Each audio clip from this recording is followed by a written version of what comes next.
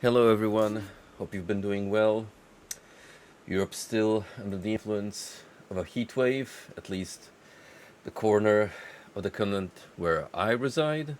And I got my fan on full blast, which you may hear in the background. Window is also open, so we might get some audio interference. I hope it's not too bad, despite this microphone being particularly sensitive when it comes to pickup noise, which does have its upsides and downsides in certain aspects.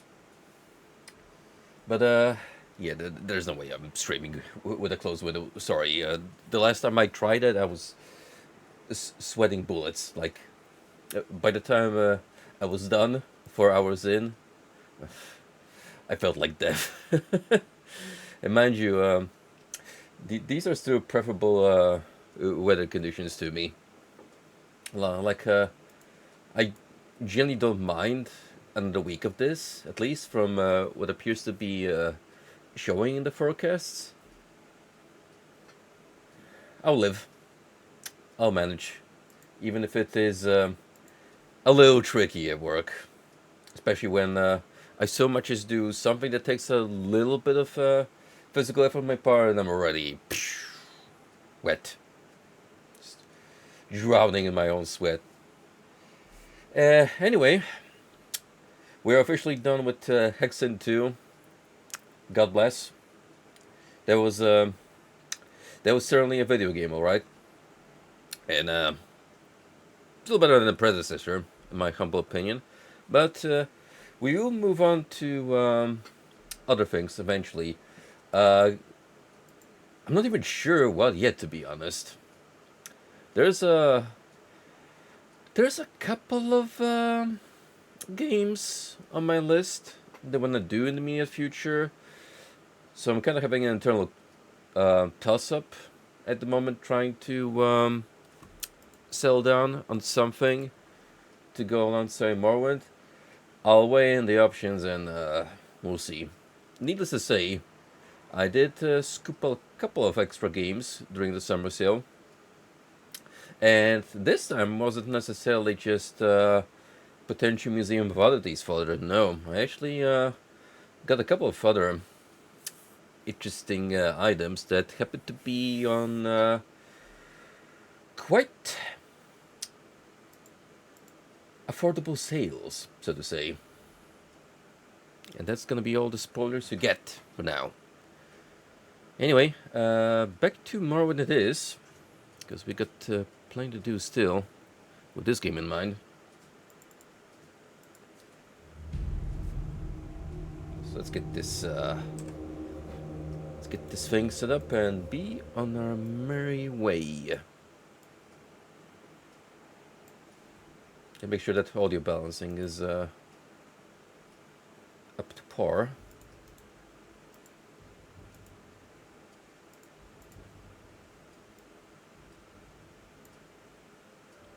Every single time I fiddle with the audio on this PC,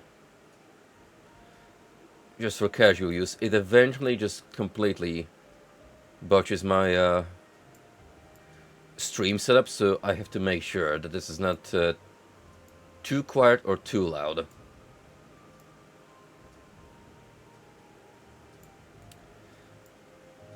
think we'll be fine for now, but we'll see how the audio balancing presents itself once we move on. Alright, we left off in Suran. We have more Fighters Guild business to sort out before we head back to Vivek and proceed with the main quest line.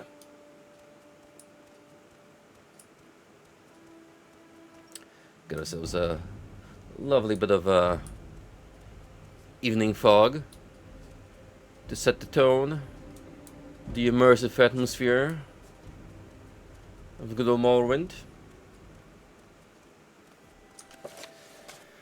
Let's see. So we got ourselves another abandoned encampment to take care of. Seturan, northeast of Suran.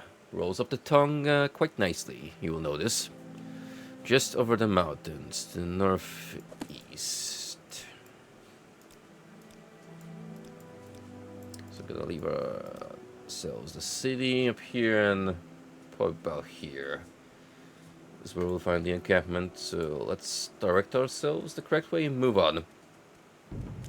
Yeah, what's up, Grandpa? I noticed your message come up yet again the moment I went live. Your stream sniping game has been on point lately, my guy.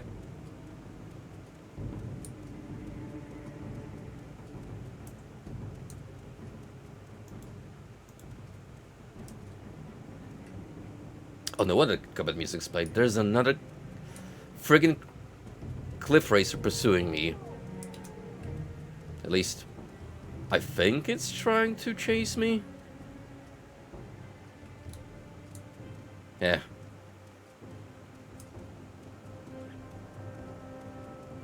Like with any good Elder Scrolls game, the moment so much as an enemy notices you, it's like that one SCP that never lets you go. No one you so much as catch a brief glimpse of its face. It will chase you to the end of the world, literally, until you're dead.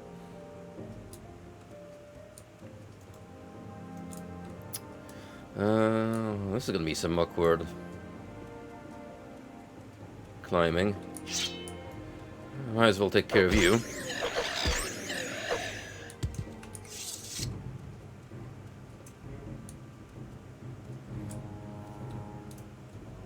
Nope. Something tells me I'm gonna have to do this the long winding way. Could be easily mitigated with levitation, but those potions I would much rather like to save, if possible.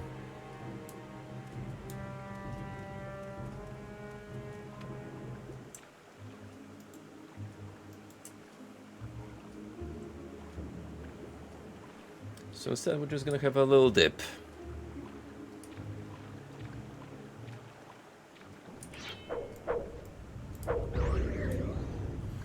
I will not be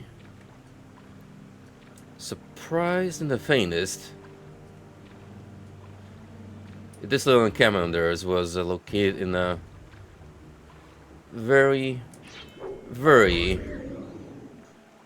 annoying spot to get to. You really see some ruins here.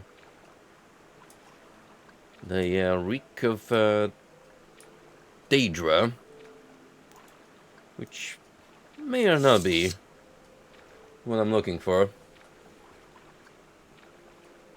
Depending where these outlaws decide to set up shop.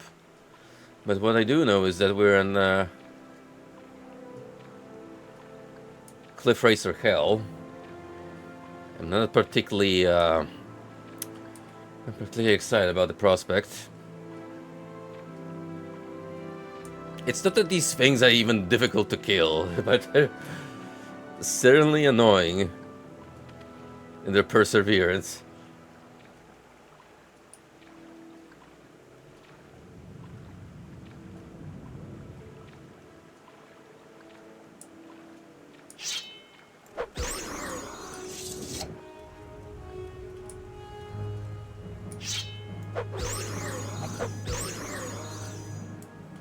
I'm actually surprised you're so tanky at this point of the game, Mr. Beetle. It feels like a lot of this local wildlife I can pretty much just decimate in one, maybe 2 hits tops, but 3? It seems a little bloated, considering how far we've come. Is that a flame atronach? That is surprising to see one out there, just by its own. Unless there's more Daedra activity nearby. Vendus Ancestral Tomb, not exactly what I'm looking for. Again. Valur, what the heck is that? Are those the ruins I passed by? Ooh, hang on. Let's not come inside to see signs like these. Especially out here.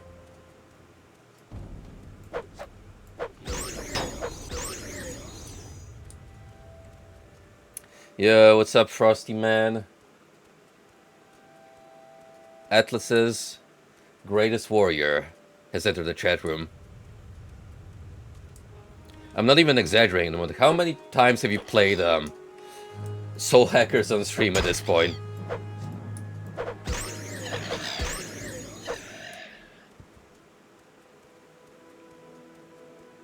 No such thing as too many, especially when we're talking about a good video game.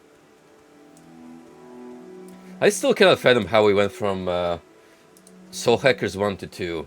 Like, what exactly happened along the way that they decided with such a drastic shift in tone? Especially when each Mega 10 spin-off had like its very distinct style and tone.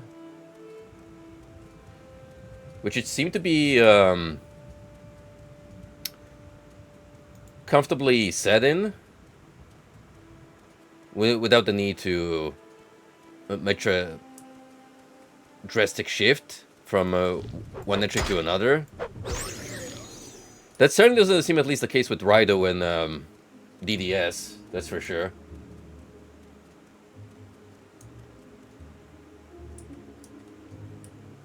Trying to get the younger crowd? Maybe. Can't exactly say that catering to the Persona fan base, which is really what immediately comes to mind when you look at Soul Hackers 2's presentation. I don't know. Atlas certainly didn't cook with that one. So much so that they officially took the Mega 10 tie-in from the title.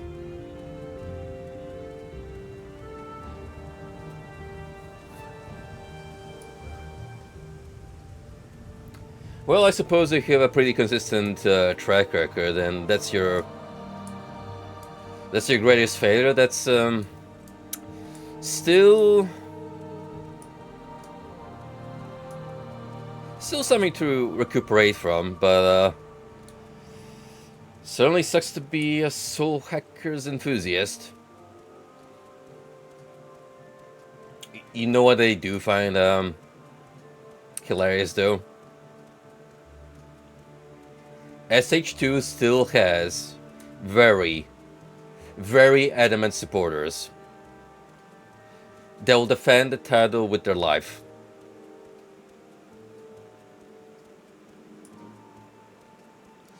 I shouldn't be surprised because that's pretty much every series that goes across one video game, so at least a duology. And it's especially apparent with Final Fantasy, where every single, and I mean it, every single mainline entry has its vehement supporters that will claim it's the very best game out there. Even 13. Oh, especially in the recent release, 13 has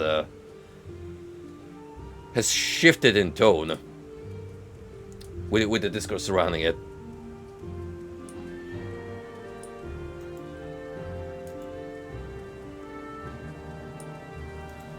I feel like we're going a little too south now compared to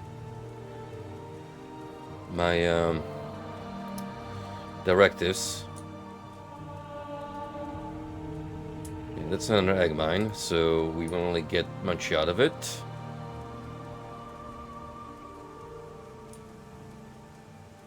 Hell, I'm bringing up Final Fantasy. You want even more? Stark example, Sonic 06. people been trying to 180 the atmosphere around that fumble, but no, you don't.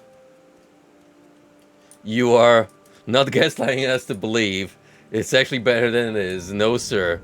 Even with mods, that still is an incomplete product.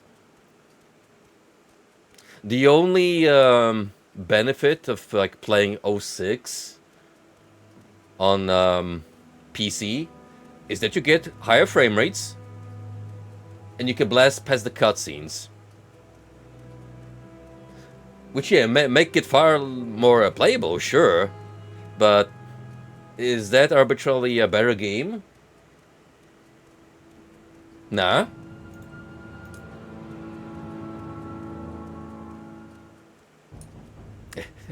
It's not the Witch Haven syndrome, that's for sure.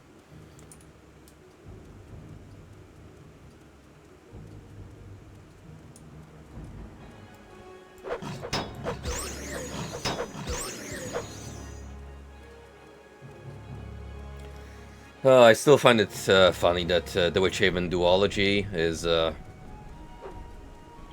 arguably Capstone's greatest accomplishment in video gaming.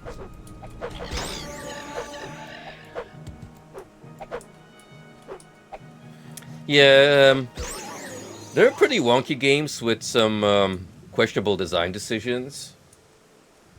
Although, once I get a little further in the games, I don't notice the weapon durability mechanic to be that much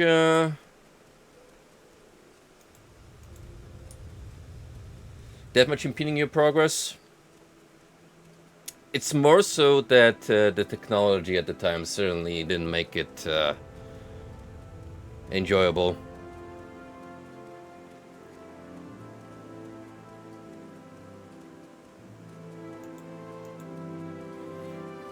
Ooh, that one's gonna be a little rough. That one's gonna be a little rough because it is based on the Wolfenstein engine, and while Wolf 3D is a good video game, I did feel a little bit of the fatigue set in, especially when we were doing the expansion packs. Because as fun as a game it is, you can feel how dated the engine is. So even with the conveniences of playing it on modded setups, it does kind of wear off its charm eventually. So when we were moving into the territory of wolf clones, as it called them back in the day, that is certainly going to be a doozy. Because some of them are pretty loyal to the source material, sure. Like Supernova's 3D arc, which is essentially just a Wolfenstein reskin. And that's the main reason why it's good.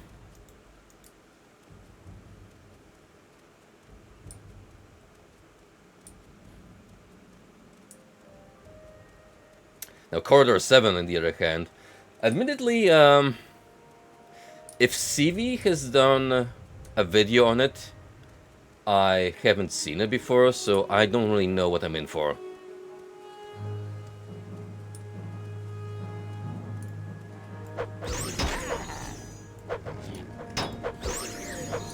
I will say this much, however. If, by any chance, Tech War comes to GOG due to the preservation program, that game will be streamed. It looks so fascinating just from a development standpoint that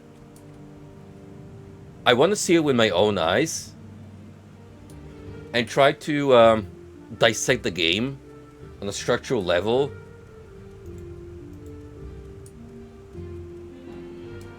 and try to determine what Capstone Software was thinking while coming with the ideas they did.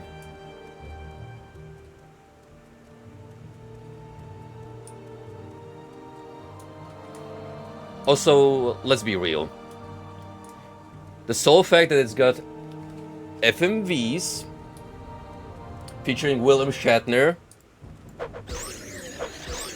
that alone makes it a strong enough incentive to play for Tech War.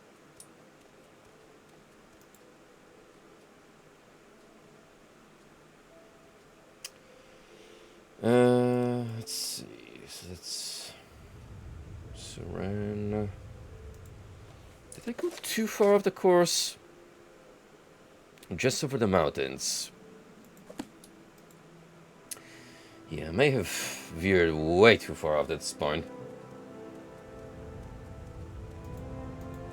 Because now it feels like I'm just actually ever so closer to Red Mountain. With the biome shifting into lava territory.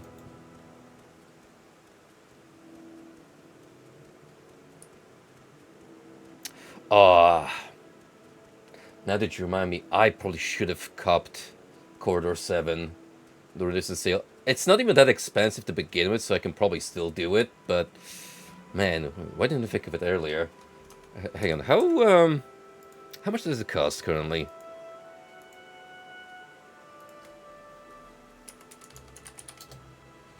Corridor 7. Way too expensive for what it is. Also, positive reviews, surprisingly, on Steam. Oh yeah, we will eagerly be awaiting the next sale. Oh, no wonder I didn't get any notifications for it. I don't actually have it on my wish list. Maybe I just forgotten to put it at some point. Oh well, we shall amend this. It's not even like a major priority. More like a potential side game in the future. Again, we are in no shortage of first-person shooters that I can stream. Old and new.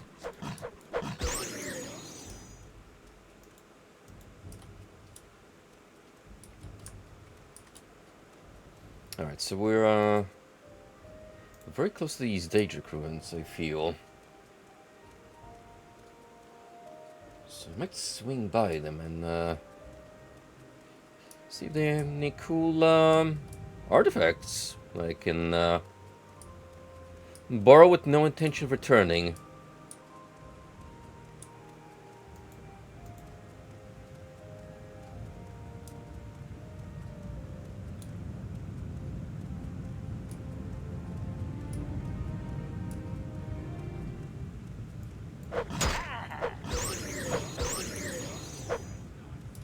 Oh.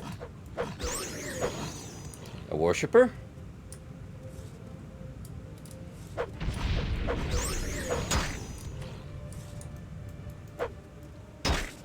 Throwing knives, that's bold of you.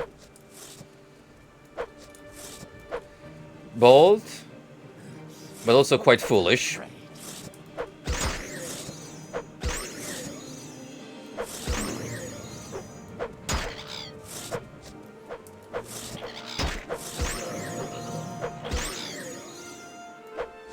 Oh no, you don't, buddy.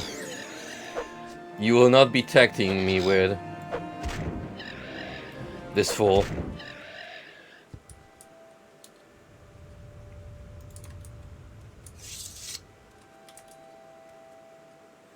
Alright, so that's the shrine itself. Let's save here in case there's a very strong position inside. And also, let's make sure we have enough stamina to work with.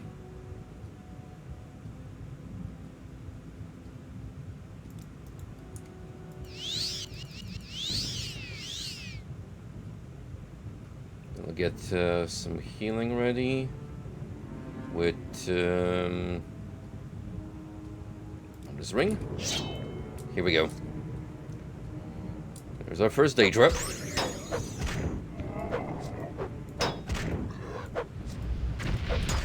Uh-oh.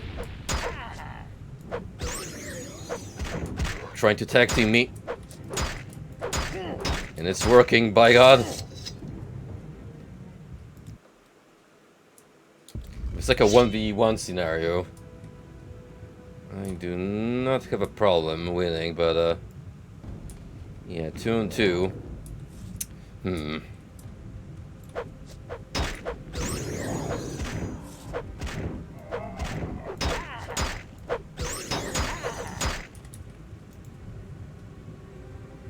Hang on, we can play Ring Around the Rosie with them for a bit. That's the beauty of Bethesda AI.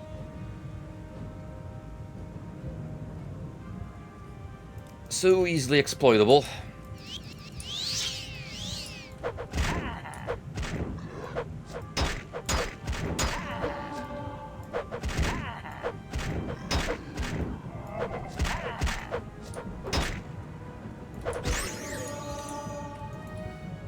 Some good damage in, but not good enough. Still.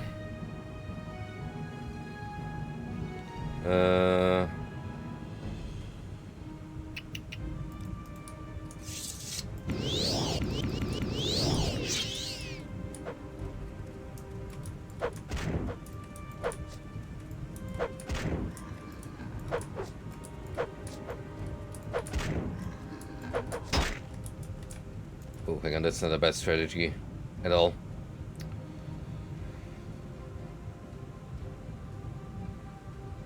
Could probably switch to the two-hander, but I prefer playing it a little safer with the shield, just to block some attacks.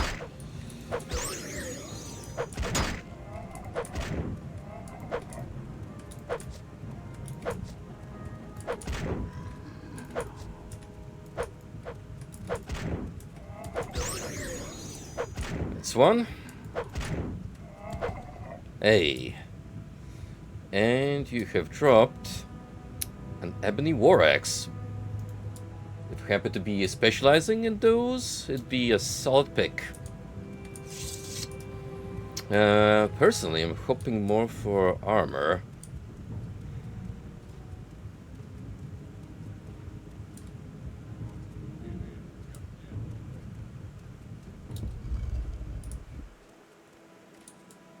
Right, those two I probably want to meet on...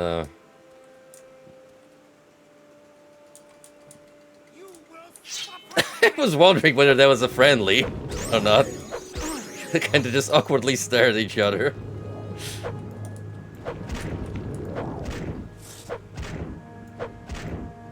Die, Vexer! There is no escape. Ooh. I'm super lucky I didn't get absolutely ass blasted with some kind of nasty AoE spell.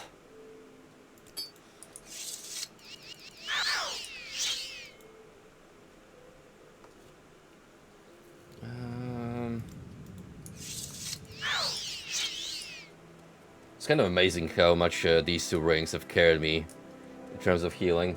While the Amulet of Stamina provides just enough of fatigue recovery, where I could somewhat reliably micromanage my two stats. Because, well, I'm not really a spellcaster, so don't care about mana all that much.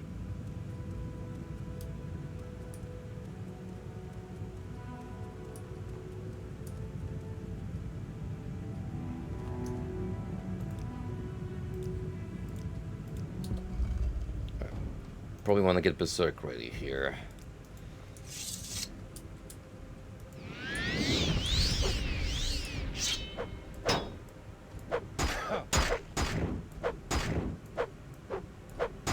Because I can't guarantee how tough these lads will be. I do see that you have something funny going with your face. You will die where you stand. Sure is a character model, right? A Nordic broadsword. 6 to 18, 2 to 18, 2 to 18.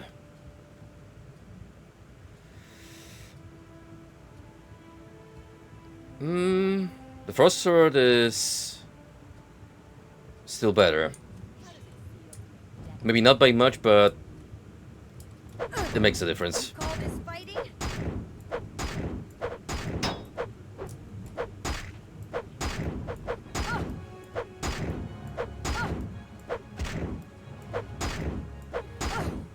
Friggin' love Berserk. Such an amazing buff to start off with.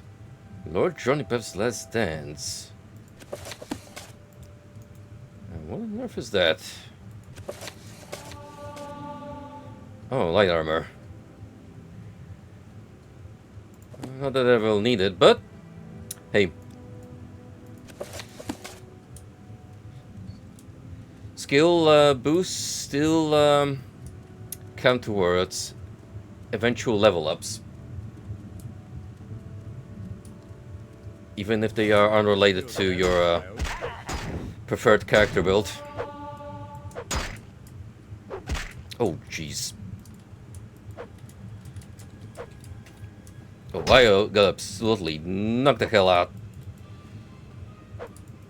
Not good.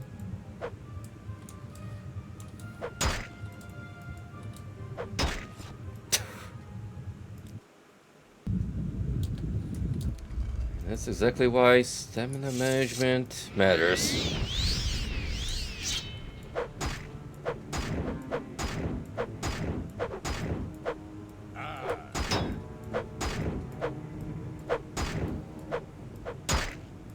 You guys don't seem like worshippers all that much.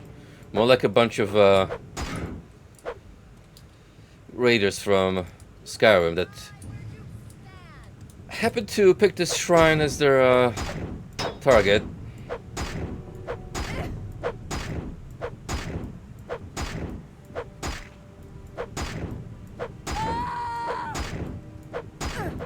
You call this fighting?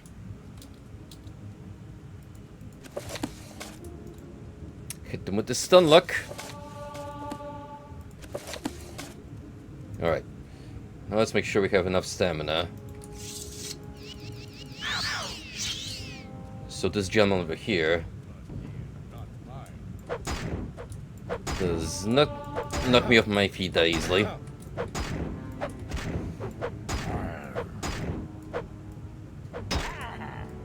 Oh. Whoa. Whoa, whoa, whoa. Even so, one hit from him took so much off the meter.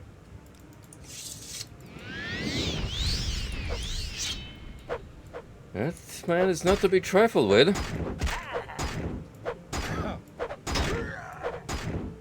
Hey, fool! You will die where you stand.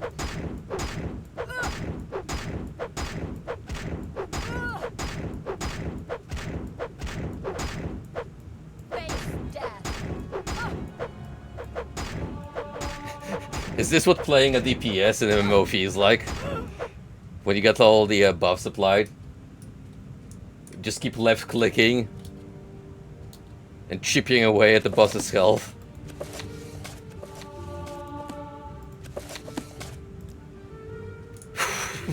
What the hell did... You carry that around in your pockets? The girl needs that large font to be able to make it out, sheesh. How does it feel to know death? What happened? Why did I lose all my meter suddenly? I sense some tomfoolery happening here.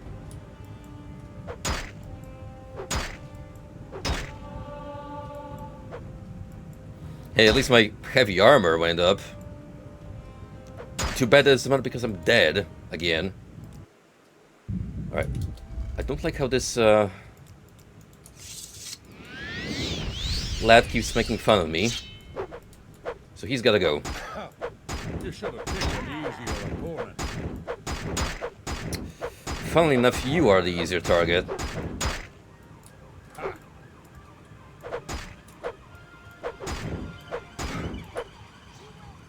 where you stand.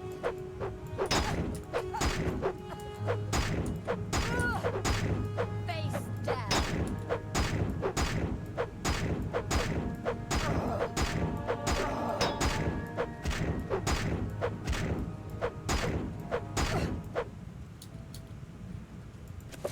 And that's not even close to what a powerful longsword I could be carrying on me. Eventually we'll get even stronger weapons. You'll be able to dispatch opponents way more reliably. Which you could do with the Mage Bane. But again, that's at the price of having block. Ooh, again, something's weird going on here. I might want to lure this lad first.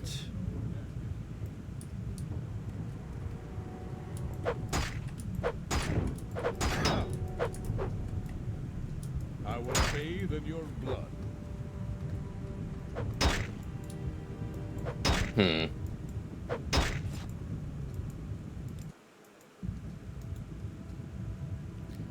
Is that because of my carry weight? Oh, what happened to my agility?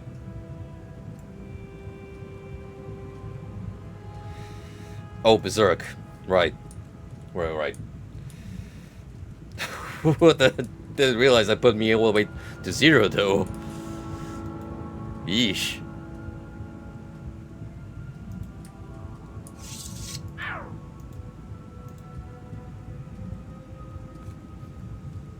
Yeah, that makes sense. Well, that would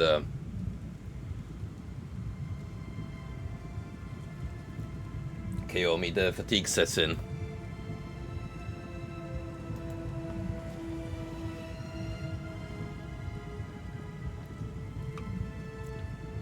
Only now, after several instances of me using this ratio ability, do I finally connect the dots.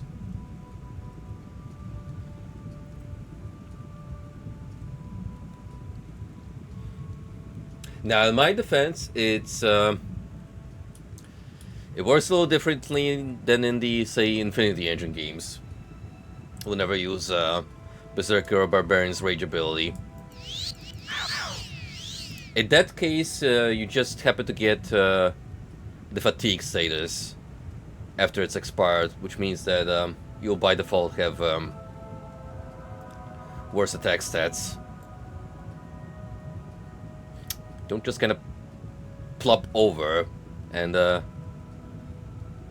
take a power nap.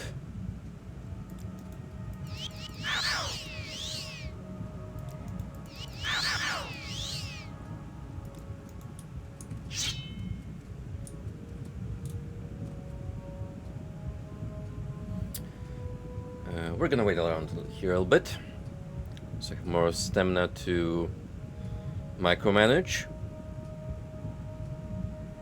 Especially considering one hit is enough to take a good chunk of it from this axe wielder.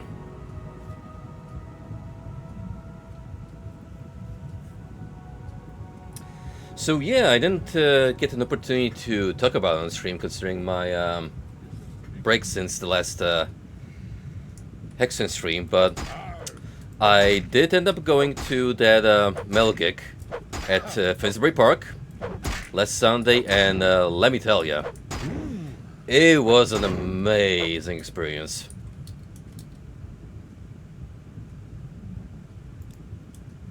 Worth absolutely just for Anthrax and Slayer alone. Like, I want to say every single band that came on stage put on an amazing act. So we went from like Neckbreaker, who do give us the impressions of a young and upcoming band. They definitely do have like garage vibes from the way they look and carry themselves. Plus they're like still kids. They don't look older than in their early 20s, so the fact that they're ready supporting for such music gigs is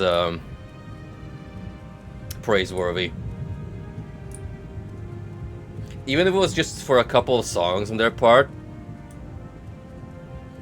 Wouldn't you love to open up for some of the greatest bands out there in the world?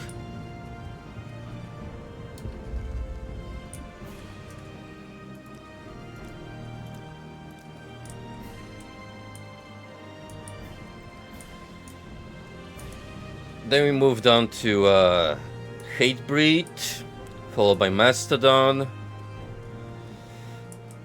Anthrax, Eminem Earth, and finally Slayer, in that order. So when me and my buddy who invited me to the gig,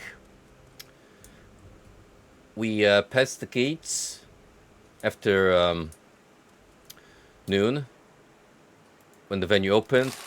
I was pretty much heading home at 9 p.m.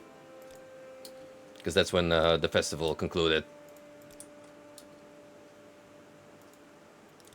And I actually appreciate that, being on a day with less sun and more moderate temperatures, because I certainly would have been cooked if it was another blazing hot day for when like Iron Maiden performed. See, that was like only 3-4 hours, but still, phew. I was drenched in sweat.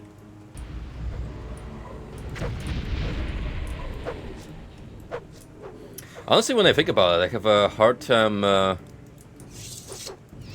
deciding on one act specifically that I like the most. I think Anthrax had a lot of good energy. Joey Belladonna still absolutely knocks it out of the park with his performances. Has a great singing voice. But I gotta hand it over to Slayer. The moment those guys came out on stage, the crowd just went absolutely nuts. And the entirety of the central area where I was standing turned into a massive mosh pit.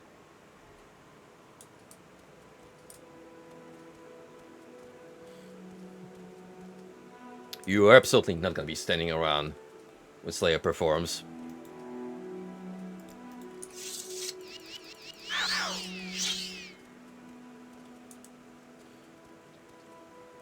They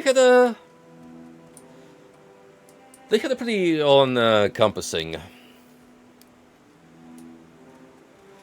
song set list, because they pretty much went as far as their latest album, Repentless, which funny to call that latest, considering it's been 10 years since that came out. But yeah, they played a title track from it, and yeah, pretty much went up to their earliest days. So we had a lot of happening from Reign of Blood. They topped off with Angel of Death.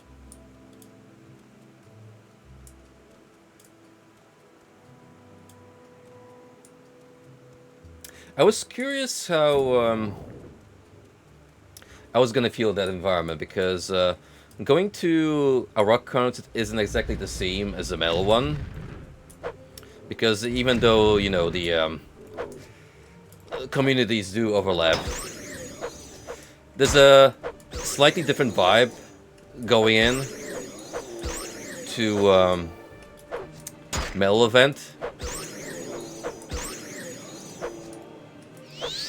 That particular fan base is usually much more hardcore when it comes to their music tastes and energy during events, which I definitely did see taking place. But very welcoming. Me and my buddy did chat up some random people who happened to be near us.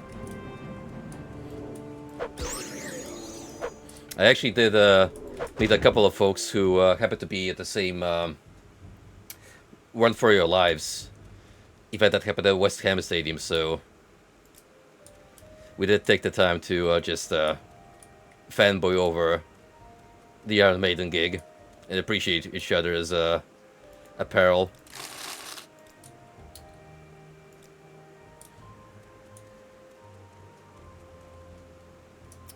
I did end up walking out with a Slayer sleeveless shirt. I did say I had my eyes set on one for the next gig I was going for, because that was like pretty much the one clothing item that was missing from my wardrobe, because I'm not too big on the hoodies, but as far as like good shirt designs go, I already had a couple, so I was like, I could really use something specifically summer wear, in case we do go for another event happening on a really sunny, hot summer day.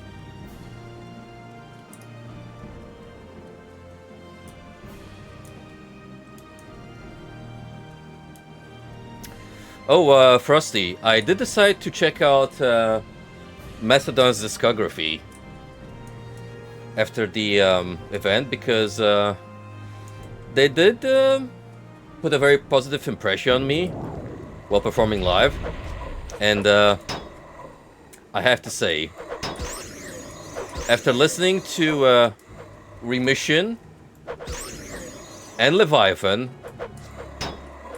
promptly moving on to Emperor of Sand, that is such a great disparity of styles in this one band.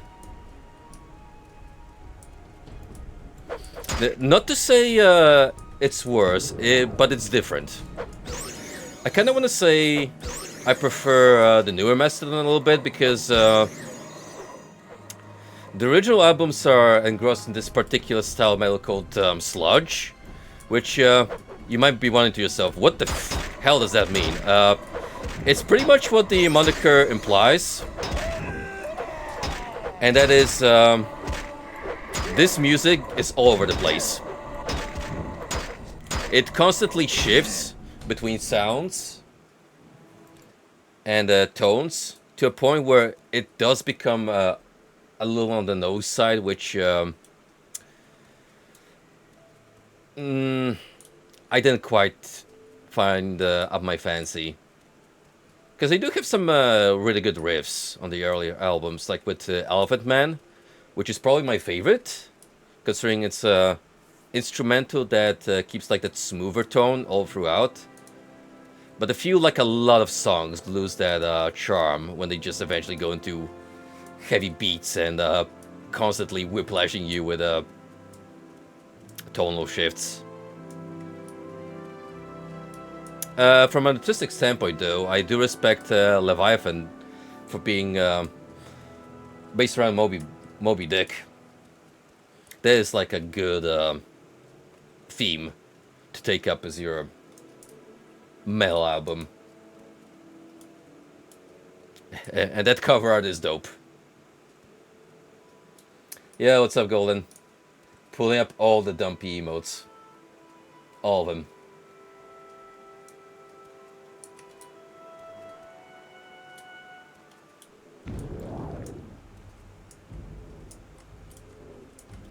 I think I'm gonna listen to more of Hatebreed next, because I'm not familiar with their... Whoa, shit! Where did my health go? It was like... instant KO. Jeez. But yeah, I'm not familiar with Hatebreed. So I think I'll target him next.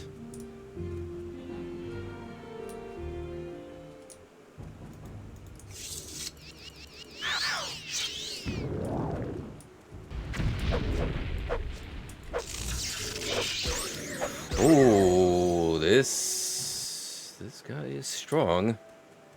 He has a lot of nasty spells, so I might wanna shield myself somehow.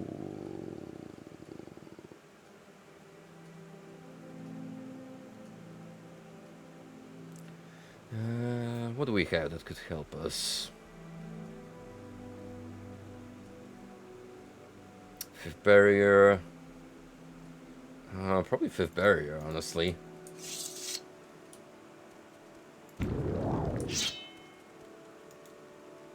Whoa. Fast-paced rock and metal will get you in the groove, that's for sure. It is a tried and trusted gym music for a reason.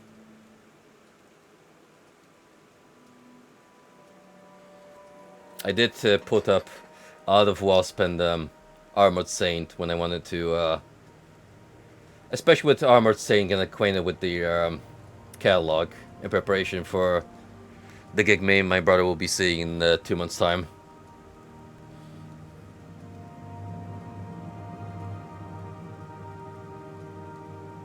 Those guys also have a lot of good jams in the repertoire, which is why, you know, occasionally I'll have that feel in me, that gut feeling when I'm like,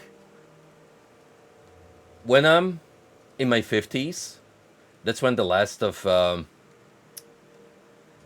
even the newer generation of the heavy metal revival from the 80s, that will probably much be fizzling out. So we're thinking like Metallica, Maiden. But then you have all of these more obscure bands that you never heard of before from the days old, and you're like, you're never running out of music catalog to expand upon.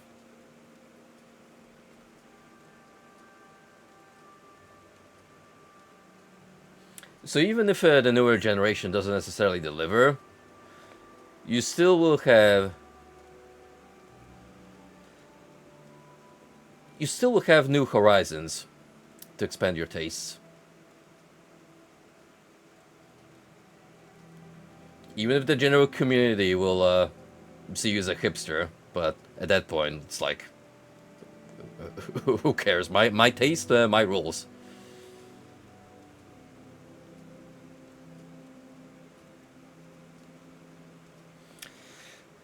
But hey, if bands like Neckbreaker are the indicator of a potential new generation taking over, and thus bringing about a breath of fresh air to rock and metal, I look forward to it, man. History does like to run in circles, so perhaps after a period of stagnation, there'll be a revival in this particular branch of music. It's gonna be hilarious when people start calling it, like, I don't know, with neo-rock or neo-metal, and just be more of the same that you grew up with. But people will pretend it's the new hot thing happening.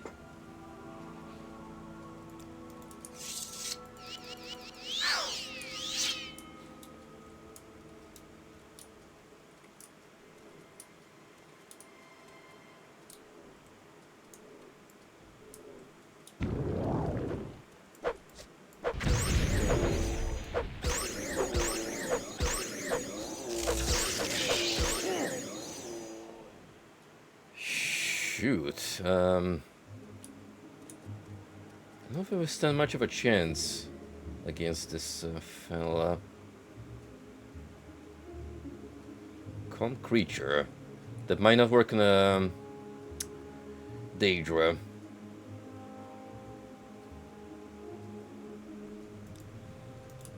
What if we try and do some spell damage? Neoclassical. Can you throw me some examples?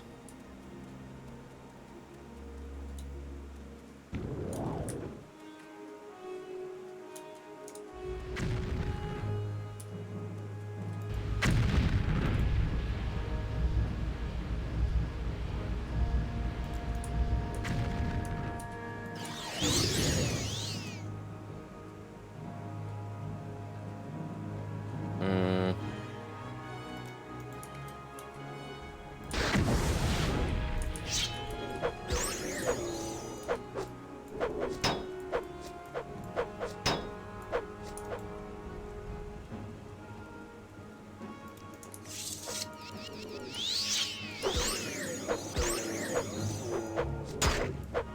You better have been protecting something good, because I just like blasted with some real powerful magic. Mr. Daedruff. Which are... I do remember you guys from Oblivion. Not that you were... not ridiculously strong, though.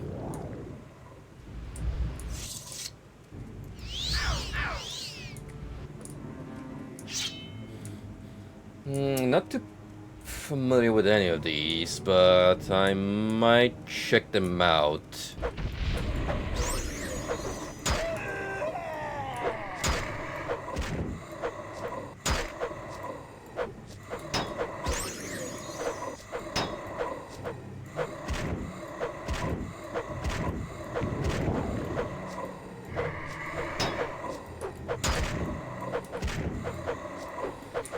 Post-rock and post-metal already exist. I believe you, Golden. I'm just curious what's considered either of these by today's standards. Actually, let me look that up.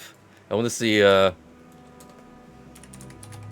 want to see a record of bands that are classified. Wait, it emerged in the 1990s? What do you mean? What do we have now? Oh my god, that's how you can tell I'm really old. Because I'm literally just losing all grasp on reality with these musical subgenres. In my head, a lot of things are just rock and metal.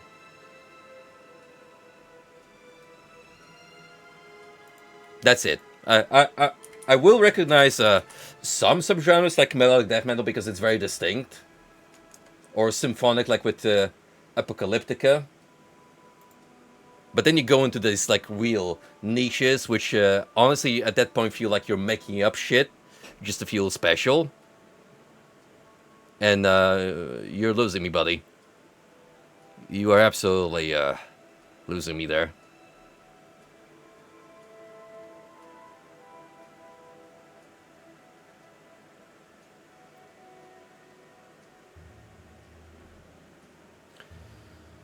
Man, it's such a cult of Luna, Isis, Russian circles, palms, Deftones, and Pell confuse metal with second wave post rock.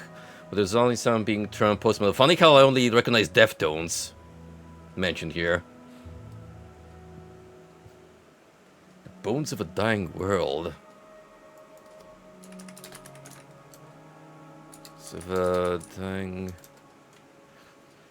If these trees could talk, from 2016.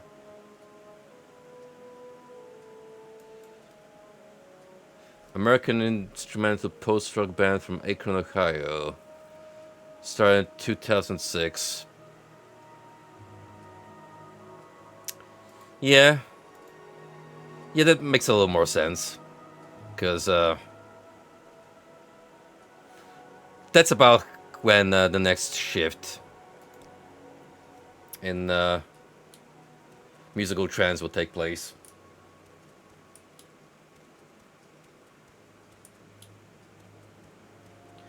Would you say that 2010s to 2020 had any, like,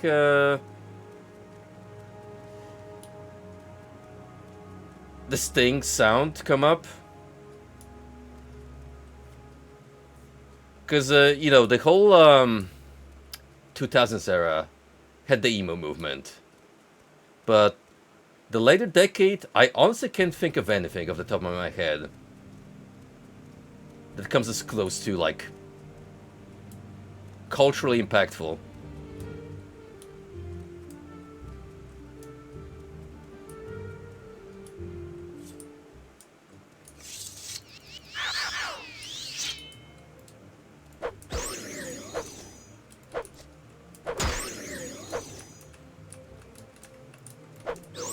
Wait, are you one of, Shiagarov's servants?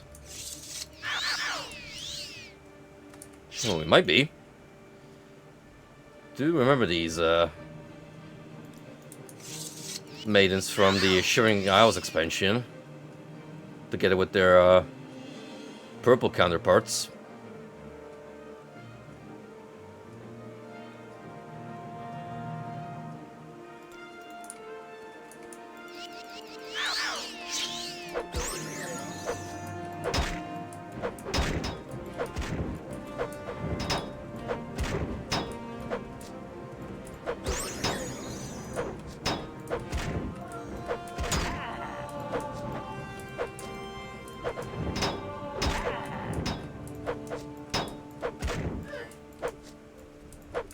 Pretty, even battle so far.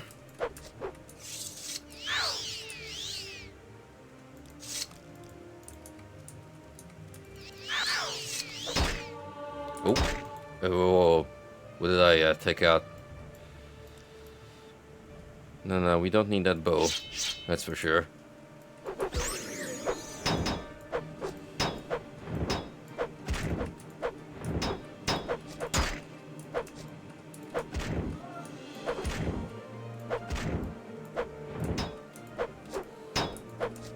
Man, you are tanky. Which for a champion of the Danger Lords is very much understandable.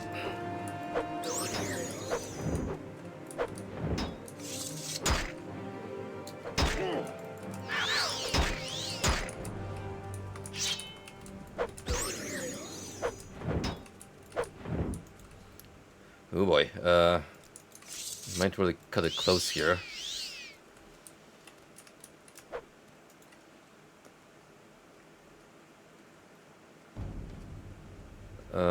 Potions.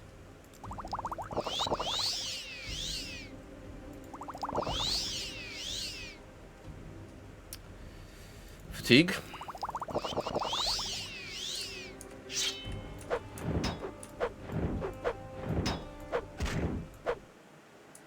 Woo. Golden Saint, huh? And you have an ebony tower shield, plus a short sword, which, I wish it was a long one, but take what you can get. Look at that. That's the same armor rating as this Saint shield that we got from the vendor. And then compare it to the market value. Like, no NPC will be able to pay you off this much money. That's the one problem of actually carrying these kind of expensive items on you to use as leverage in trades.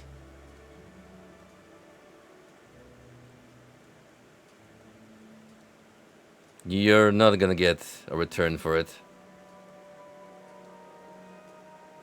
What kind of boots am I currently wearing?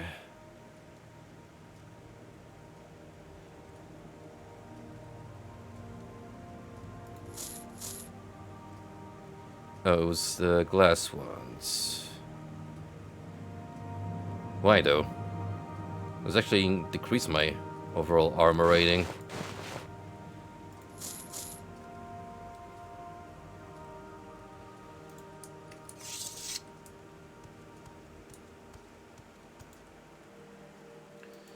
Then we could rest, get a new level out of it, which seems like the sensible thing to do.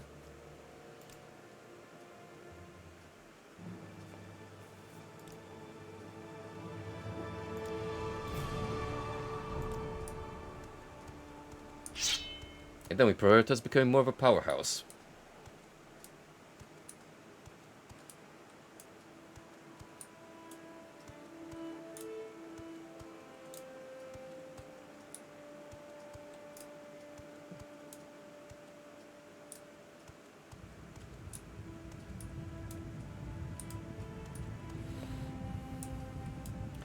Man, you bring up melodic death metal though. Kind of remind me how I used to listen to In Flames a lot, especially in high school. To this day, I think Clayman is one of their top albums.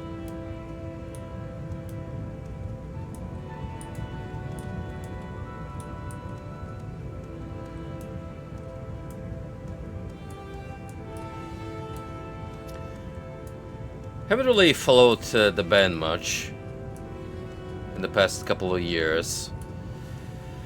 Have they been up to anything interesting as of late? Whatever you're looking for, I'm sure I don't know how to find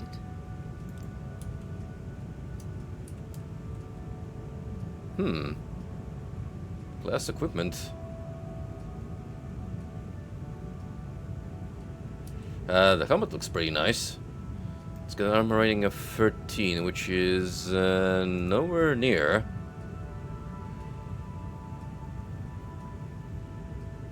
what I use. Well, I'll take these gems with me, sure.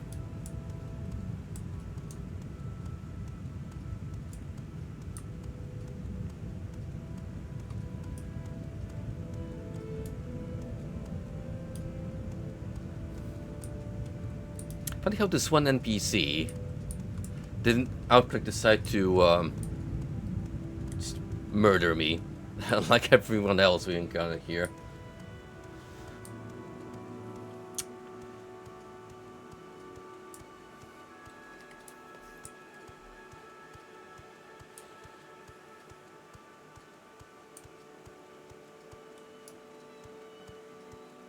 That's a shame. That's kind of what happened to Sepultura at some point, where after Max Cavalera's departure, they decided to shift their style, become more experimental, and I was just not on board anymore. I want to say they made one or two good albums after changing their lead vocalist, but then Soulfly was like the natural continuation of Sepultura. Plus with more influences on their South American vibes. I will always state that one of the greatest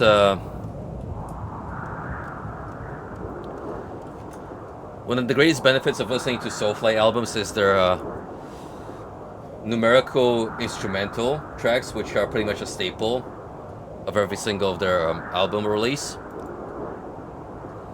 And in some aspects, I like it even more than their typical heavy metal stuff.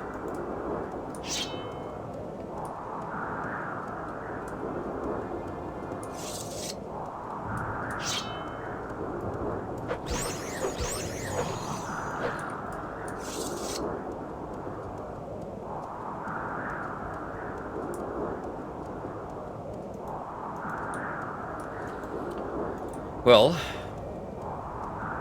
we've been kind of stuck on this danger dungeon for an hour now, which is totally not what I planned, by the way. Lovely little side quest. Also unrelated to the actual optional mission that we're supposed to be doing. But, see, those are the joys of open world games. You kind of make your own adventure as you go.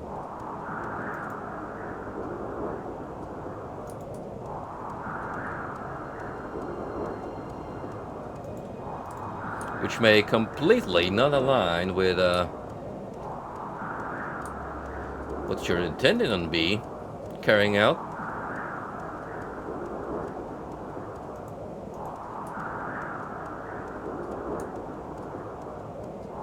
depending on how long I keep getting lost here, I might just decide to look up where this hideout is to save some time so we can move on to Vivek and press on with the prophecies.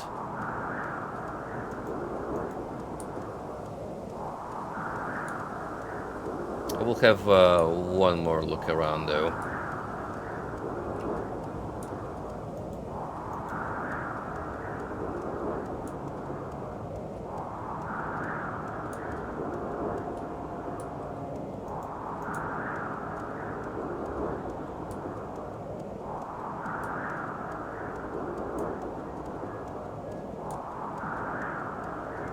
When you tell me that something is over mountains, that's cool and all, but it doesn't exactly say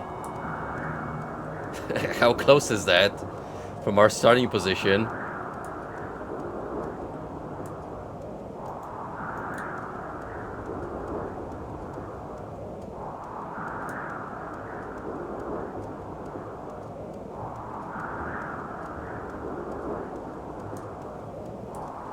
Oh boy, another crossroads.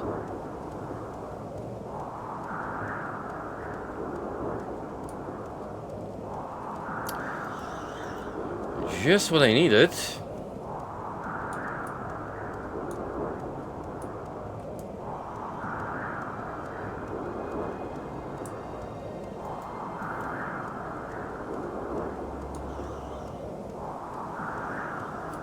I am so hopelessly lost.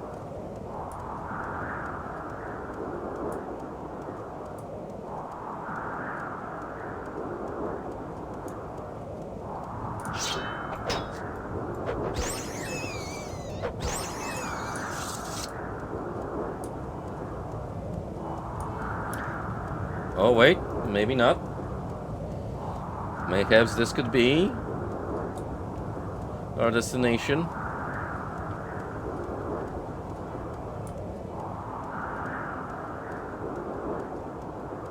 Serenade? No. Alright. I'll look it up. Because by God I can't be asked to keep fumbling my way around.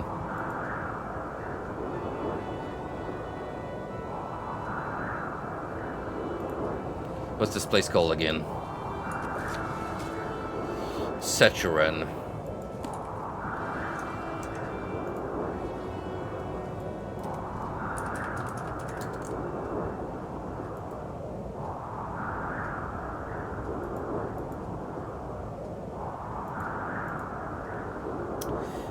It is actually ridiculously close to Saran.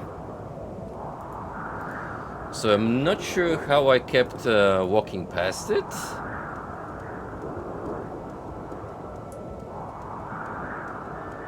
But suffice to say, I overshot by like a mile.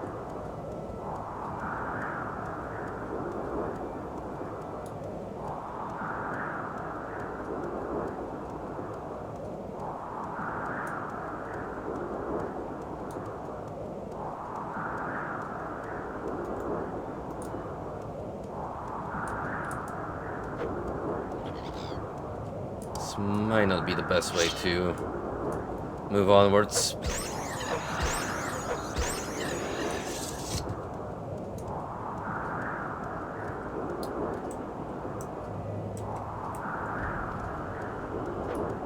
I feel like the moment I fall into this lava, I'm going to die horribly. An excruciating, painful death, if you will.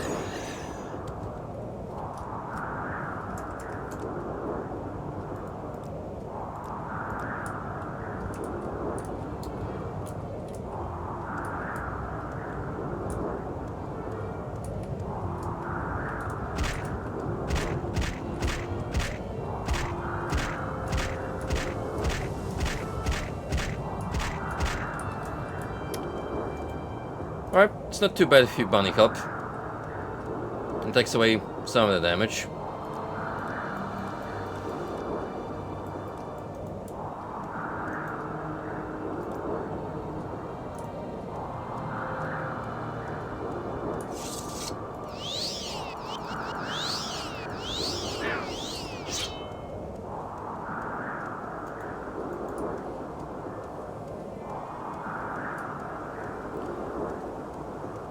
let's get back to the closer proximity of the city.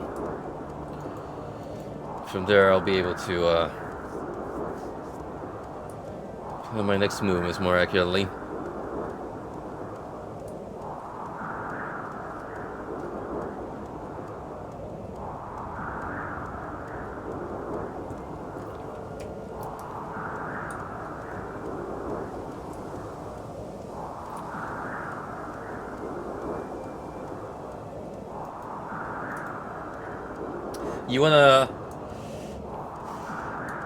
You wanna listen to something funny, Frosty? Well, when we were looking at ads on the front display near the stage,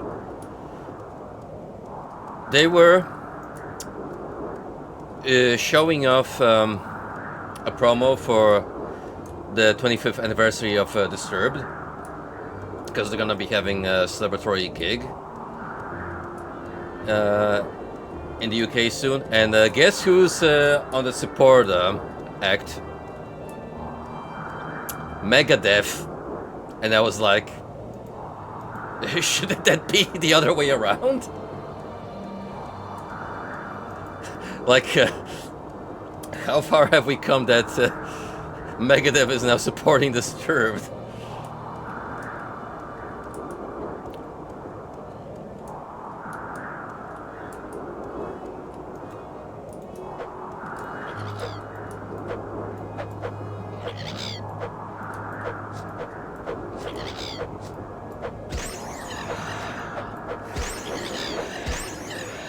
Part of it is probably my boomer mentality, still thinking that Disturbed are like a trendy group from the early mid-2000s. But then I realize, yeah, they're kind of approaching their midlife in terms of bands' lifespans, so it is a bit of a cultural shock for sure.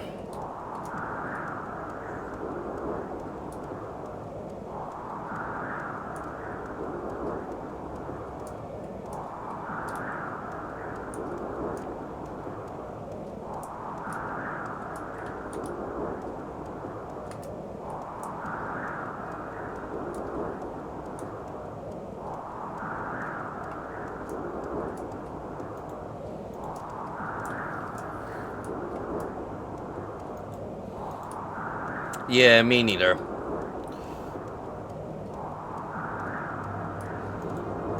Can't really say anything made by them stuck out to me.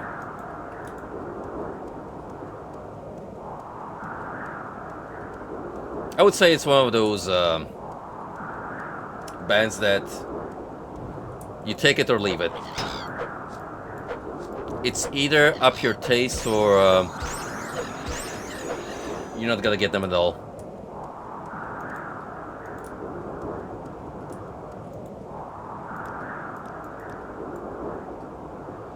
Oh, whoop.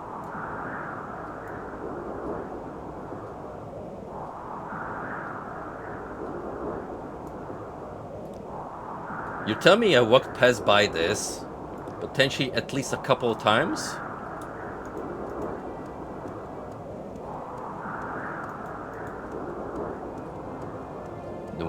Where on earth is this cave situated?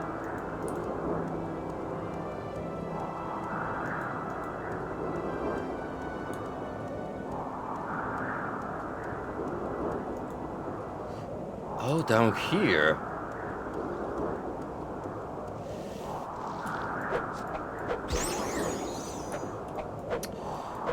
That would be a little easy to miss in the sandstorm, that's for sure.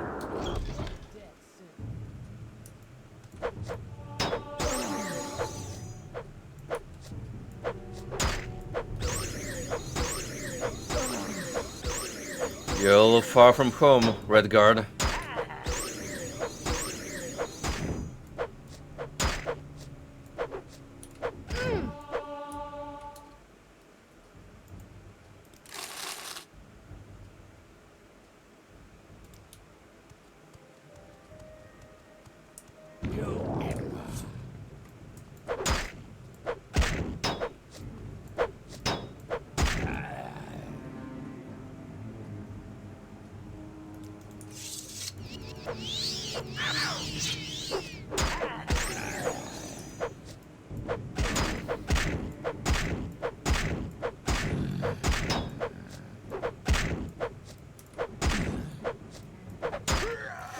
Sure feels easier coming to this from the Daedra Shrine, doesn't it, fellas?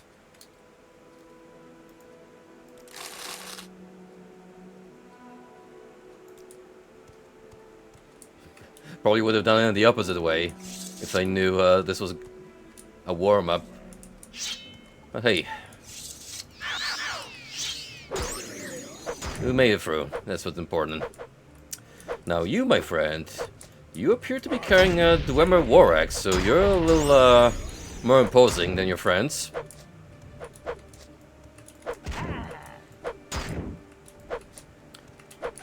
Now in the hands of the Vorok, as you can see, it is quite the dangerous tool.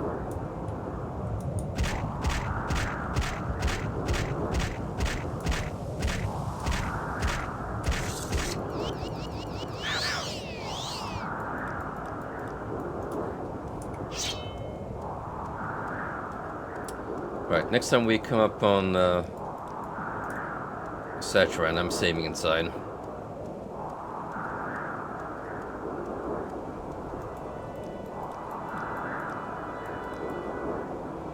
So that's about over. Actually, let's make this trek faster.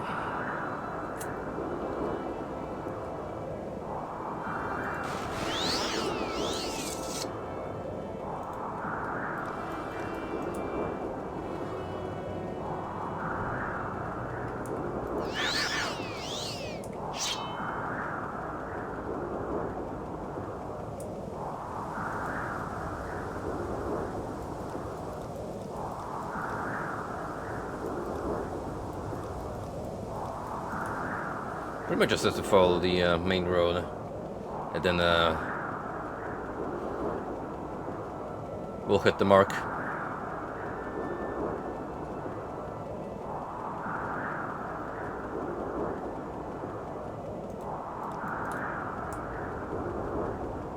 See, there you go.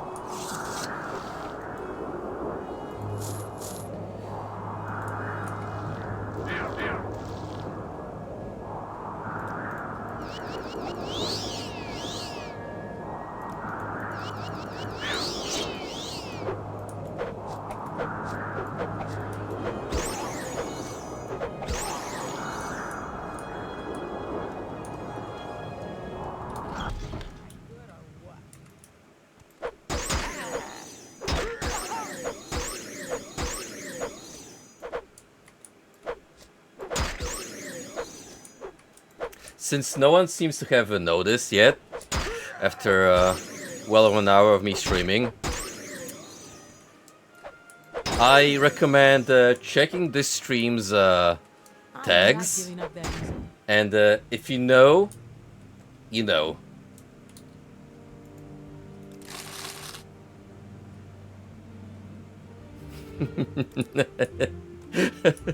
Listen. For all you know, these could be underutilized categories where all the top streamers hang out currently, including Pro Jared.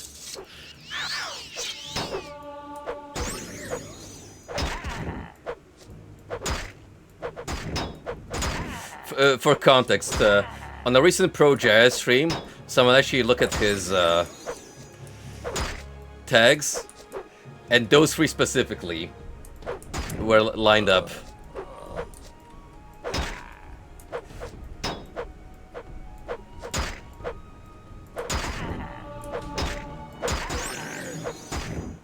I'm almost tempted to look this up after I'm done for tonight to see if anyone actually uses them besides him, like unironically.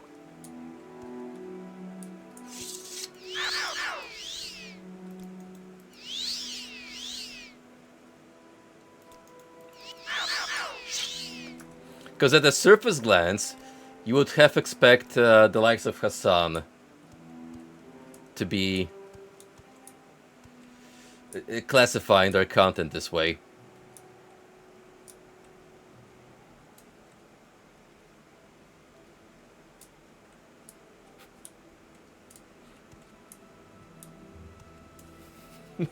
You are among the top 10% under the category attractive. Congratulations.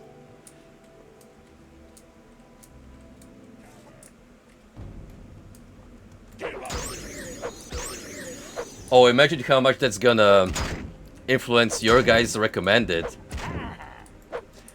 Like, what kind of fun streamers will Twitch be chucking your way for interacting with my channel now?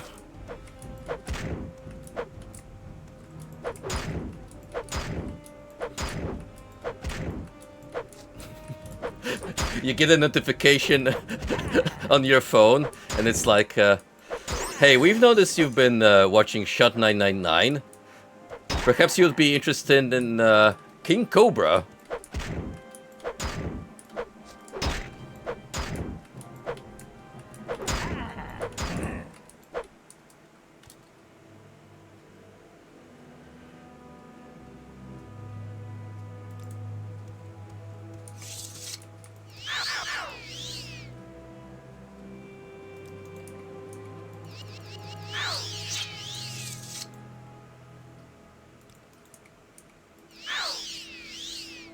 Would you say he's one of your favorite lolcows?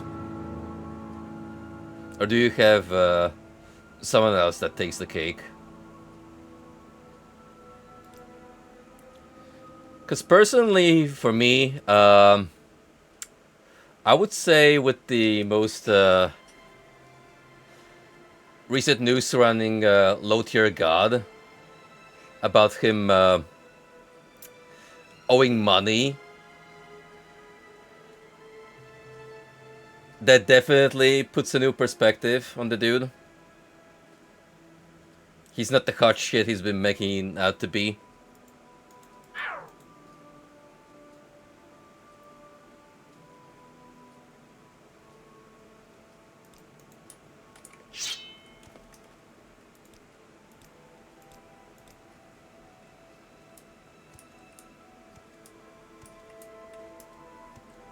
Those are easily the most endearing characters when you kind of just appreciate them existing and basically being your court jester that you put on from time to time so you can juggle for your amusement.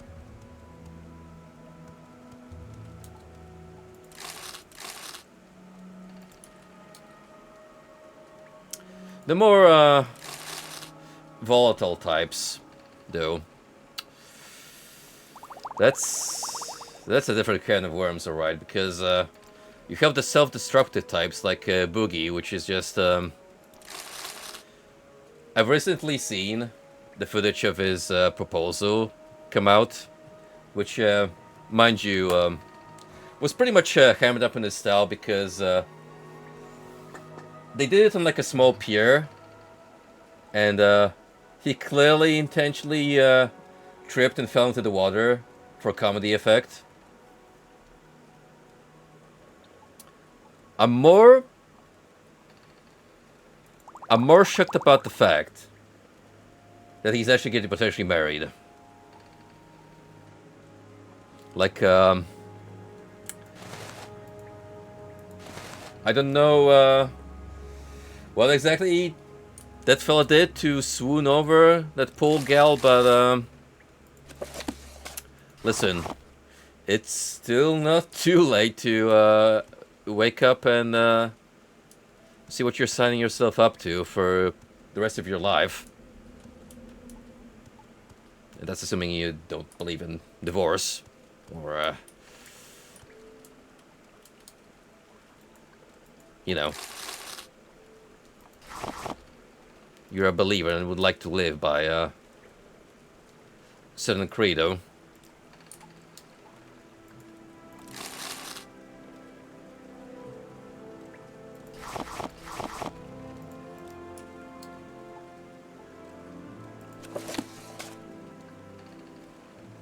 We're starting to see our level truly affect the quality of the goods we're finding in random containers. Long process yesterday.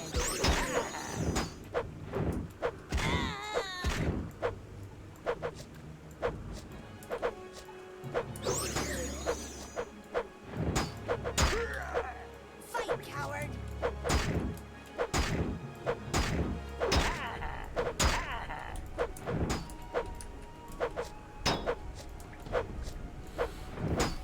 Chris Chan has surprisingly fallen off the radar lately. Does the person that still documents Chris's life provide regular updates?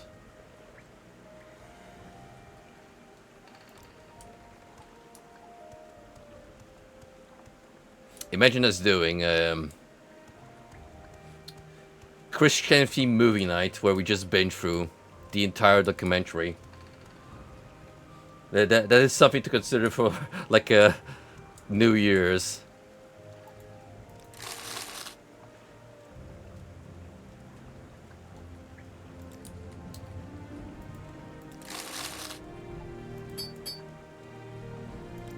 And look at all this magical swagger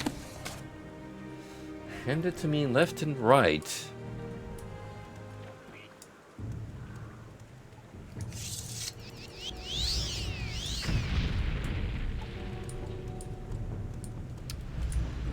Oh boy.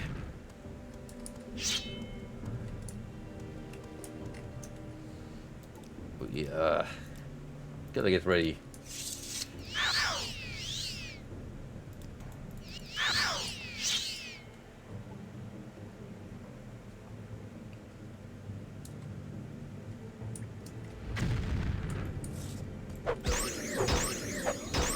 Oh, buddy, the moment you pulled out the axe, you have sealed your fate.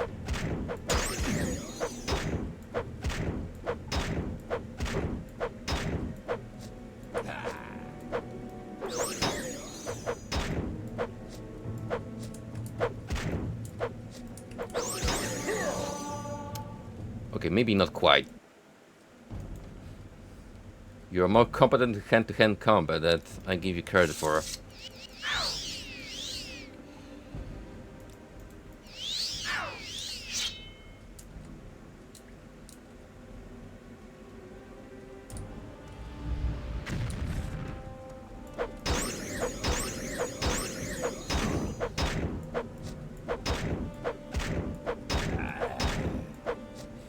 Keep on the stun lock.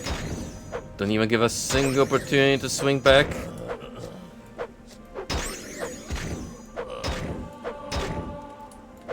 If possible.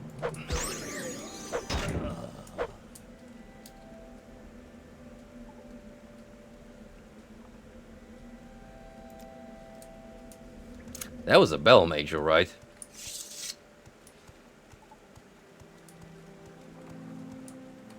My man was ready for any kind of scenario.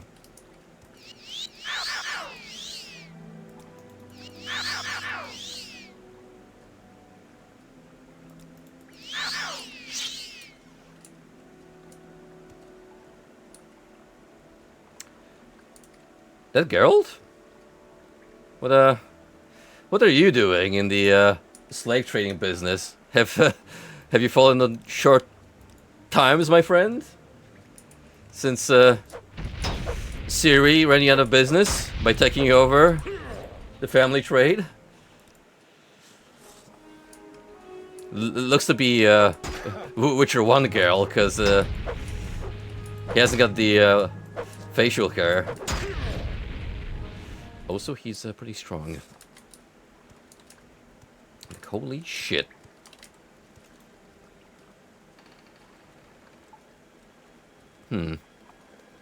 Well. Let's see what fun potions we have.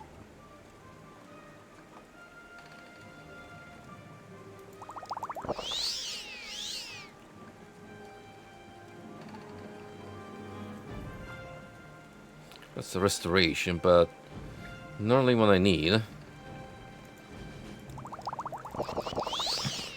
Let me chuck in all this booze, make myself super strong.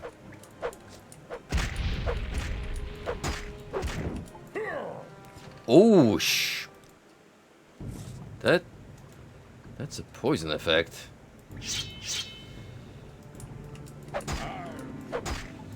Oh, nice. Good stagger.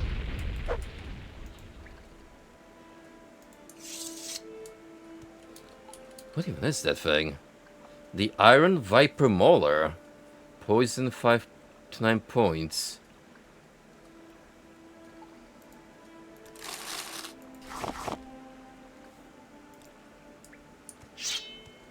Anyway. Enjoy freedom. We are not fangless, friend.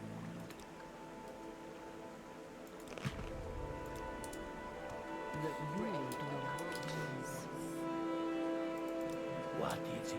Find another place to die. There is like no immediate benefit. Unless It comes me. What does it want? you get a passive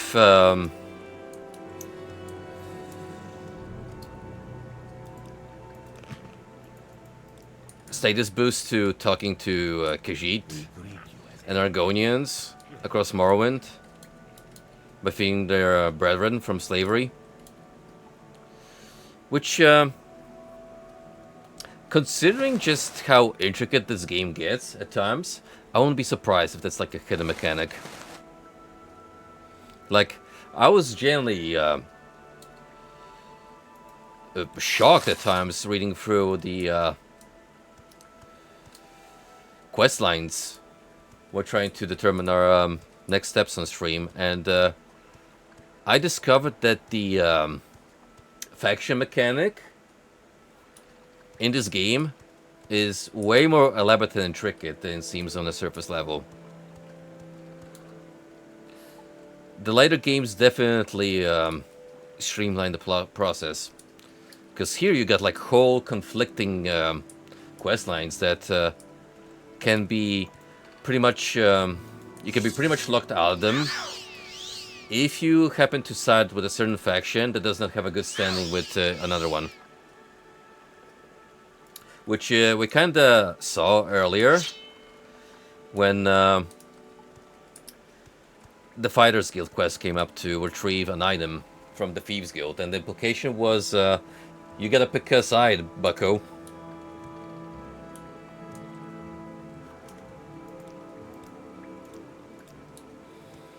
And since we are a warrior, naturally, we're gonna prioritize that over stealthiness. Now you die.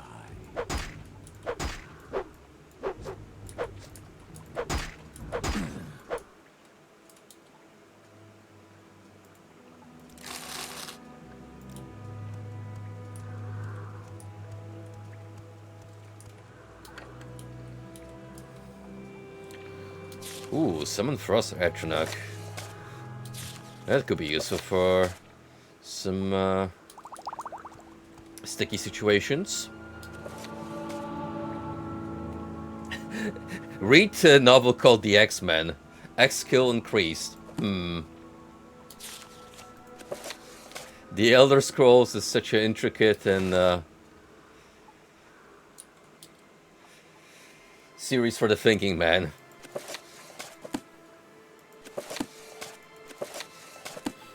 I mean, it generally is at times, but then you have these moments where it's more like a wink of the eye at the player. A little tee-hee.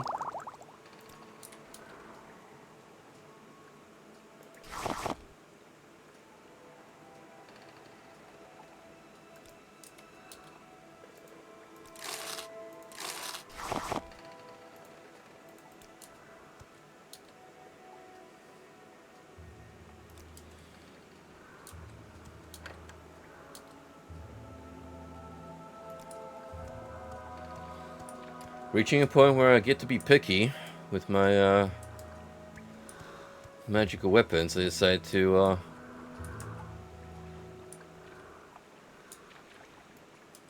take up on.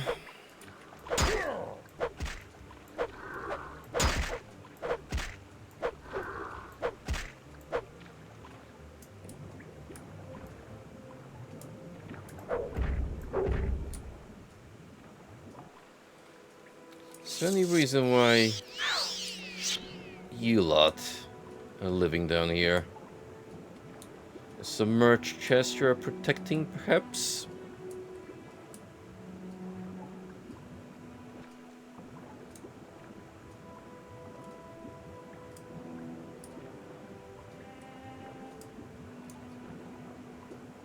Doesn't look like it.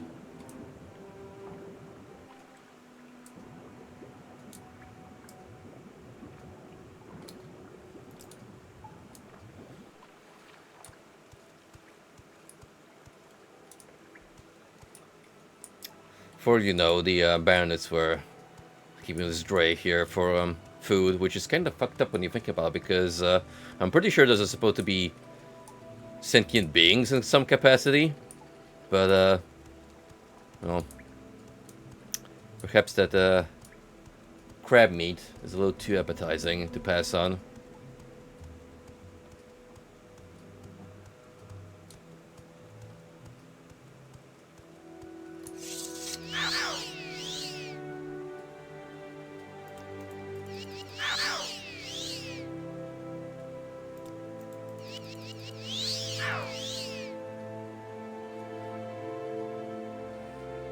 Probably something I picked up. Yeah, there we go.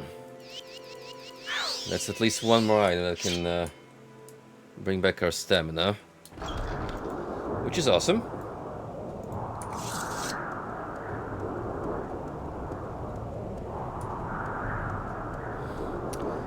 So now finally we can head back to Sran.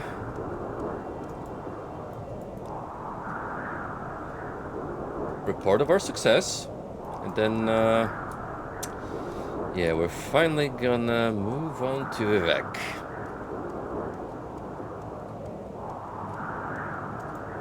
Now, I did say on a previous stream that we could try siding with a house, so we can do some quests for them. However, what I've also learned is that you can actually join the Tribunal Temple. And since we will be talking to them, I'm like, may as well. Why not join these bunch of worshippers to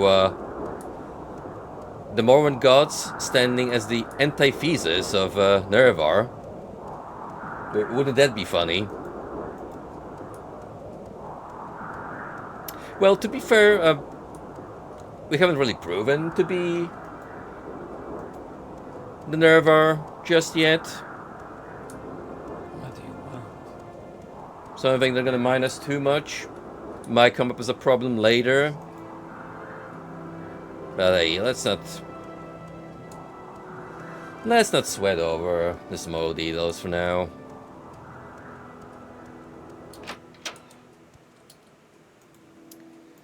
Anyway, Find a healer and stop. we could go to main entrance.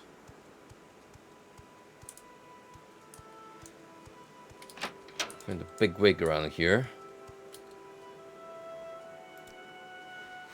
You hear about justice to Delirus Saris and his bandits. How's Thalo thanks you, Bracket Dune? Here's the bounty money we agreed on.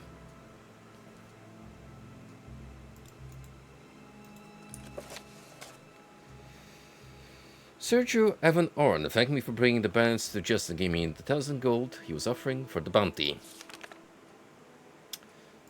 So that's that.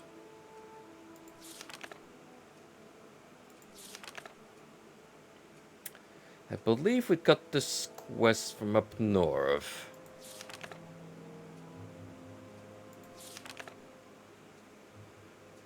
It may have been a little while since I accepted it.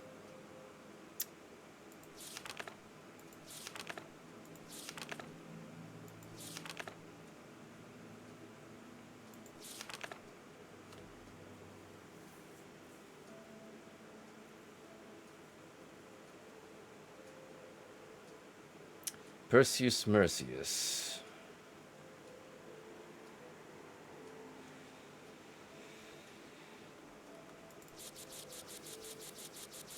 Right, so if you wanna Leave you of the close this off proper, we'll have to head back all the way back to Aldrun, wasn't it? Yeah, that's not really along the way just yet. We'll have to wait. We got ourselves some other business to take care of.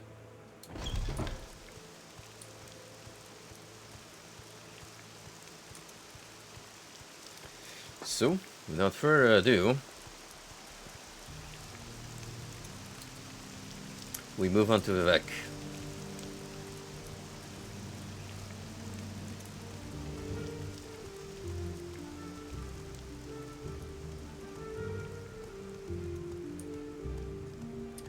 True to my word, I have binged through Squid Game Season 3.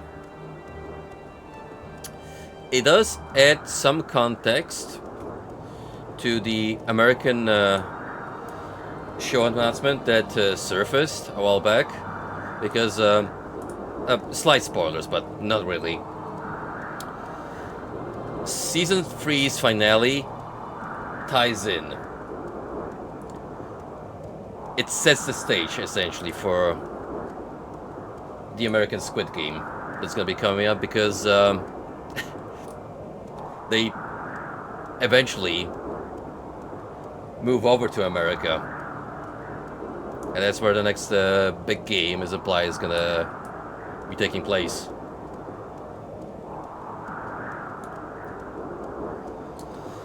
General thoughts are... I liked it up to episode 2 included, but from around 3 onwards, it just started declining quality.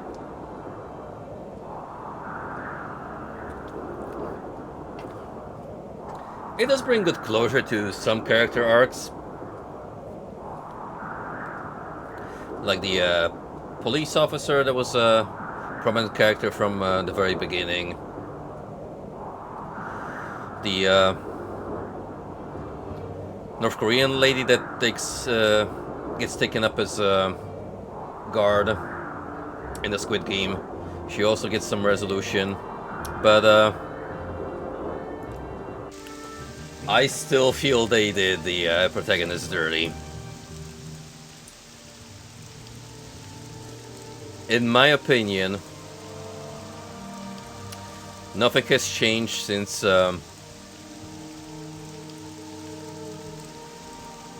when season 2 came out, and then I gave the opinion that season 1 should have just ended with the protag making his way to America to live happily with his daughter. Now, the way you could have changed how that final episode concluded, if you wanted to make a little cliffhanger for a follow-up, is have him enter the plane, but then pan the camera out so you can see the recruiter playing Doug Chi with another unsuspecting homeless person, to imply that despite his best efforts, the games will still take place, because as long as human greed exists, they have means to thrive. Or you could just left it at that, and it would have been a fine way to end Squid Game on overall. But it was never gonna happen with Netflix as your financer. Oh no. The moment they smell money and the potential to milk a property, it's gonna get dragged through mud. Until people are tired of it to a point where they're like, okay, now we can pull the plug. Why end it on a high note where we can exploit it for what it is and then just cut off any ties as soon as it starts getting a lot of backlash? It's actually super annoying. And I feel like Stranger Things is also gonna end on sad whimper. Which is a darn shame, because I still have a lot of sentiment for that show. But after the years it took to produce new seasons, with the wider gap since like season 2, I don't think this last one's gonna deliver. I'll still watch it, mind you. It's just that I don't have very high hopes for it.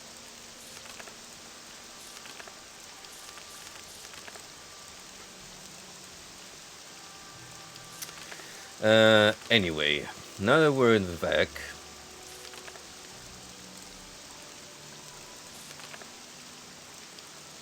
we have to check on our last orders left by Chaos.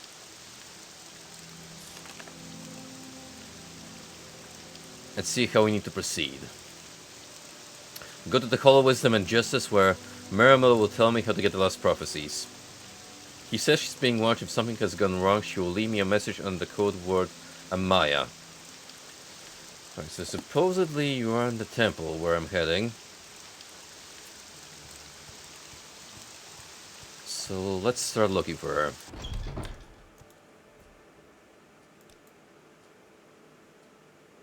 Might be easier if we just look for her quarters.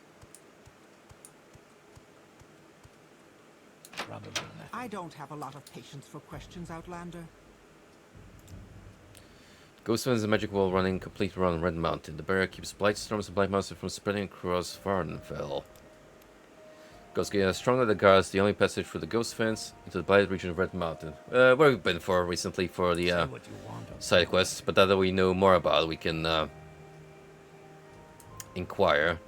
Oh, so there's a very fancy home we have there, and it's superb compared to mine. Yeah, so yeah, you're gonna be very upset if I just take that off of you, will ya? Probably.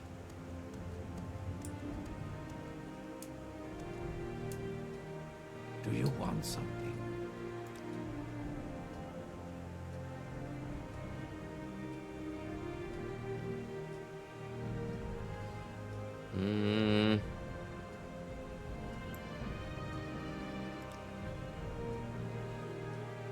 It appears I can't ask you about the NPC I'm looking for, so we'll have to find her ourselves.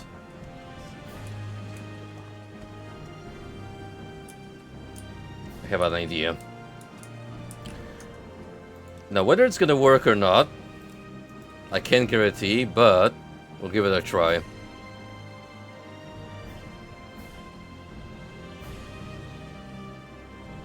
It involves... Wait for it. You just gotta find the thing first. Checking a potion of visibility.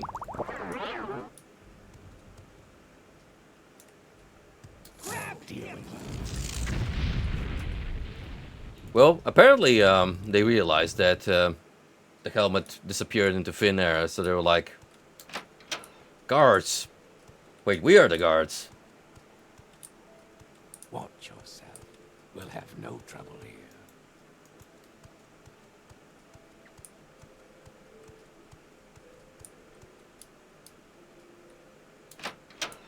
Actually, might need the stronger counterpart for it. Oh, there we go. Mouse quarters.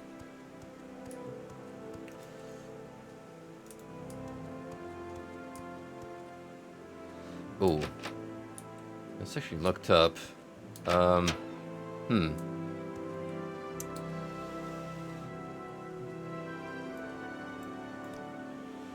be a problem. She works in the library. If she's not there, you might find her in her private quarters. Her door is across from the canon offices here in the Hall of Wisdom. Spit it out or hit the road.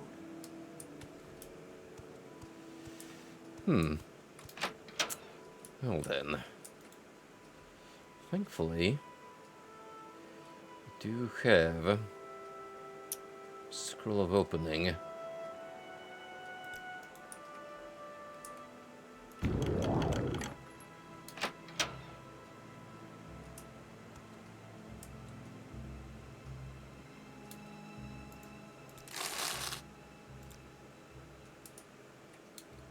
Let's see if there's anything left for me here.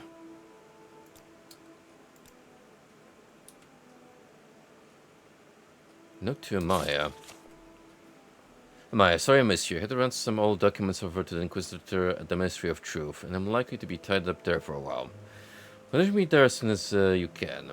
Then we can leave together as soon as I'm done. And Amaya, don't forget to bring me the 2 Divine Intervention Scrolls you borrowed. Or if you use them, buy a couple of new ones for me. I think I'm going to need them soon. Jeanette Moline at the Mages Guild in the Foreign Quarter keeps them in stock. Elvea's arm is the guard at the entrance. Just tell her you're looking for me and she'll let you in. Your faithful friend, Mira. With a couple of levitate potions here for you, just in case. Couldn't remember if you knew the spell or not, so I drew a couple from stock.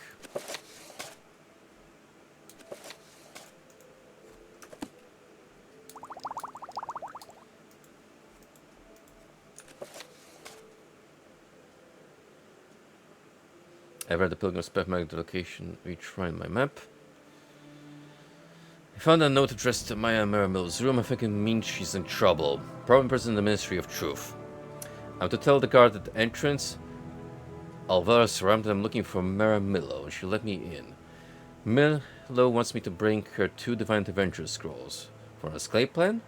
She also left me 2 levitation potions. Do I would have those on me? From like all the scrounging I have. I actually do. Funnily enough. See, all that hoarding is pay off. Just never know when a Divine Intervention Scroll might come in handy.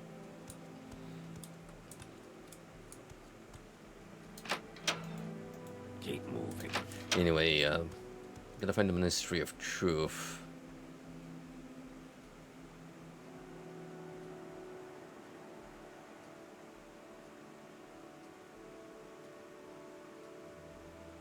So that's all the library. Maybe in the Hall of Justice?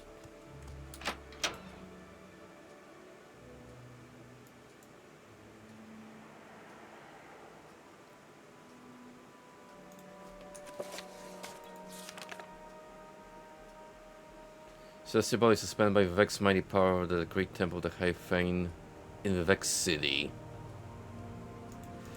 Oh, so we actually get to visit that place now.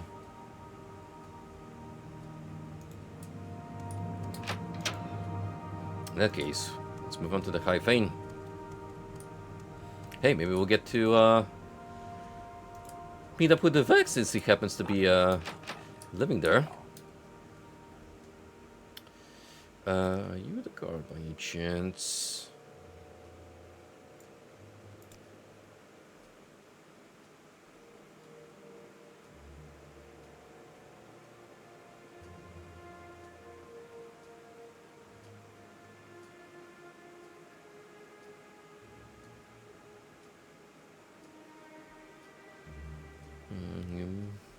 Maybe not.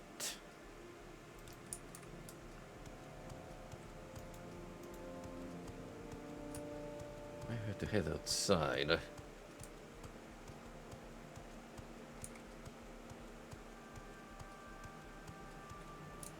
ahead. Go ahead.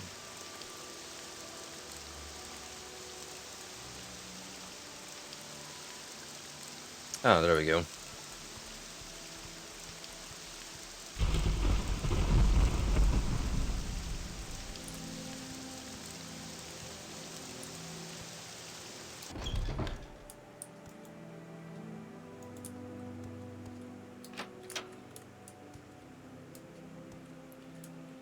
First time we've gone in here. Compared to what you will receive if you continue to bother me. Spit it out or Do hit you the road. want something? Oh, is already here? You guys, mind telling me how to join your little setup?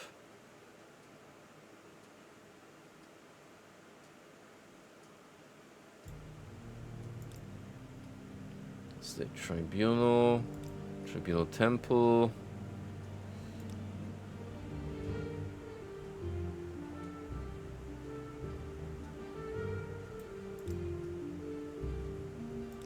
You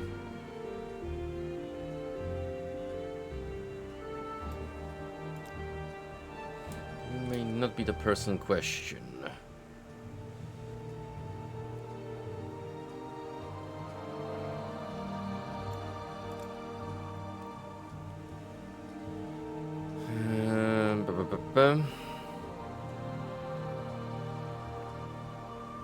If you belong to the temple, go to the High Fane, so where I'm currently at. Right, but how do we join?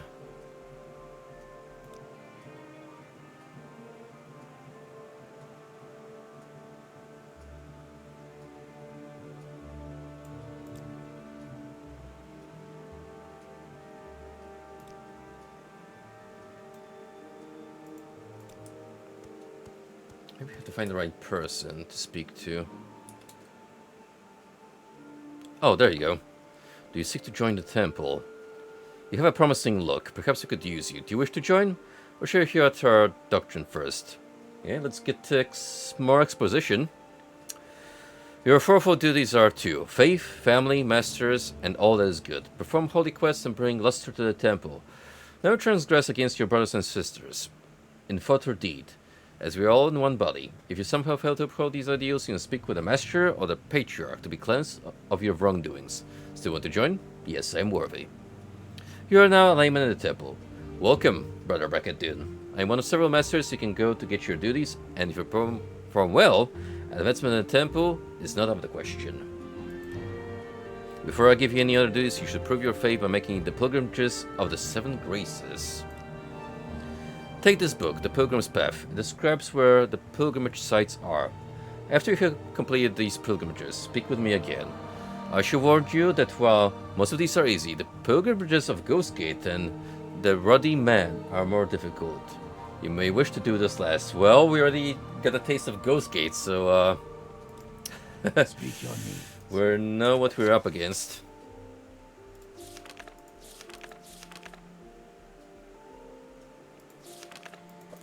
So, yeah, let's take a look at this book. Pilgrim's Path. The pilgrim must visit each of the shrines of the 7 graces. At each site, the pilgrim must stand before the 3-sided stone triglyph and read the inscription. To ease the pilgrim's task, the temple has made this list of shrines along with directions and advice to the pilgrims. The blessings of each shrine last at least a half day. The fields of Kumu, Shrine of Humility. Here Lord Vivek met a poor farmer whose guar had died. The farmer could not harvest his muck without his guar, and he could not provide for his family or his village. So the Lord Vivek removed his fine clothes and toiled in the fields like a beast of burden until the crop was harvested.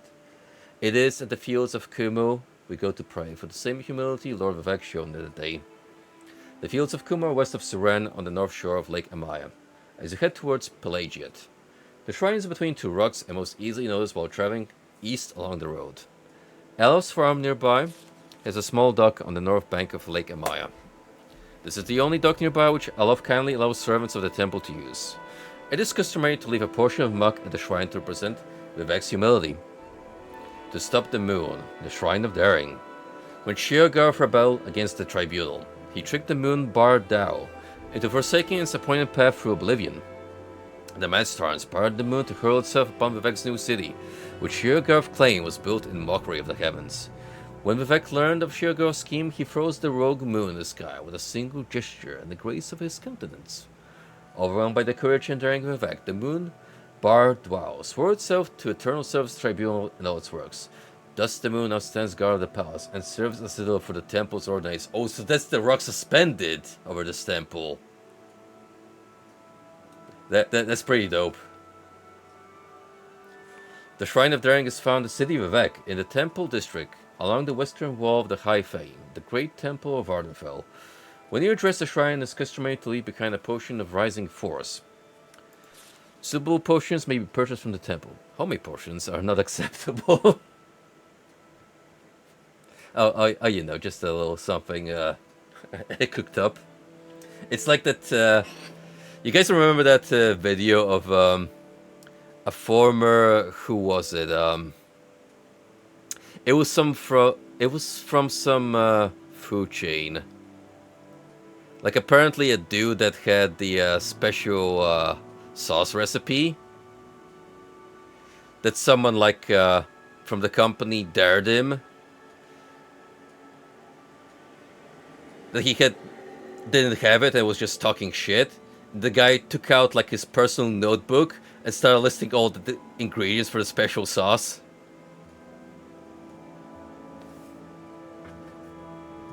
I wish I could remember what food chain it was from the top of my head. I'm sure it was like a popular one, but I cannot for the life of me recall off the top of my head which one specifically it was referring to. The Puzzle Canal, the Shrine of Courtesy. Actually, no. We gotta go to Palace Shrine of Generosity first. Long after Lord Nervar and the Tribunal triumphed over Dag of Ur, the people wished to build a monument to the heroes of that war. Vivek thanked them, but said it would be better to dedicate a monument not only to the glorious heroes, but to all people, great and small, who suffered and died in the war. It became the custom to make offerings here, either thanks to of our good fortune, or for those less fortunate. The Shrine of Generosity is on the top steps of Vivek's palace, in the southernmost canton of Vivek City. The customary donation for those in good fortune is 100 gold. So, we have 2 in the immediate vicinity, so that makes things a little easier. The Puzzle Canal, the Shrine of Courtesy. In a battle with Mehrunes Dagon, Vivek gave his own silver longsword to the Daedra Lord, and then dishonored himself by finding an armed foe. This so impressed the Dremora, the most honorable and chivalrous of the Mehrunes Dagon's Daedric servants, that they now share a bond of respect and courtesy with the followers of the Tribunal, though we must never forget that they are our enemies. The Shrine of Courtesy is found in the heart of the Puzzle Canal, a labyrinth beneath Lord Vivek's palace in the city of Vivek. The journey through the Puzzle Canal can be confusing. It is suggested that the common pilgrims carry a scroll of Umcivi intervention in case they get lost. The Dremora crest is found in the center of the Puzzle Canal and will accept the plain silver longsword if spoken to with courtesy. If the crest accepts the sword, pilgrims must read the inscription of the Triolith. Also, it's not really all that simple, because some of these get pretty elaborate with the boons we have to offer. Shrine of Justice, the Mask of Vivek. Near the altar is Vivek's Ashes Mask. In the days of fire, when Dag of Ur first crept back into Red Mountain and awakened it, Vivek led refugees here as they fled the ash and blight. Wary, they rested here for a while. When Vivek awoke, he found himself and all of his followers encased in casts of grey ash, frozen like a sleeping statue and unable to free himself or help his people. Vivek was filled with despair. Vivek's tears weakened his ash cast. He tore the ash from his perished followers, breathed life into their lungs, and cured them of the blight. This is Vivek's heroism. His tender heart provides strength when his might fails. The Shrine of Justice is guarded within the Nisus Temple, in the village of Nisus, northwest by a road from the town of Aldrun. When you address the shrine, it is customary to leave a potion of cure common disease as a token of respect for justice. Suitable potions may be purchased from temple. Homemade potions are not acceptable. Koal Cave, the Shrine of Valor. Within the Koal Cave, Vivek fought a battle with the Ruddy Man, the father of the Drur. When they defeated Ruddy Man, Vivek spared his life on the condition that Ruddy Man and his children would give up their tough hides to serve as armor for the Dunmer. The Shrine of Valor is inside the Koal Cave, a cavern on the sea coast west of the ancient stronghold Barandus and south of Nisus. The cave mouth faces south towards the sea and is marked by a large natural arch of stone. The region is wilderness, and finding the cave mouth can be difficult. Drow within the cave itself are fearsome enemies. Only experienced and capable adventurers should attempt to reenact the epic battle with the Drow in the cave. Drow wax may be bought at the Temple of Nisus. When you address the shrine, it is customary to leave a portion of Drow wax as a token of Vex's victorious struggle with Ruddy Men. Couldn't you technically just harvest it from the dead bodies that you have to kill anyway, just to get to the shrine? The Ghost Fence, the Shrine of Pride. The Ghost Fence is the lasting symbol of indomitable will and the power of Amsivai, and a monument to Dunmer pride and overcoming its enemies. The Shrine of Pride is found within the Ghost Fence, just northeast of the Ghost Gate itself. The safest route to Ghost Gate is along the Foyada Mamea, a volcanic ravine running from the top of Red Mountain southwest to its end just below Balmora. An old Wemmer bridge crosses the Foyada near Fort Moonmouth. A pilgrim may follow the Foyada Mamea all the way to Ghost Gate. Any journey inside the Ghost Fence is dangerous, but even the most timid pilgrim should be safe, so long as he does not stray too from the Ghost Gate and flees from any minions of Dagafora. When you address the shrine, it is customary to leave a soul gem in remembrance of our ancestors, who are bound to the tribunal service. Sounds easy enough, doesn't it?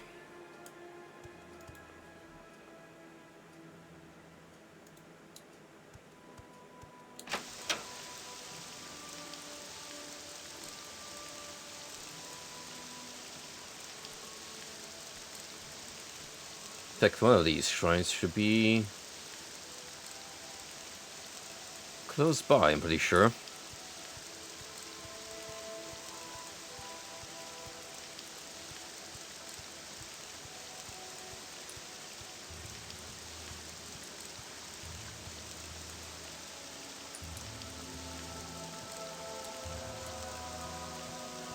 Is this it? Trying to stop the moon. At ease. Would you like to donate Potion Rising Force and ask for a blessing? Indeed. The grace of daring. Thank you for daring, Lord Vec. I shall not shun risk nor hide behind the mask of cautious counsel, for fortune favors the bold. Alright. That's 1 out of 7. The other one is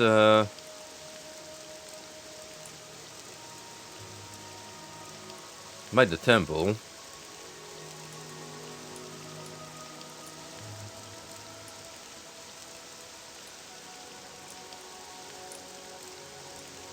An incredibly hyper-realistic statue of Vec.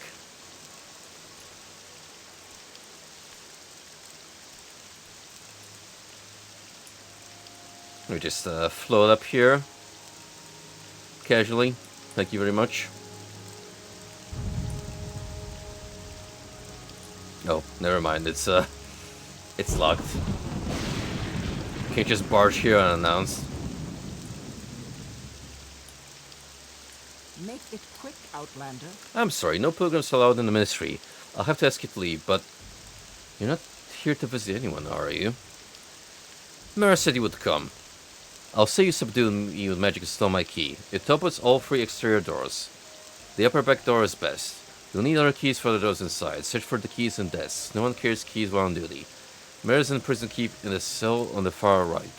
Mara said you'd bring the skulls to get out. Some of us are sympathetic to this and priests, but currently I'll use that sympathy. You've got rank in the temple. Maybe you can bluff your way through. Here's the key to the entrance. Now get going. Ah, so us actually joining the temple might be a little helpful here. Even if we're but a simple layman.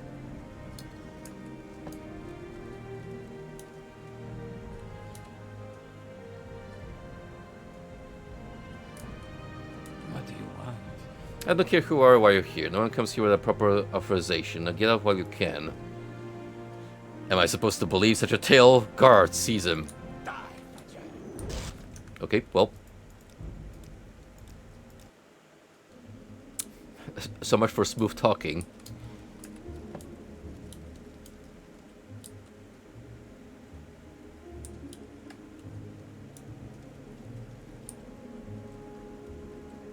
What do you want?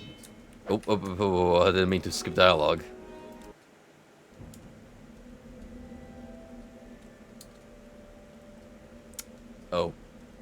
Well. Yikes. This is gonna be tricky, isn't it?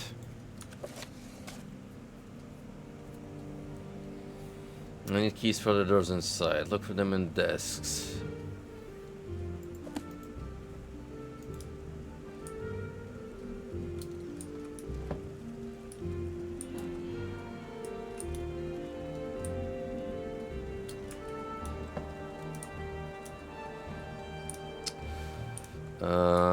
That's gonna be a little iffy with this Inquisitor in the way.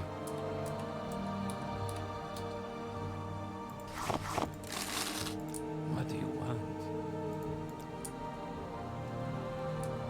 Thank goodness he didn't notice. He just casually nicking that key. Oh, but if I take the helmet off the table, oh, that's a problem now, isn't it?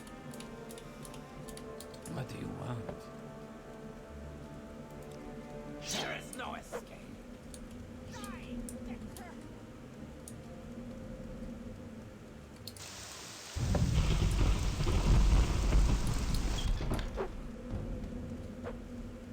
Well, we're just gonna have to get through this with all the guards in the world pursuing us.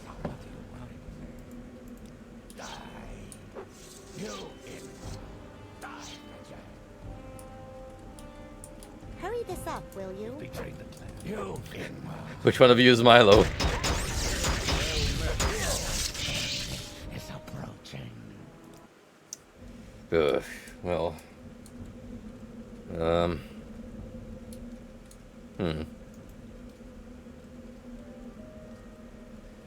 Maybe if,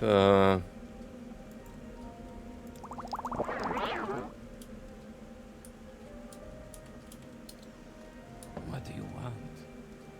Man, come on. I got the potion of invisibility on me. I know it's kind of weird that the door just opened itself, but hey.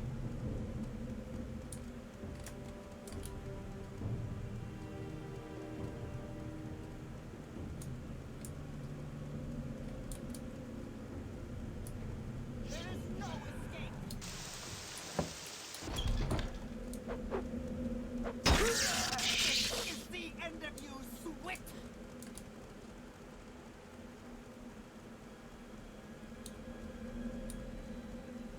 You in what do you want? Okay, I'm just gonna have to kite these guys around. Okay, we don't have a key for the holding cells. Which I imagine she might be held in one of these. What was that? Wretched thief. Huh. Wretched thief. Well, Wretched thief. it helps. What do you want, Outland? You have no idea what's going outside, then I recommend you don't even bother taking a peep. I'll need one divine adventure score myself for my escape plan. Getting out of here will be a lot faster and safer for you if you have one, but if you haven't got one for yourself, maybe you can find some other way out. Now listen, here's my plan. Give me a divine adventure scroll. I'll meet you at the secret dissident priest monastery at Holamayan. For safety, we'll travel separately. When I get out of here, look for a woman named Blata Hateria on the east docks of Ebonheart. Tell her I sent you and that you want to go fishing. She'll bring you to Holamayan by boat. I'll meet you there and we'll get the lost prophecies from Gilvas Burrell, the leader of the dissident priests. And the magic conceals the Holamayan entrance. Speak to Viviana Arian, a monk at the dock at Holamayan, about the hidden entrance. Oh, this is a lot more elaborate than I thought it'd be. Holamayan is a sacred monastery of the dissident priest. The monastery itself is beneath the surface of a remote island along Azura's coast, with only a single entrance hidden from view by hills and vegetation. The monastery is further protected by a magical shield which opens only at dawn and dusk. The magical twilight hour sacred to Azura. We can't take now, but in the Apocrypha, the hidden teachings of the temple, there are several extensive references to lost prophecies. Prophecies no longer current among the Ashlanders, but recorded by earlier temple pilgrims and scholars. And I think you'll find what you're looking for in the libraries of Holamayan.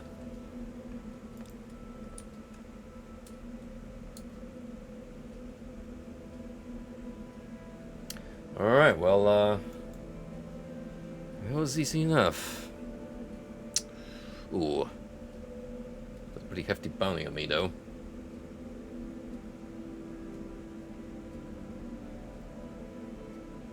I have to pay that up as soon as I get out. So we don't face any more trouble.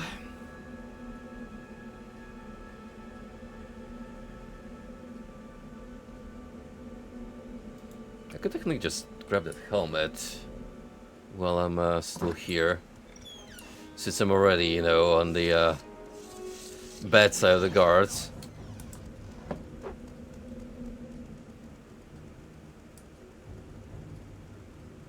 See you later, nerds.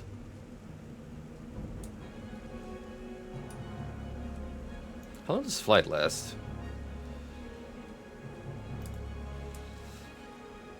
Quite a bit, apparently.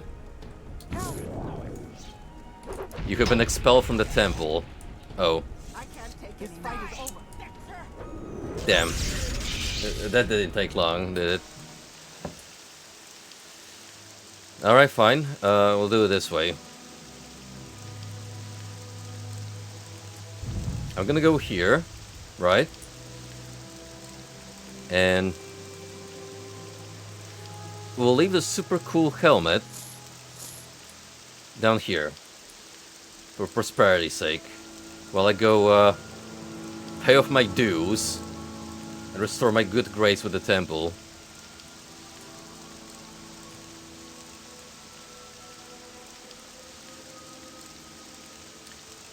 $3,435 gold.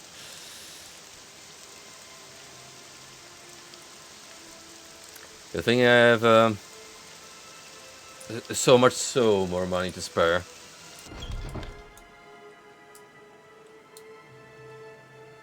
Well, anyway. Listen, Someone watching me. I did a boo-boo.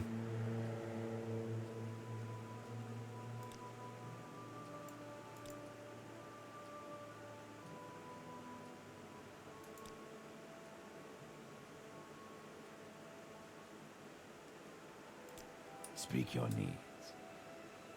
Okay. That was easy enough.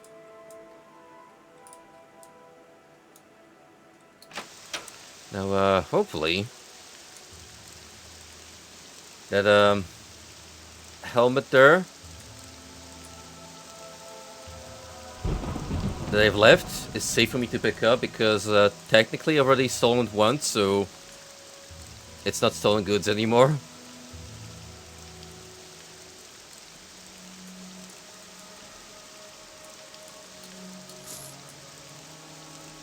Yeah, there you go.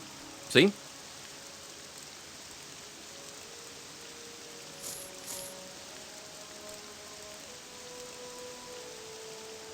We look very, very silly in it, but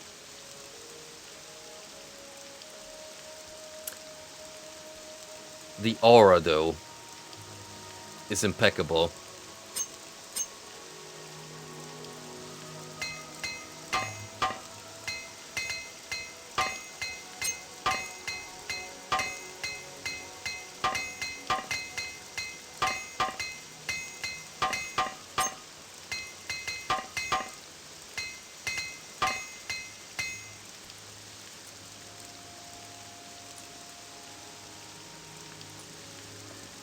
Alright, where was the other shrine?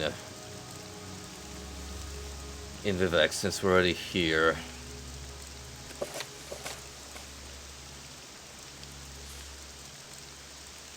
We did the Stop the Moon on the top steps of Vivek's palace. And then we just have to donate gold for him. Easy enough.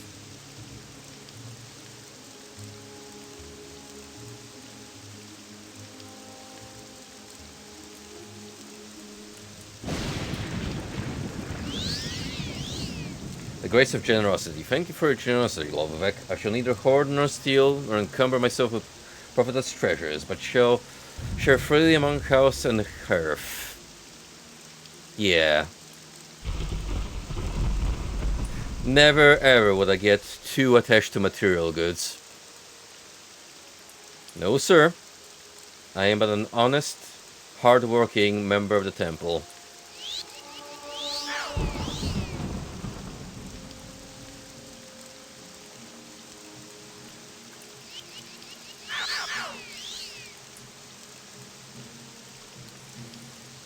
Alright, step 3.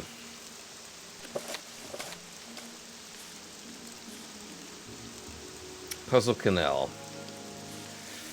That requires a silver longsword, doesn't it? Puzzle Canal.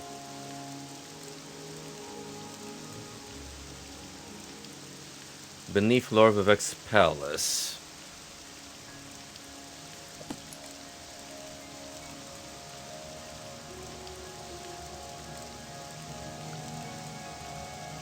Right.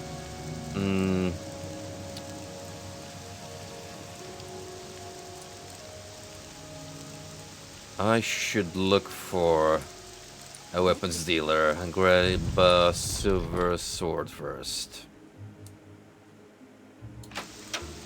That seems like it's gonna take a little while. So we may as well make sure we're prepared.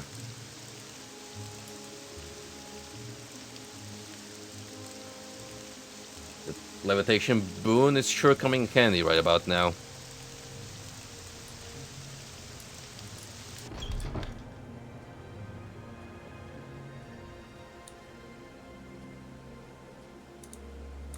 Should do this more often while I'm in Vec.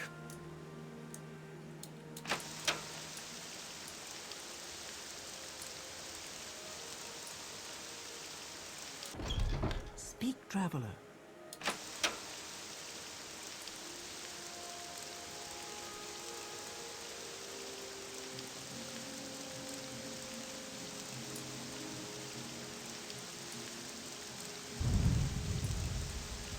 We also get a better view of the splendid architecture of the city. Details you would normally not be able to see. We just did the conventional path on the ground. The fact that even these statues have their own like distinct appearances is quite the attention to detail. Haunted Manor. The temple. You talk too much. None of you are what I'm looking for. That's the problem.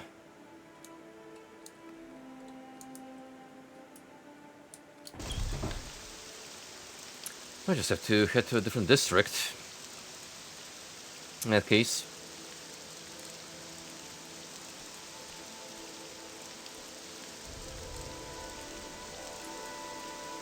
Which one is this?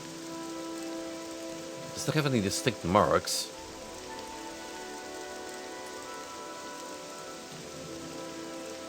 Oh, there's the arena.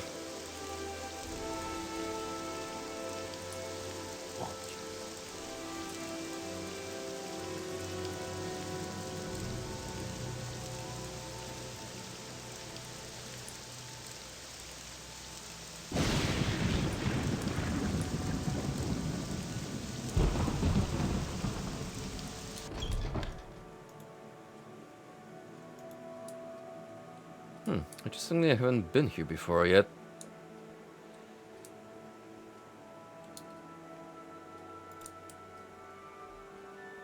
You will pay with What? your blood. Where did you get that? The armor you wear is second to our order. You be punished with blood. Oh shit. Uh-oh. Quickly, Outlander. I haven't much time. This better be important. Stakes were made.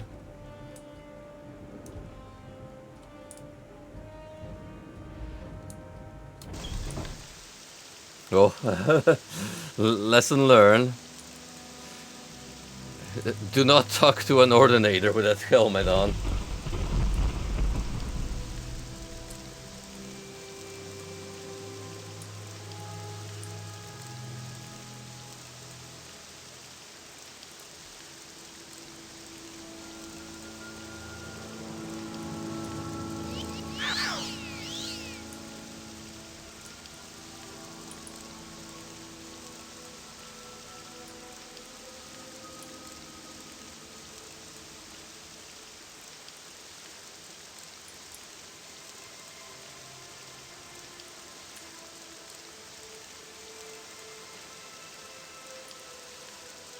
Well, these are the merchant section.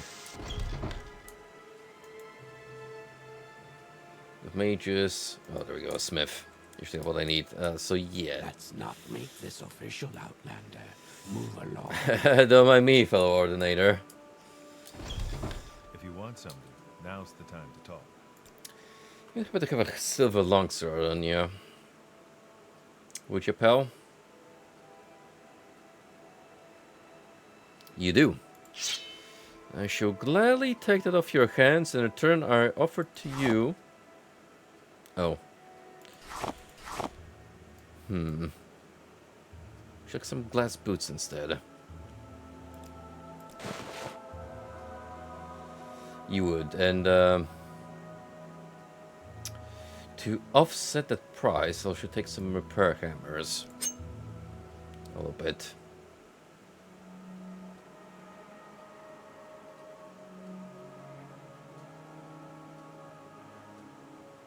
Actually, I could just take the Grandmaster ones, since yeah, they're way better. So let's see, I think those. Offer you a pair of glass boots.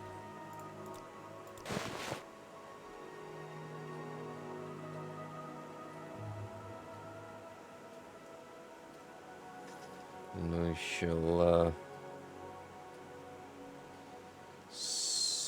take this.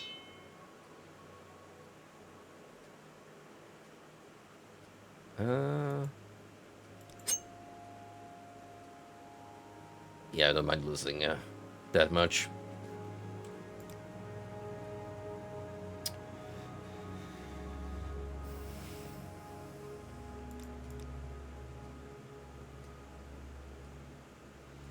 And just for you, I'm gonna lower the price total the sale, because we're the best buds. Since I did that little question for you.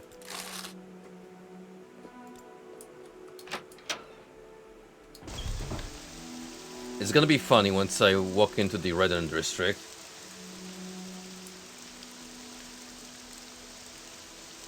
In a future Morrowind stream. Already haven't forgotten that I pissed off that Ordinator and then be surprised that he's chasing me.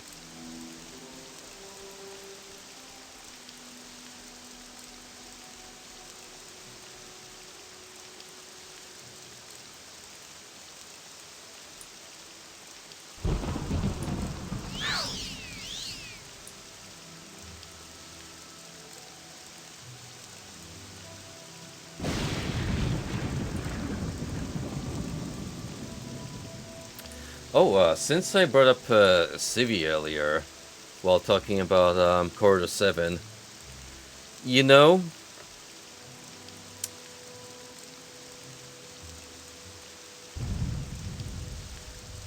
I'm kinda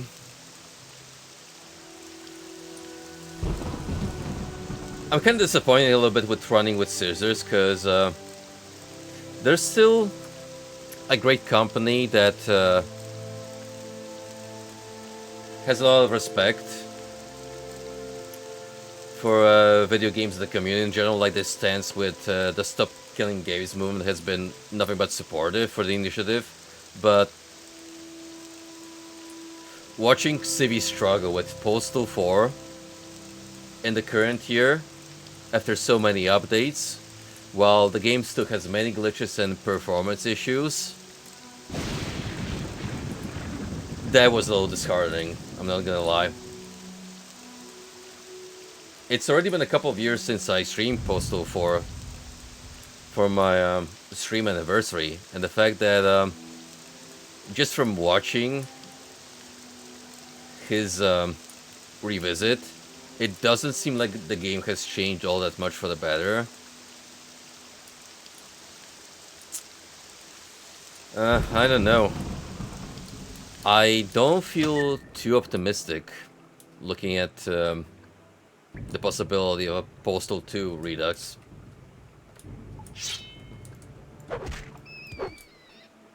I would much rather they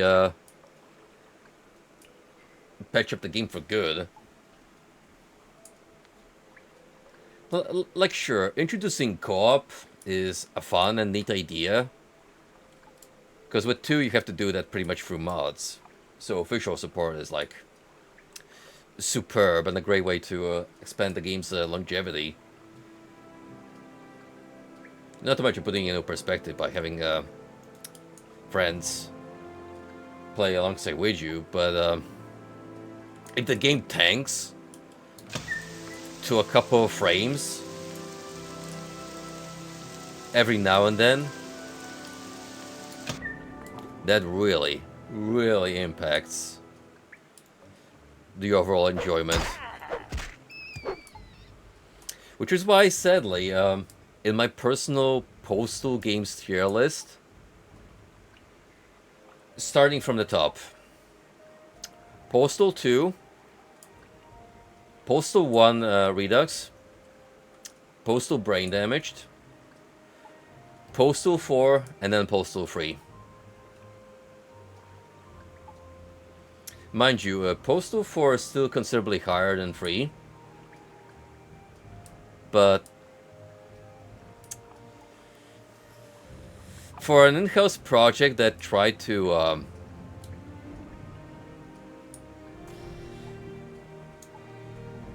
clear up the bad blood left by the infamous entry. Oh, they messed up. They messed up real good with that one, and a lot of people feel that way. There was so much like goodwill that I feel just got wasted. By I don't know whether to call it like ambition, a little bit of incompetence, maybe both. Some neglect. Beneath the waters in his glory and the way is made clear.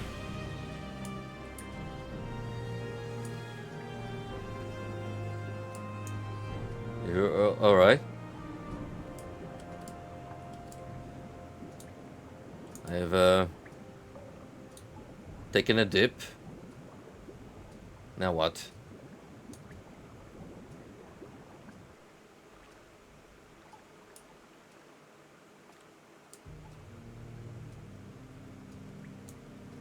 Still can't go through here.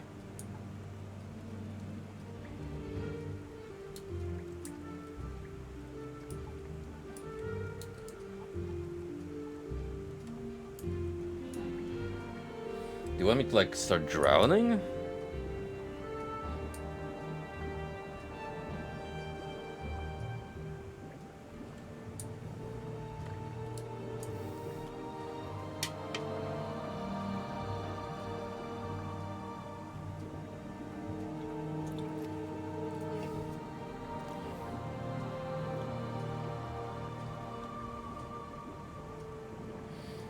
Vivek wishes for your lungs to be filled with his blessed sewer water. Do not question why. It is must be done.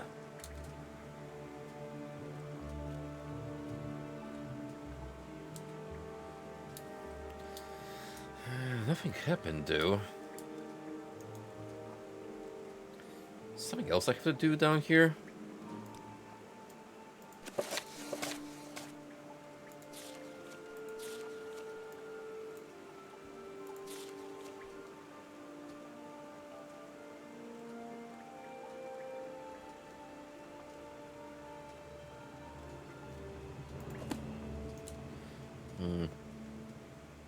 I could approach this from a different angle.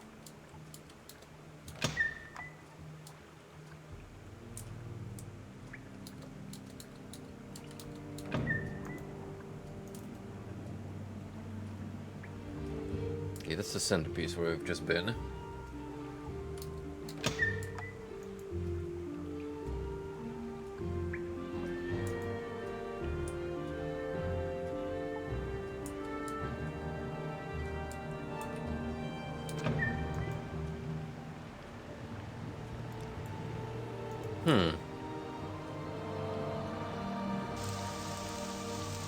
What's all the way down here? Interesting.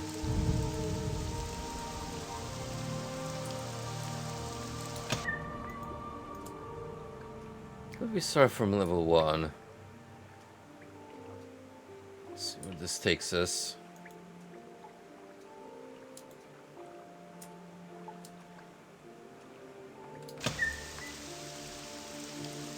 Down to level 3 apparently.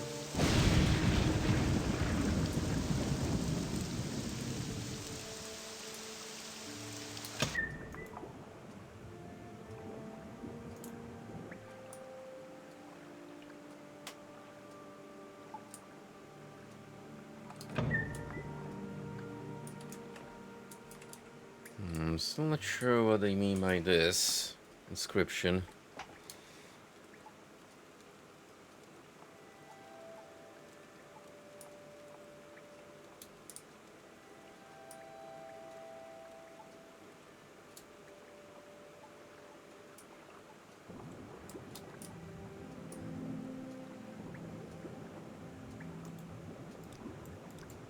So other entrances here, right?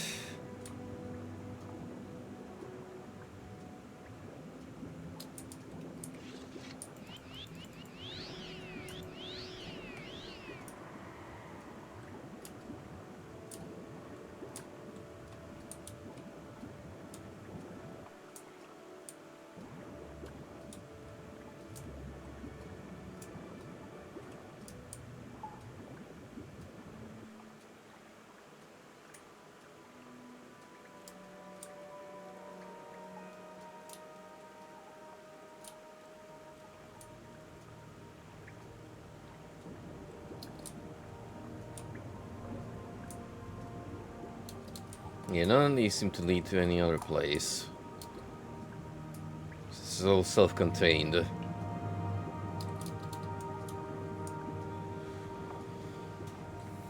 So what I'm looking for is probably, down here in this room.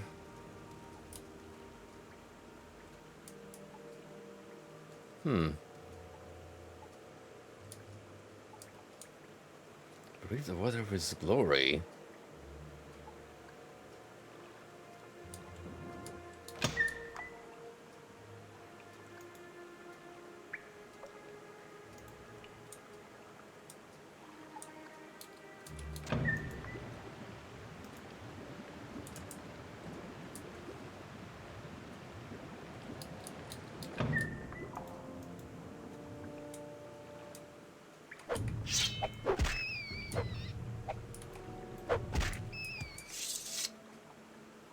I believe these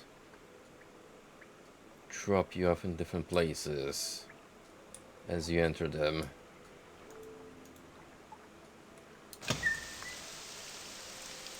Yeah, some will catch you in vastly different levels.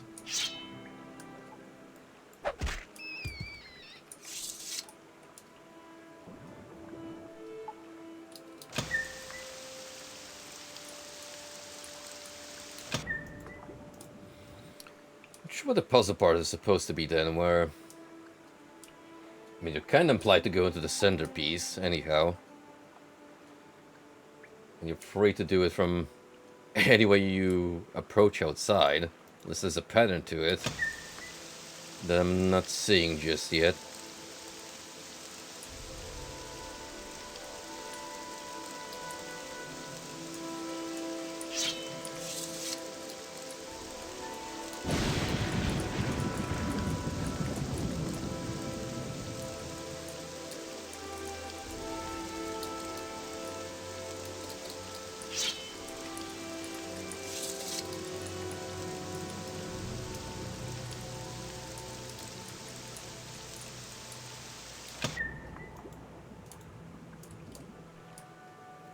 think I've already been to every one of these.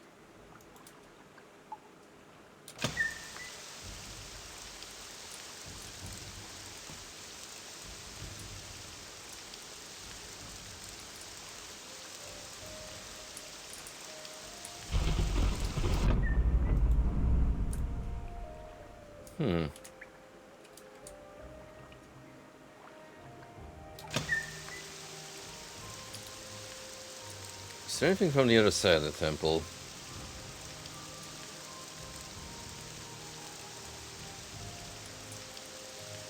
No, so the sewer entrances are just in the front.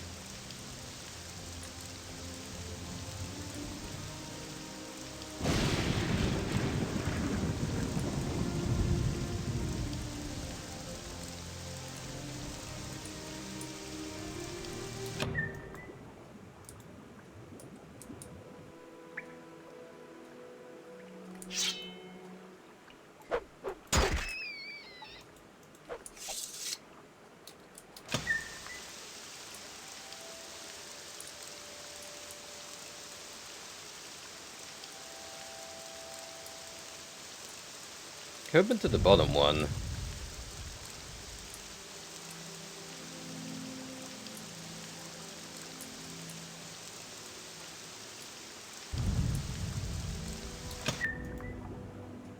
Yes. So that's 4. And 5 is right below us. Oh, but you can't really enter from here?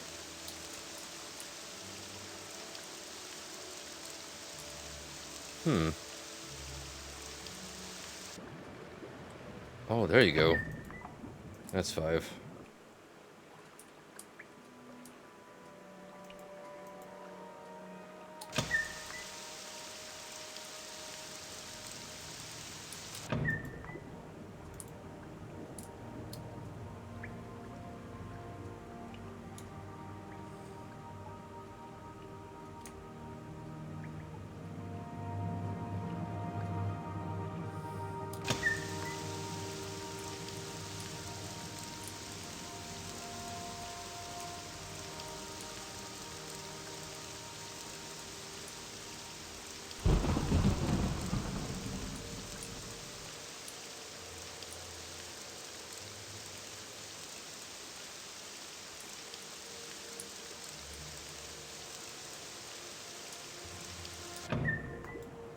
Gotta be honest, nothing about this layout seems all too striking to me.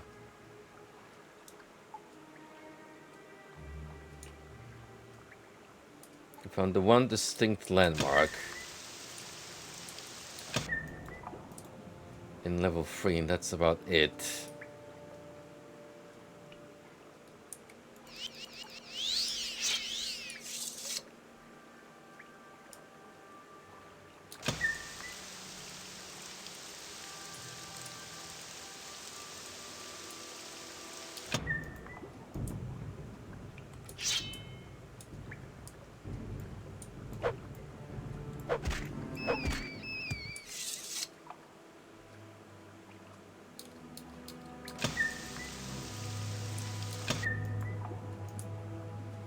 Well, back to here.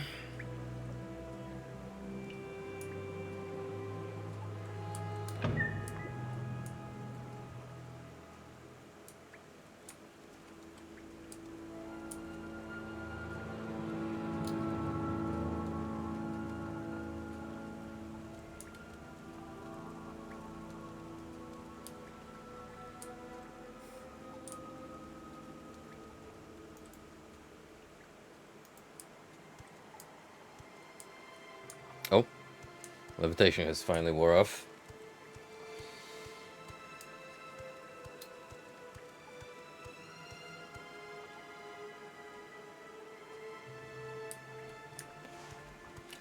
The one exception I have to make is when we do whatever here. That will open up and we'll get a little pathway.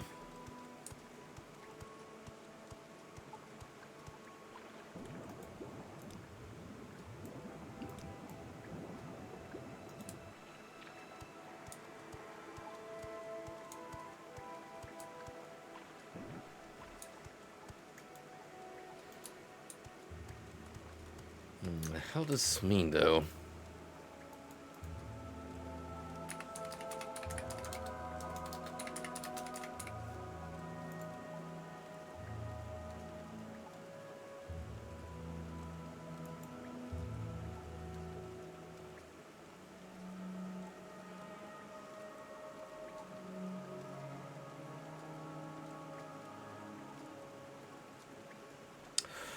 Oh, okay. I actually looked this up, and it's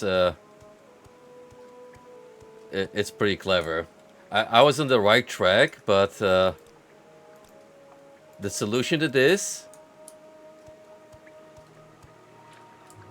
it's an actual test of faith. So you gotta take damage from drowning,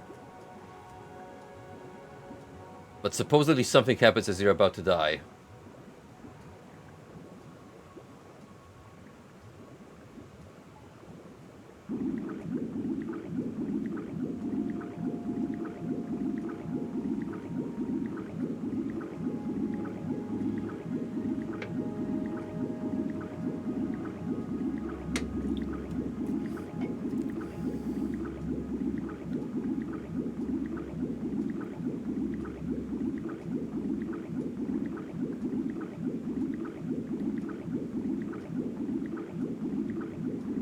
What a way to go. Slowly and painfully.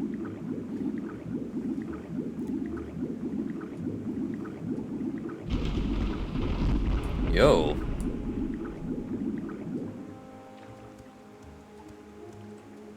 Holy smokes, it actually worked.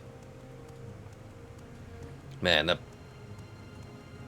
that right there, that's a good puzzle.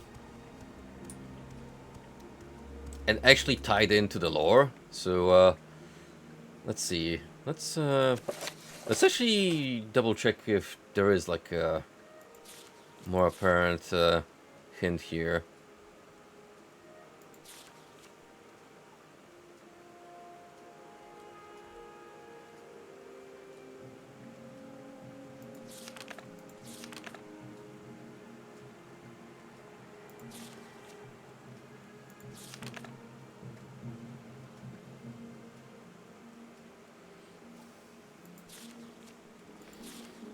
You could probably vaguely get that idea from the list of virtues that the Tribunal Church owns, like daring. But yeah, you have to pretty much take that inscription from the stone and, well, take it to heart. Anyway, what's going on, man? Are you here on the pilgrimage? I tied that silver longsword is for me. As you see, I am unarmed, but you are brave and gallant. Will you give me your longswords that may stand a chance against your might? Yes, take it. Yes, I accept this sword. Thank you, Brackettoon. You have the grace of courtesy. You should read the inscription on the shrine to complete your pilgrimage.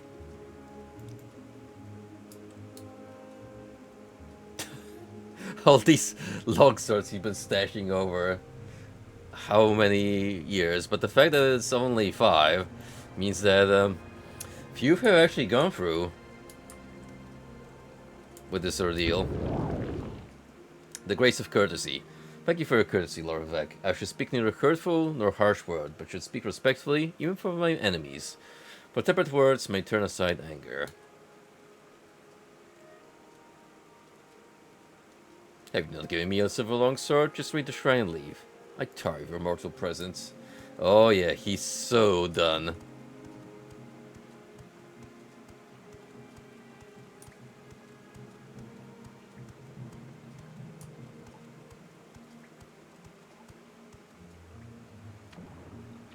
If it wasn't for some kind of divine obligation keeping that Dremor in place, he would definitely cut me in half. Or try to beat me to death even without a weapon at his disposal.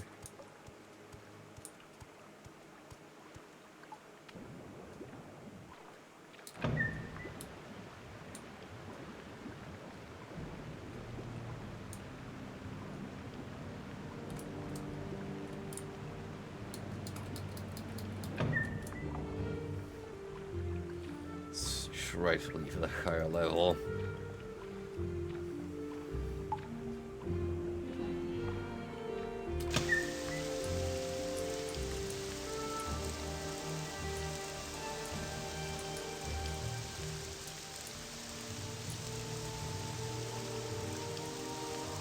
I kind of see where the challenge would arise if you didn't happen to have light. Because it's a little tough to get up the staircase without such a convenient tool.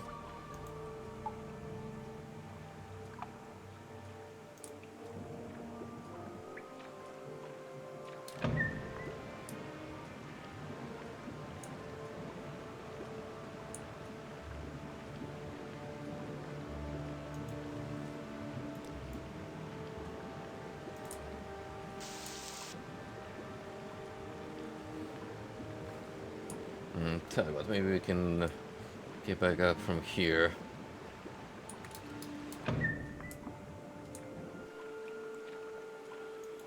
Let's find a doorway. Send us upstairs.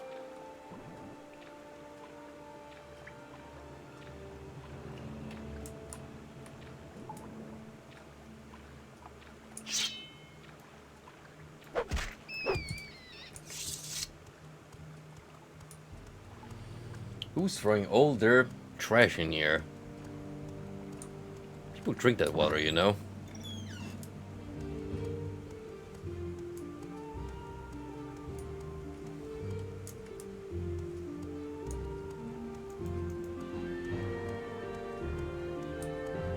Speak quickly, Outlander. Well, anyhow, we are now officially Speak, traveler. 3 out of 4 shrines done.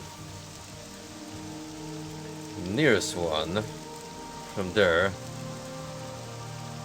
is by the fields outside of Vivek.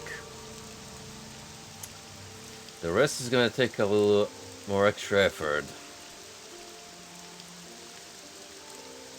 Also, here's the actual dissident hideout that we have to move towards. So I think Moloch Mar is going to be our next step, and then from there we try to get to Ebonheart. That or Sage Rift Mora, depending what's more feasible.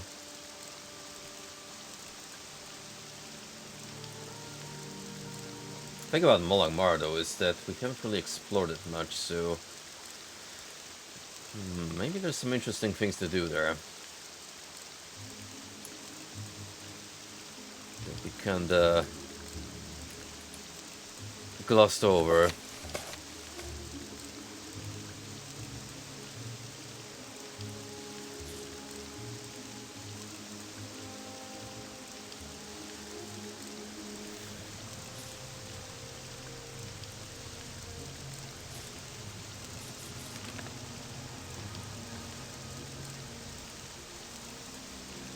Since we're in the vicinity, we can hit the fields to get the first shrine.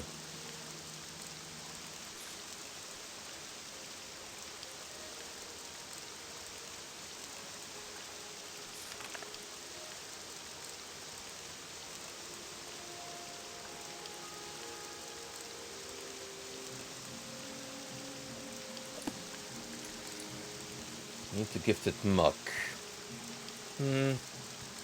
That I imagine can be acquired from the farmlands that are nearby.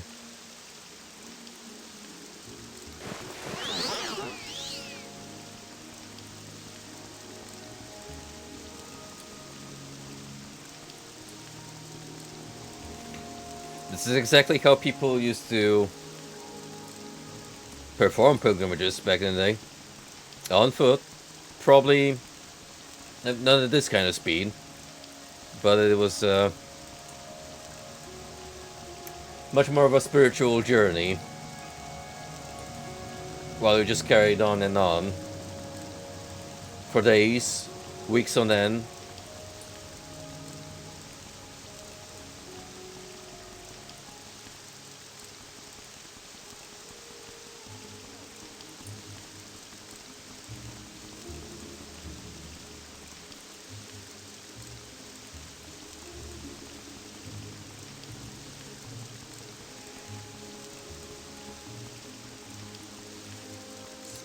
traveler. Just a friendly warning. Don't spook the niche. Oh, you're one of the farmers. I'm used to the fact that whenever we bump into an NPC out there in the countryside, chances are there's some kind of quest giver.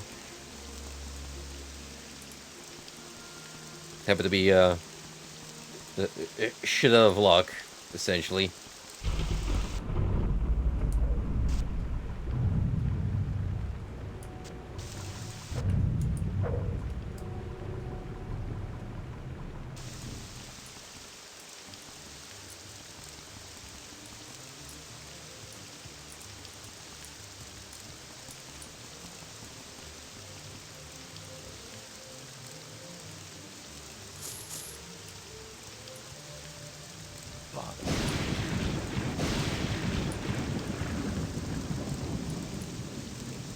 Yeah, we're by the plantation itself. Any of you have some muck in you, perchance?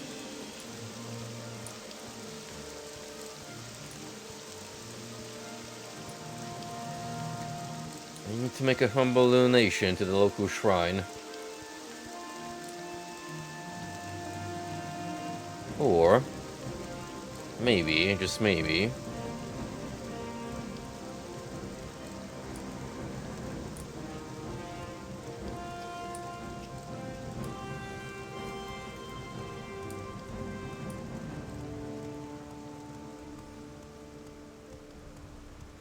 what do you guys even plant here?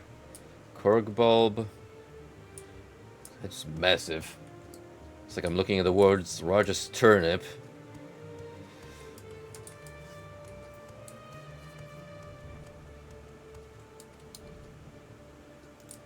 Quama eggs. Hound meat. I need muck.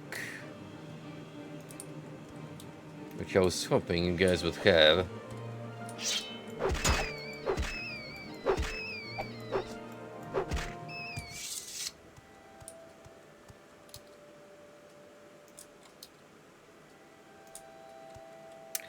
Anything but it will appear.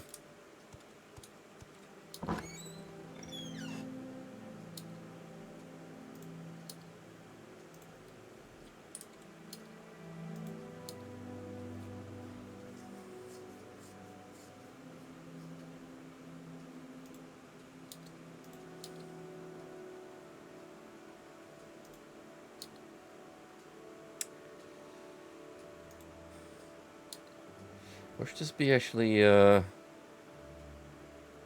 much more difficult to acquire than it seems to be?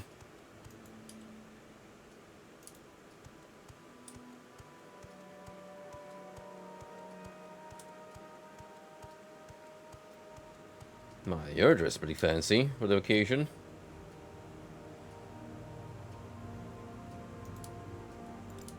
Make it quick.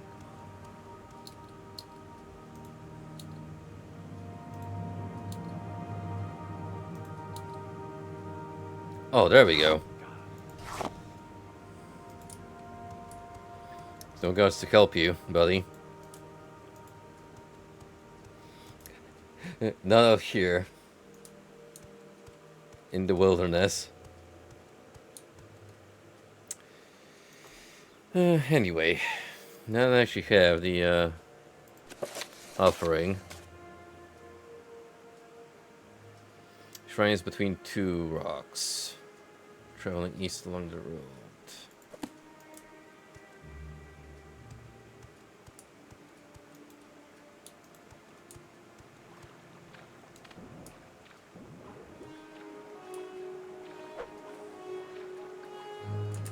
Once again, a very vague descriptor, because I see a lot of rocks around.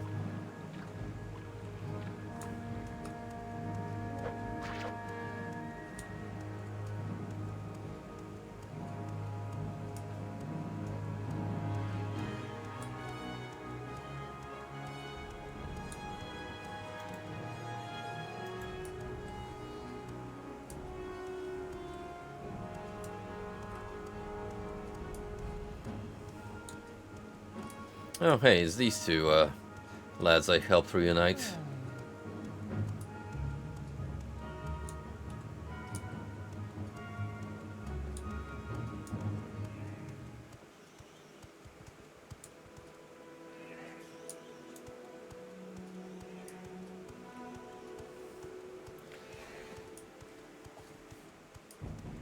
Right, I think If I can help, I will, but don't take I'm more or less where I need to be. Because there was mention of a farm with a dock nearby. And this appears to match the descriptor. Elf's farmhouse. Got it.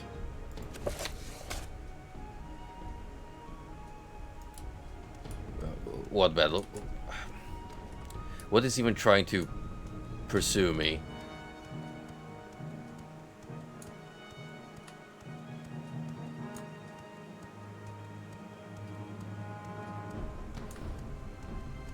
Could be here. Someplace.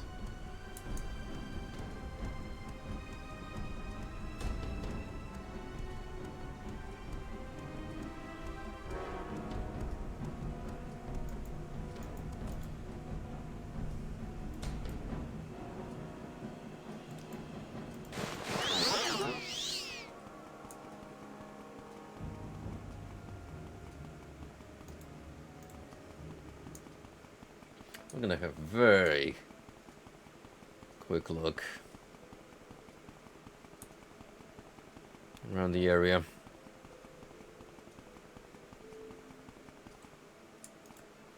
The ancestral tomb, that's, I'm gonna assume, too far.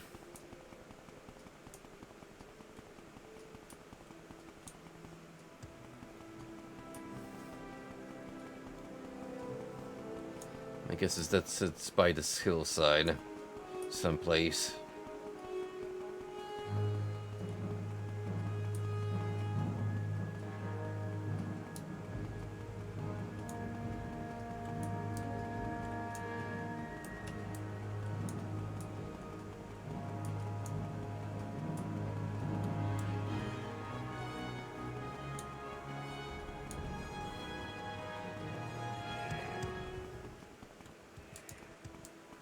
Tombs, not what I'm looking for.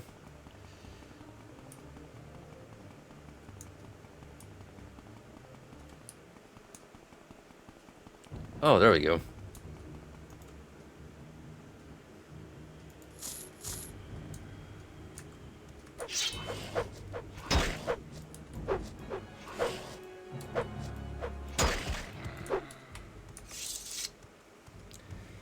Um,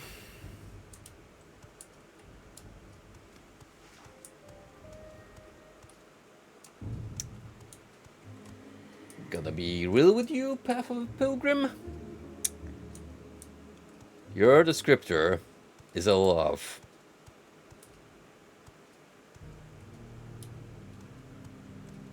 Because when you say between two rocks, which one of them? Huh? Huh? Care to elaborate? The grace of humility. Thank you for your humility, Lord Vivek. I shall neither strut nor preen in vanity, but shall know and give thanks for my place in the greater world.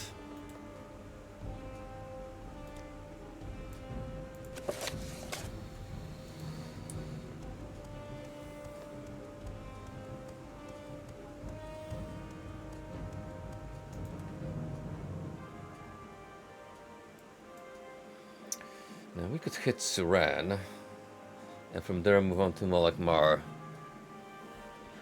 where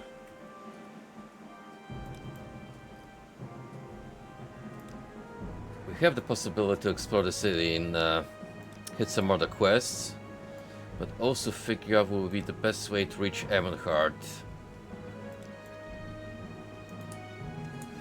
where we do have the temple quest to progress, but also some actually other missions we started a while back. Like, remember when the assassins started coming up first? Trying to stab me in my sleep? Yeah, we were supposed to report that to the Imperial Legion in Evanhard.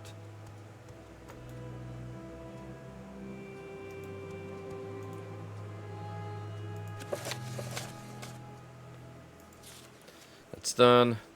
That's done. That's done. That's done. Shrine of Justice.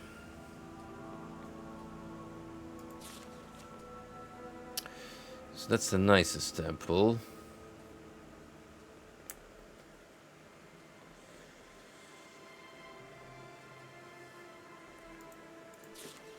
Two are by Nisus. This is the Ghost Fence one. Alright. Those will have to leave for last.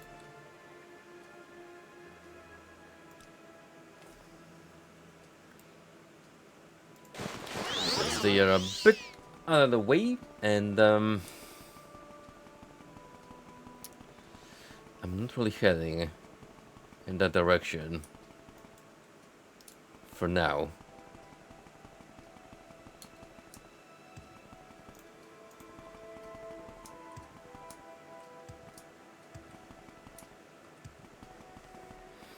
I love how bunny hopping, instead of capitalizing on my momentum in this game, it actually impedes it,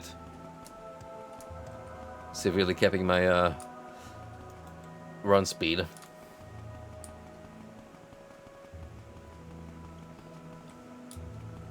If I had higher athletics, it'd probably make a difference.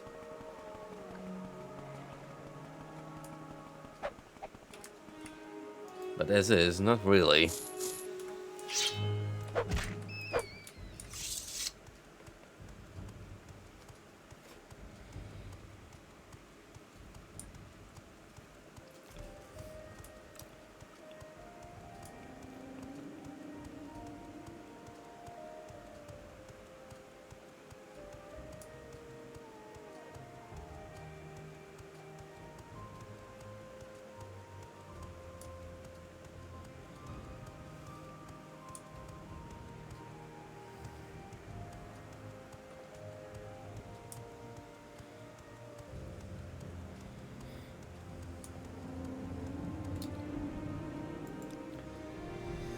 Vivek, Malakmar, Balmora, and Seydaneen.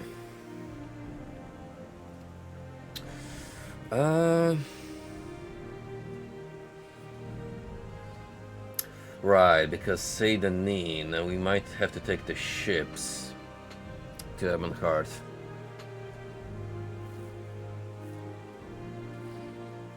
Fast travel walks are a little different in Morrowind compared to the later installments, where it's all simplified under one, like, take the cart to the city of your choice kind of deal, but here, you got teleporters, you got Soul Striders, you got boat rides, and they got like their own little specific traveling routes they take. So you do have to interchange means of transportation. I guess Malakmar can wait then, if we have more important business in Ebonheart. So, let's see. Should that take me to Seydaneen? Where would you like to go? Oh, wait, no, that's completely not it. Although you can take me to Nisus from here, interestingly.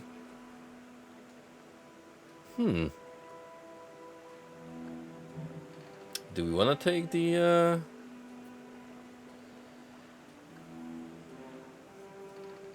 diversion? Where would you like to go? Oh, that is like super far here.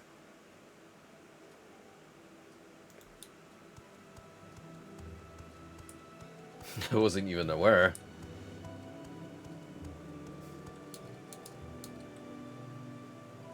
Welcome, Brakadun. I'm Hamid Lamzamzi.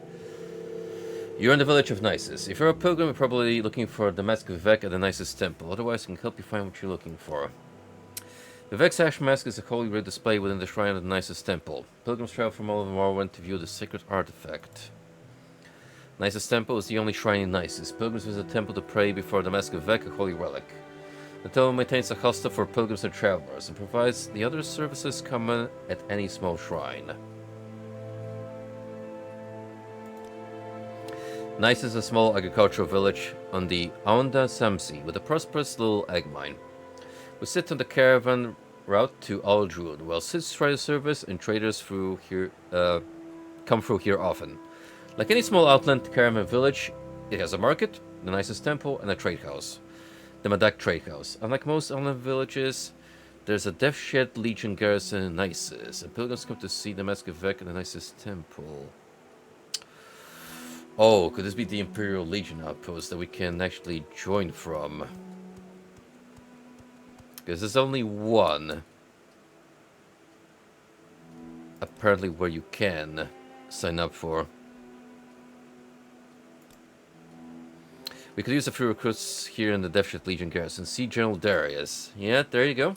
Hurry up before I change my mind.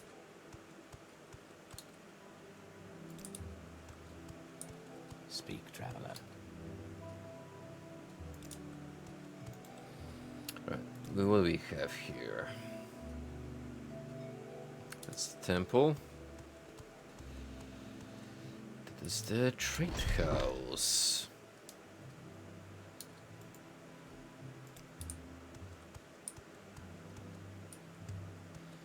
It's definitely bigger on the inside than it seems from the outside. You talk too much, Outlander.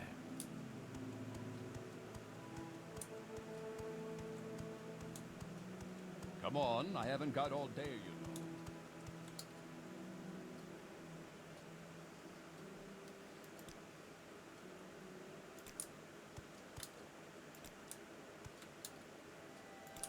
Come on. I haven't got all day, you know. Don't mind me. I'm chaining up the NPCs in case some of these actually happen to give you some quests, Stay out of trouble and which is always worth pursuing. Especially if you happen to be passing through a new township.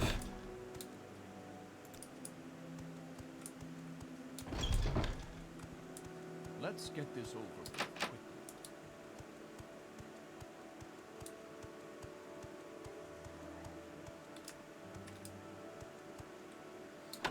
Ah, the barracks. Is this where your officer Let's get this over with quickly. is located? Would that be someplace else?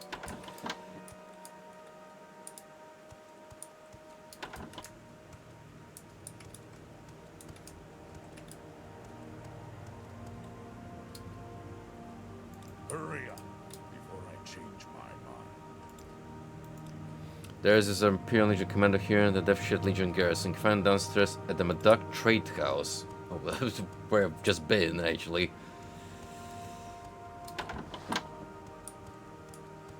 Alright, well. Back we go. What, stranger? Downstairs. You have much to learn. There you go. Stay out of trouble and you won't get Are here to join the Imperial Legion.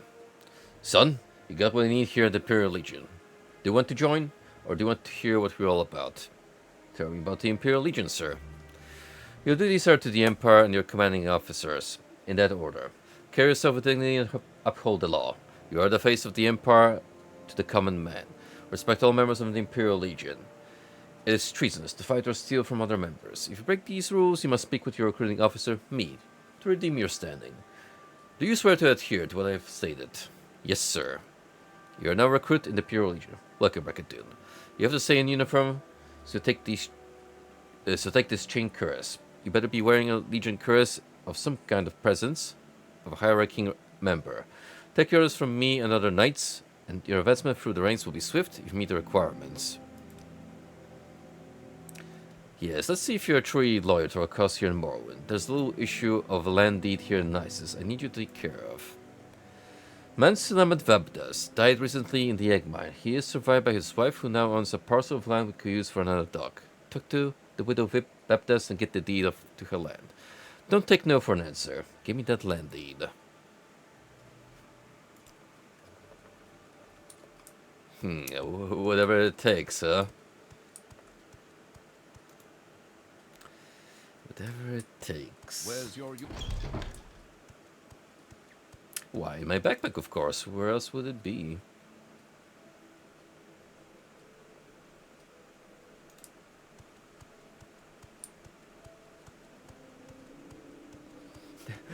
Our first order of business is Imperial Recruit. Harass the local populace and evict them from their home. That is exactly the kind of values What do you want? that we serve as legionnaires.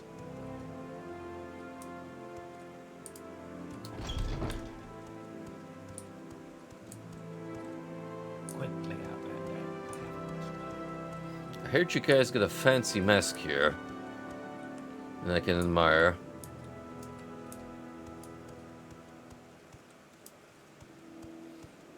So, where is it?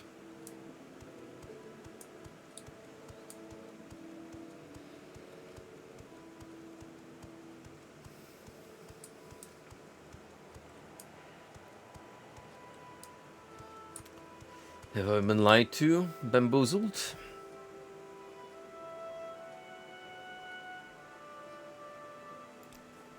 She lives in the hut just beside the village to the west along the river.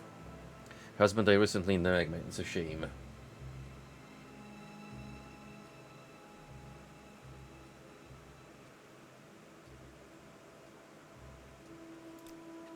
Vex Ash Mask is holding displayed within the shrine of the nicest temple. Bring the shrine from Morrowind to view the sacred artifacts. I'm waiting. I am the law.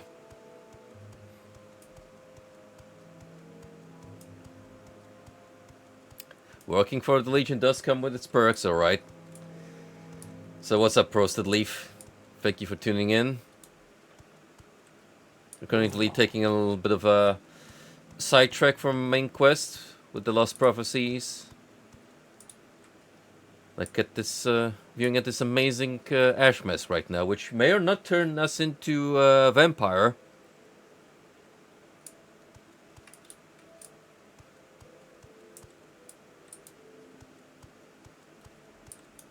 Sure would be a shame if it suddenly grew spikes from its side and cut into my skull the moment I put it on.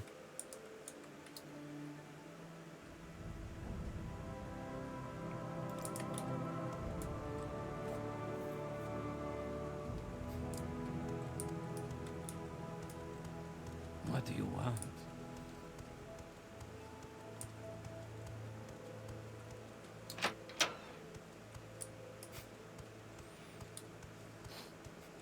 I just couldn't live up to the people's expectations, so I chose to serve a different god. Money.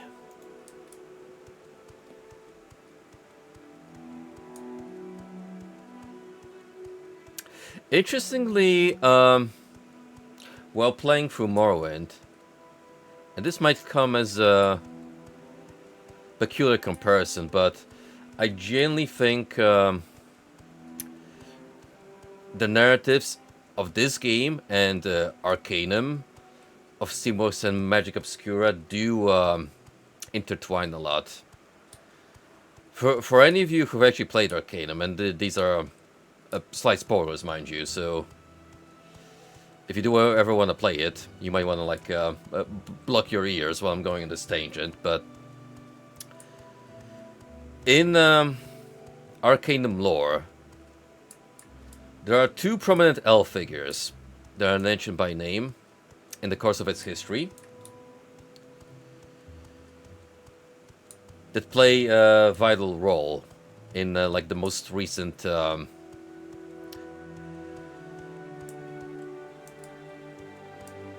thousands of years. And those will be Nasruddin and Aranex.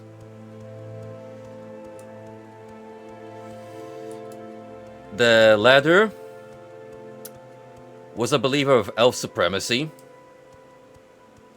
Kind of like how, you know, the Falmer in Elder Scrolls universe pretty much preached the same. So, yeah, he pretty much wanted to enslave humanity and be like, oh, we should stop standing at the top of the food chain, and the rest of the races can just serve us.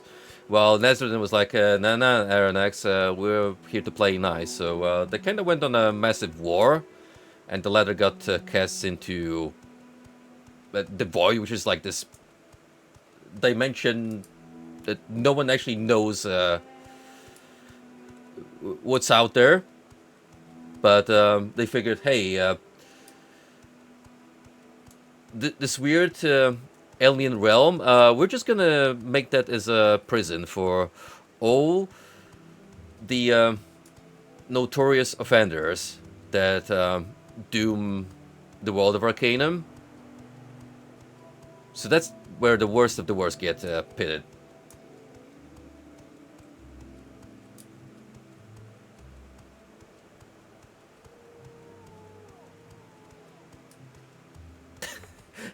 You know what? Fair.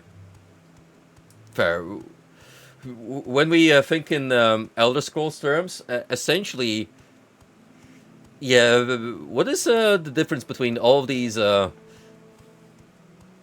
elf races, where they essentially preach the same principle, which is, hey, our offshoot is better than all of you combined.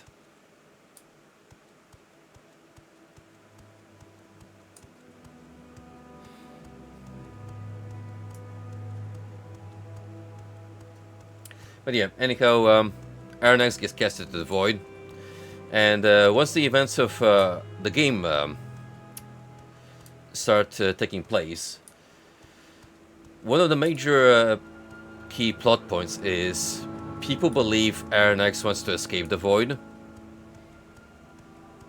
and like an apparition of him shows up to our player character early on, taunting us.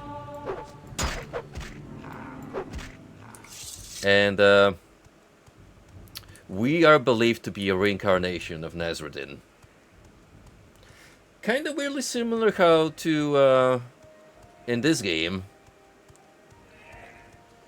we're set up to be the new host of Nerevar.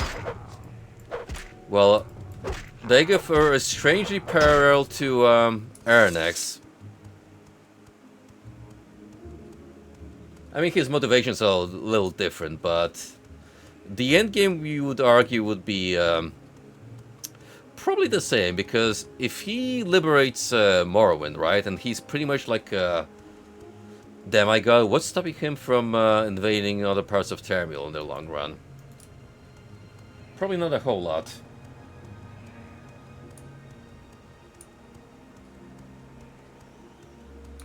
But eventually, in Arcanum, we do realize that we're not Nezrodin. We actually get to meet with the apparition of Nezrodin, who's like, nah, you're not really me, pal, but you do have a very important role to play in this story, so, you know, don't get don't get all down, because you're not a godlike figure. Even though, technically, in the game, you can still become one if you do an extended quest line. But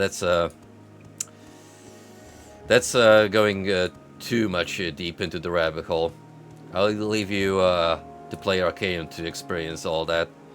Which you should, because it's a great game.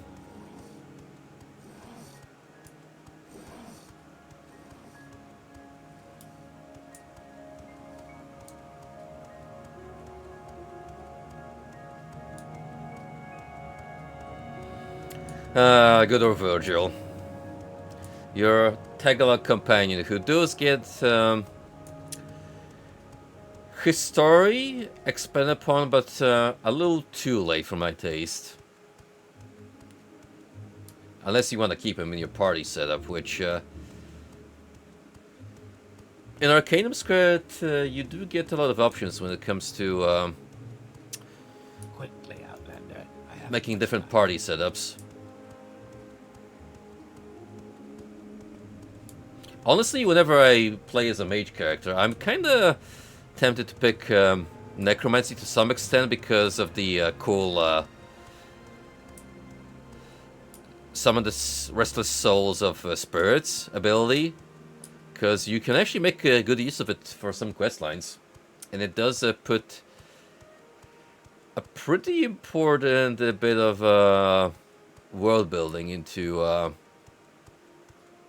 place.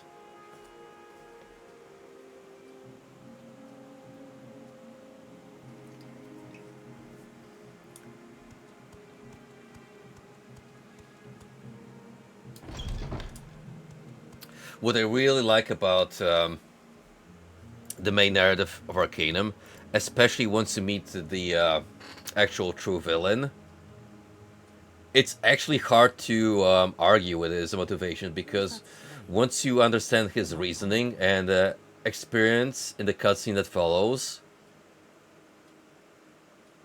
how the world and their afterlife is structured, you're like, you know, this guy actually has a fair point. Why do we need to go for this BS if in the end a lot of people are not gonna make it? They're just gonna rot.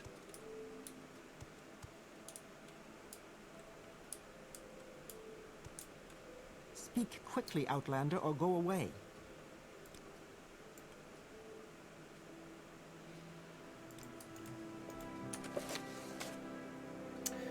Widow Vapdas, so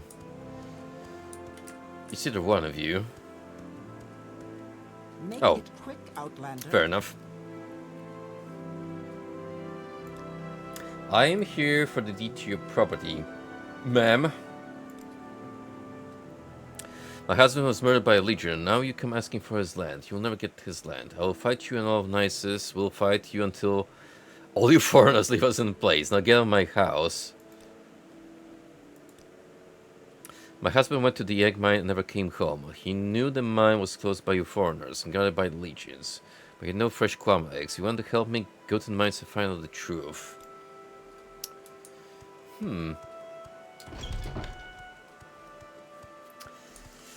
Gee, so you're implying this may have all been set up by the Legion in the first place. Who would have thought?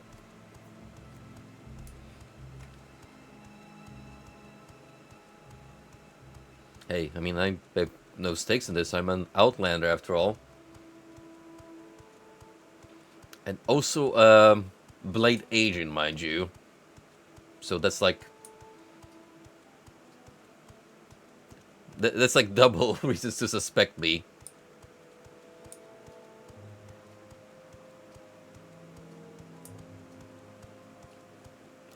Oh, absolutely. I cannot actually praise that game enough. Did you buy the physical copy of Arcanum? Or do you have it digitally?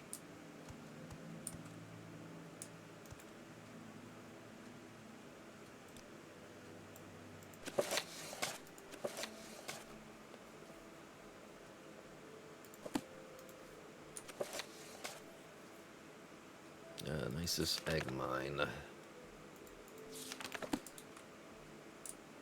It's not either of these, is it?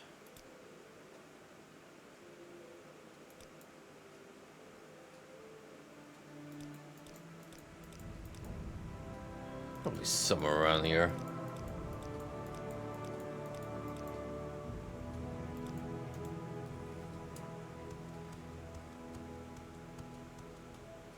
May your kills be quick.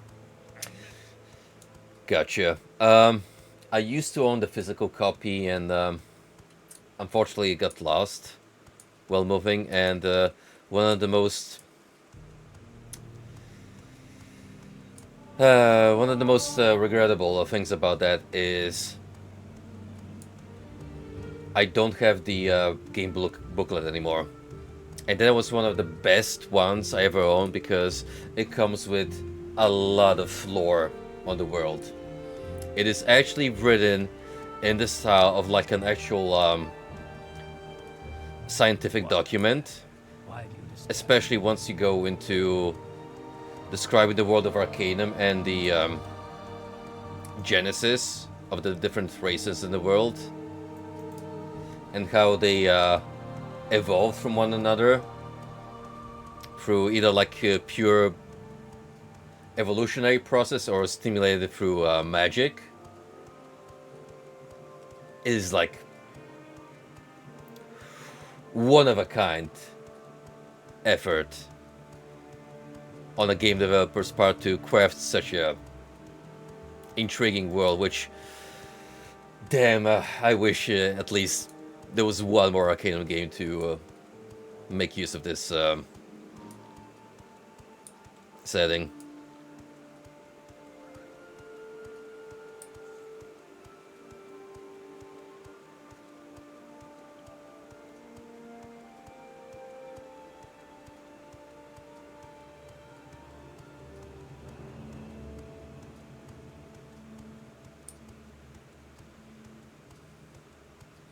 Oh yeah, that's one of the coolest factors about Arcanum, the whole science versus magic alignment system, where if you're too inclined in either, the opposite is gonna whack out. So if you're like a talented magician, for instance, you can't use railroad services anymore because they'll be scared that your aptitude might just straight up blow up the steam engine of the train.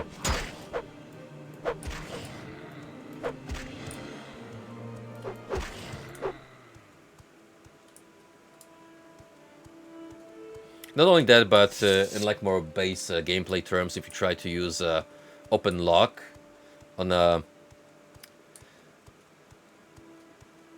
manual device with like a strong science attitude, so like built by a talented dwarven craftsman, it will not work unless you're powerful enough for your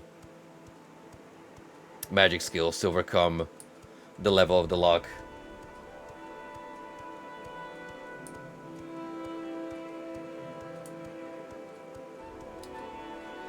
You're out of uniform. Tell me when you're serious.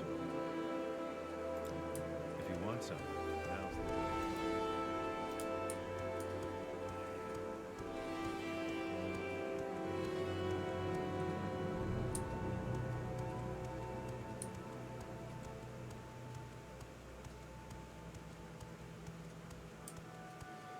Yeah, more or less. The general principles are magic twists the laws of physics in order to achieve the desired outcome, while science basically just utilizes the principles set by nature. So they're exact opposites.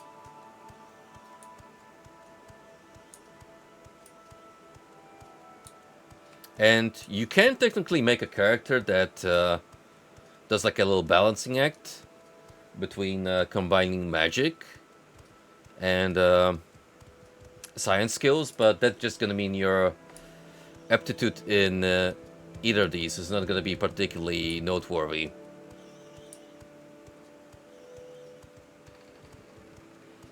So being a jack of all trades in Arcanum doesn't really like pay off all that much.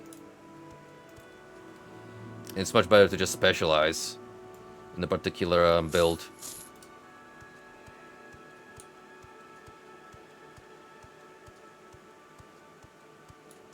Science skills are super fun because you get schematics to craft different devices, and in some instances you actually need knowledge in more than one particular skill, like say smithy and electrics to make a Tesla gun. Or rather, electrics and firearms in that case. Hello, stranger. What? What the hell are you looking at? Get the hell out of here before I take your head off. All I want to do is catch some slaughterfish. Is that so wrong, huh? You're welcome. Yes, slaughterfish. You're not one, are you? Are you? Oh, I guess you're not. I'm sorry, my mind has been a little muddled since I got bitten. Those fish pack quite a punch. Punch? Yes, please. I was having some problems controlling since the slaughterfish bite.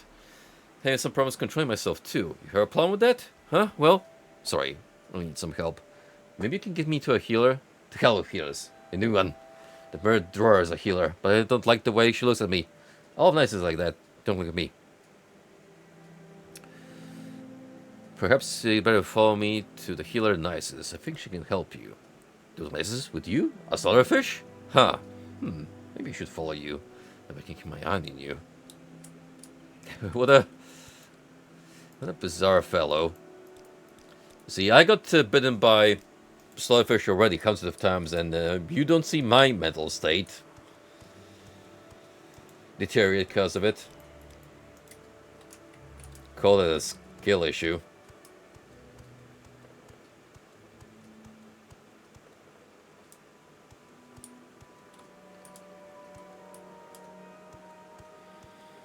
There are so many from the quest lines in Arcanum. One of my top favorite ones is because orcs in the Arcanum verse are so heavily discriminated against, because people just despise the way they look and act due to their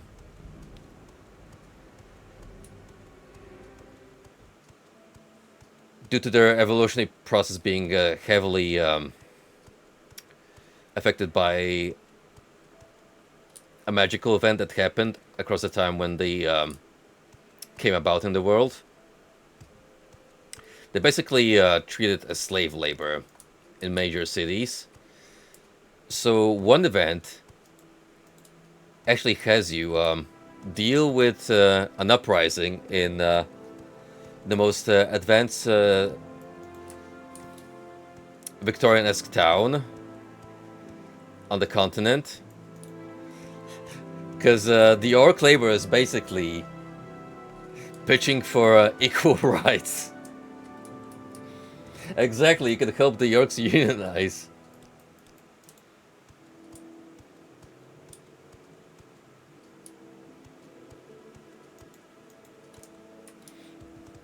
Or you can just spiral them into a full-on uprising, and they wreak havoc across Tarant.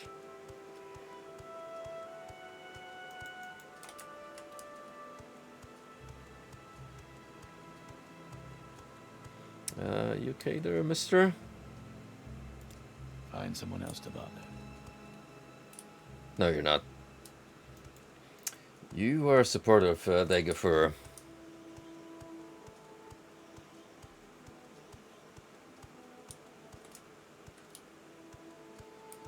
That's how you can tell they took influence from Fallout. Because those are pretty much former Interplay devs who set up their own shop, so a lot of lessons learned from working on Interplay stuff.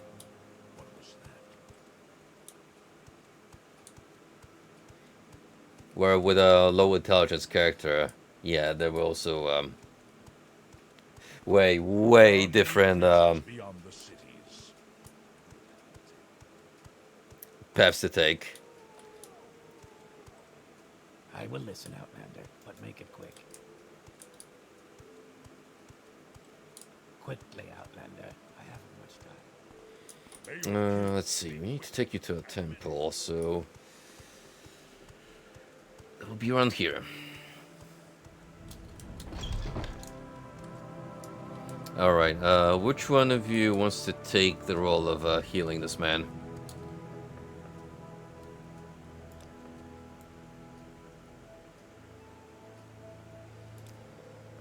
Up on the hill on the east side of town. Careful that the Kwame King has been blighted.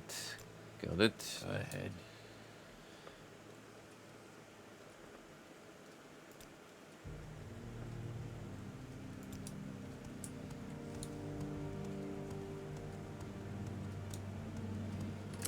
Downstairs, maybe?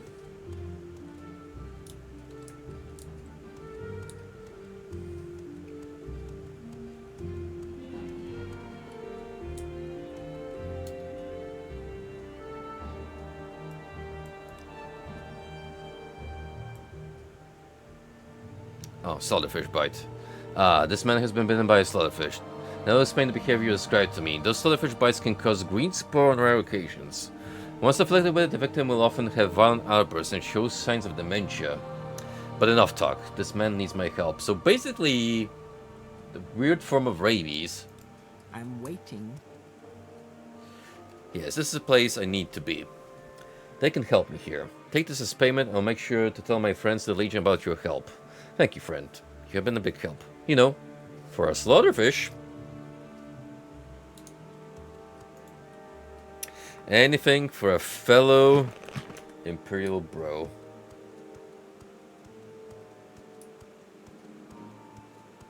Oh, that reminds me how in the first Fallout there's a famous exchange with the super mutant in Necropolis, where if you play as a low intelligence character and well, your interlocutor isn't exactly the sharpest tool in the shed either, they have a very meaningful exchange of huh.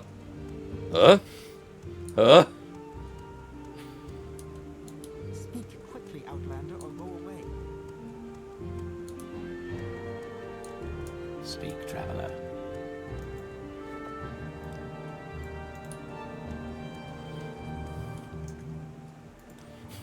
From one Neanderthal to another.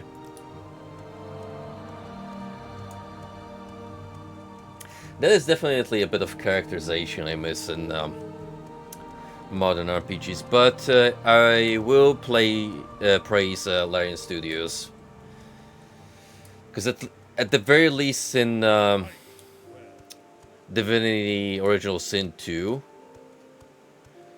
they certainly expanded a lot of dialogue options, depending on your character's origin, build, the race you play as. Those all can have different outcomes, depending on who you talk to and how you choose to act.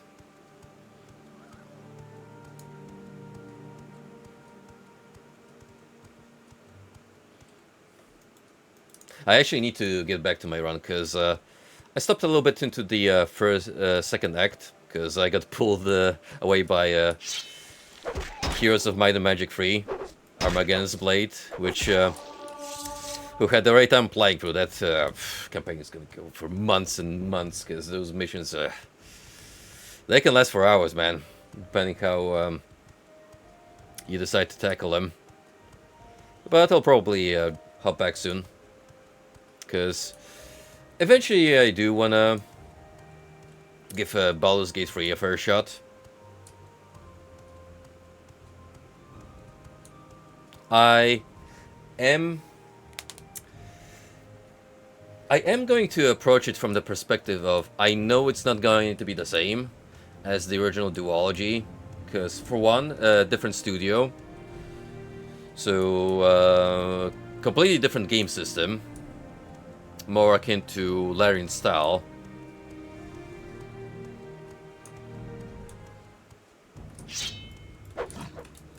And they do have different ways of conveying their narrative.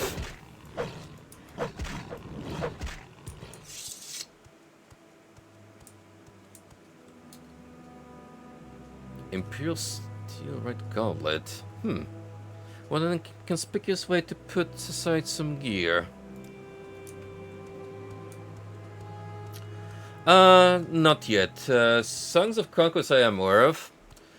It is very much spiritually Heroes 3 on a visual and gameplay level, but I kind of been holding up for a while because it was in early access, and as far as early access games are, I already said this a couple of times, but I like to wait till games are released in even a base, so to say, finished state, so I can play like the true vision the developer had in mind.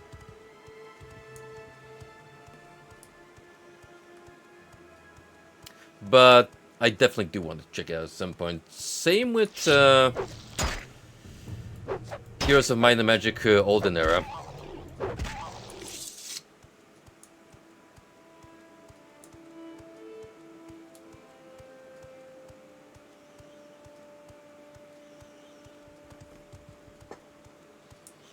It already has 2 DLCs. Well, seems like they made a lot of progress then, since the last checked in. Which was, yeah, pretty much from when Seth did a little review video on Songs of Conquest in its infancy.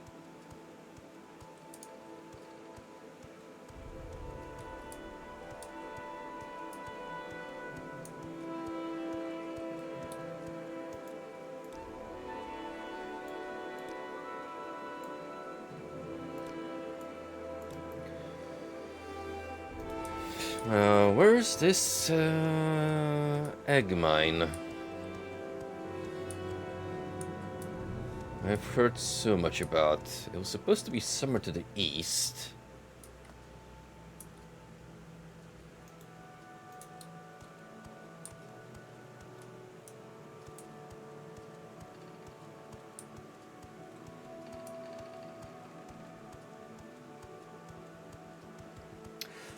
Ooh, don't we all?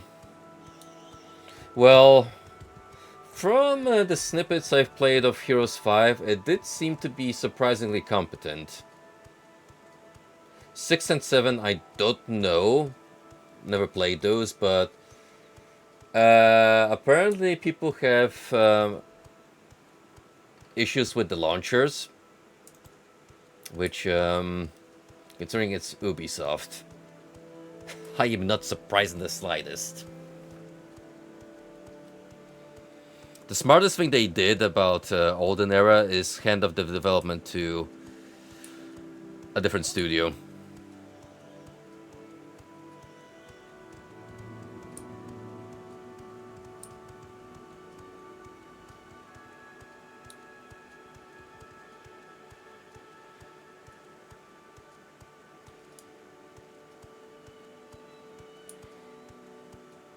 Yeah, weirdly enough, even with Might and Magic 10, which is the one Ubisoft made, people actually argue that's better than the last Might and Magic made by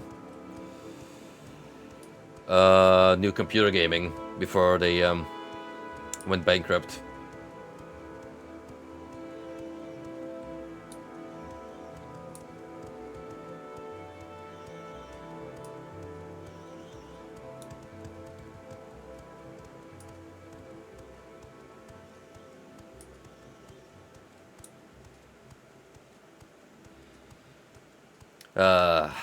That does sound like the good old Ubisoft syndrome at its finest.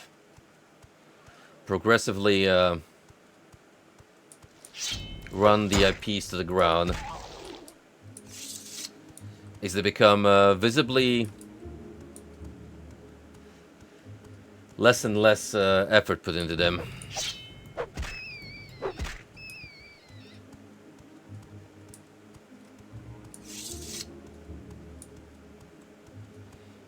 There's a very good reason why people have Assassin's Creed fatigue at this point. Oh, especially with the most recent one, the memory. Like that was...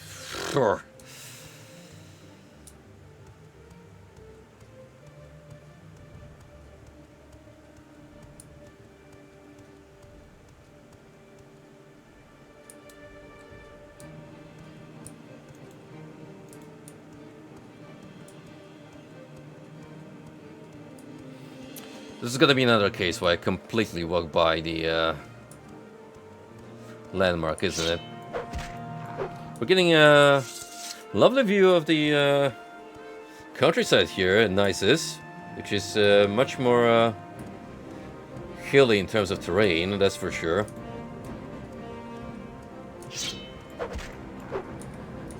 Maybe if I view the local map, we get a much better idea.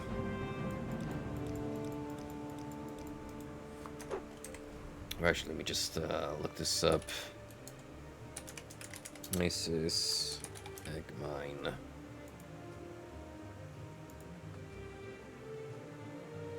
Oh, it is much closer to town.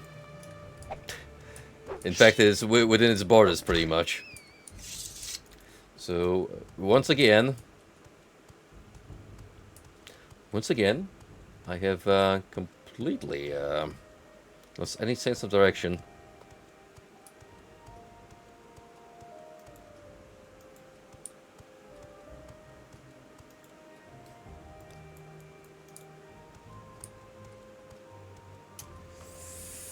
That kind of sounds like what happened with Armageddon's Blade for Heroes 3, where, if you remember, at a very early stage, they released concept artwork for the Forge, the new city that was supposed to be heavily into sci-fi, and essentially at that point connecting the Heroes verse to the current events in the mainline Might and Magic saga. But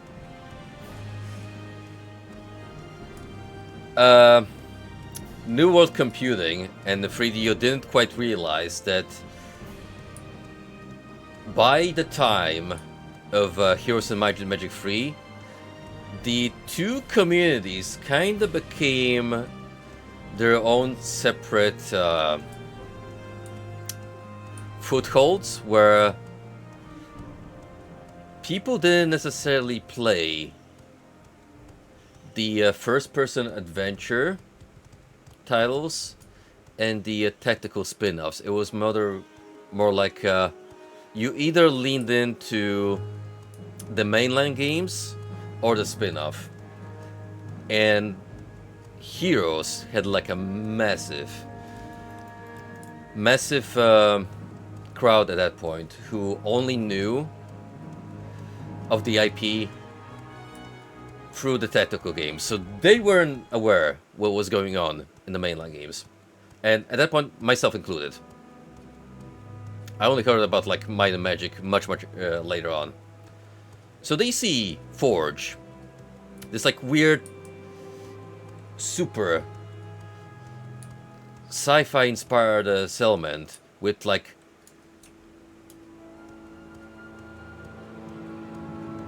out of their units, like zombies with guns, or a Naga fused with a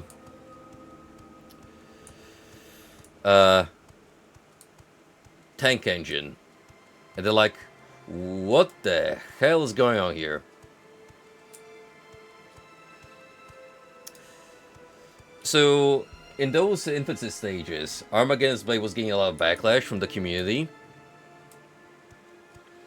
and developers were like, uh-oh, if we don't turn this around now, we might be in trouble. Which they already were kind of financially struggling, so they couldn't really afford any risks.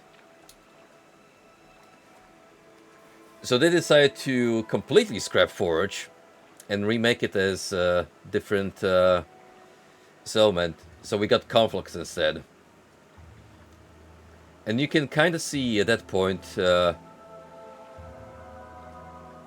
how rushed the expansion felt, because the new models they used for units look way worse than the original ones. Like, compare any neutral NPCs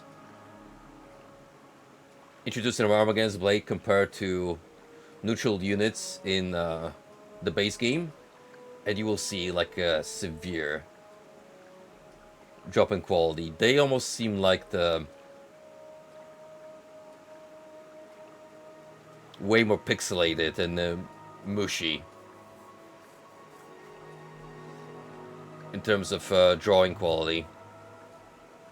Hynap stole my pants. I was taking a bath and Hynap Lasamzi stole my pants. May you talk to him, get my pants back.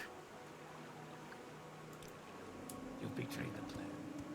What's your plan? Maybe that's why you got your pants stolen, because you're out here spouting nonsense, mister. Anyway, screw saving the world from Dagobah. We got ourselves a pair of pants to reclaim.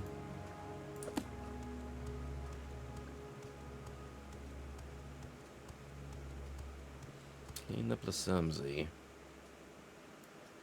I don't know where that dude is. Where's No, your you're unit? upset that I'm not wearing the inferior armor.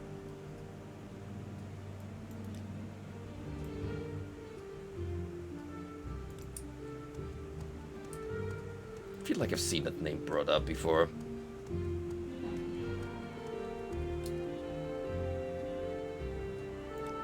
Someone in particular.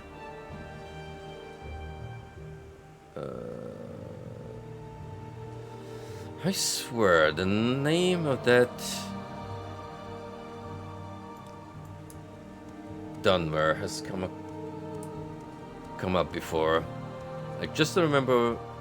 Quickly, Outlander. I haven't much time. Well, well, well. If it isn't the pence thief himself.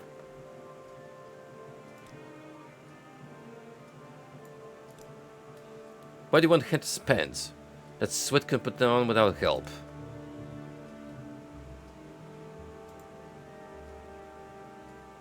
Because he asked me nicely? You don't want to get in trouble, do you? I am an officer of the law here.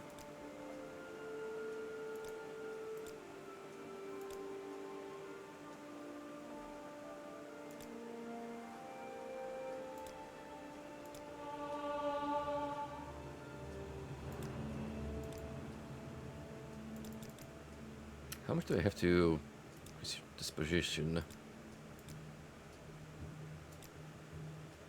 If you wanted the pants that bad, why didn't you say so? Here, take him. It was a stupid joke anyway. A joke I had to spend 300 gold on.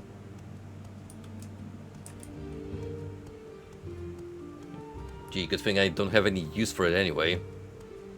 It's like so much expensive stuff I can trade in for more money. Anyway. Got my pants back? I wish I could stand up to kind up like you did. I don't have much to give you, but I have some heckle. Here, take it. I'm actually getting my pants back. Quickly, Outlander. I haven't much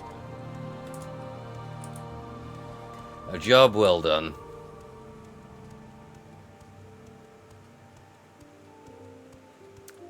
And that, my friends, is exactly why we pay attention to what's happening in the world, because sometimes you get, well, amusing missions as such. I'm never too busy.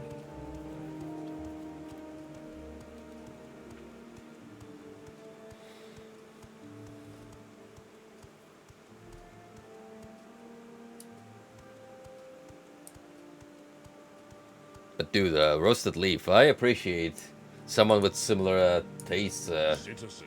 coming around and nerding out with me.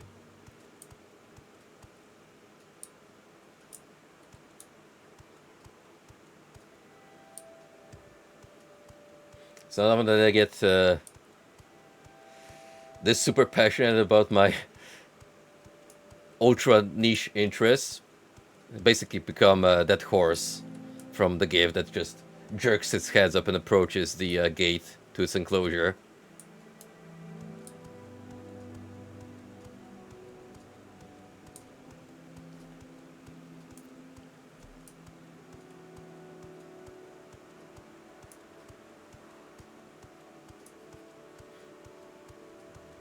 One of these days, Kwampa will ask me if I want a real hard-hitting existential question. I will answer yes, and he's like, milk before or after cereal? Just to mess with me.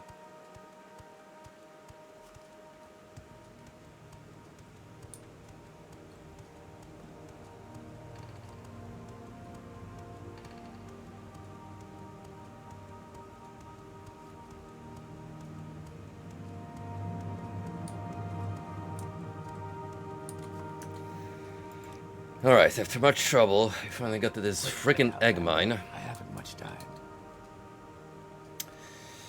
Buddy, I need access here, so you could kindly let me in as a fellow officer. They'll be mucho appreciated. Since you're in the Legion, here's the key. Be careful. Much obliged.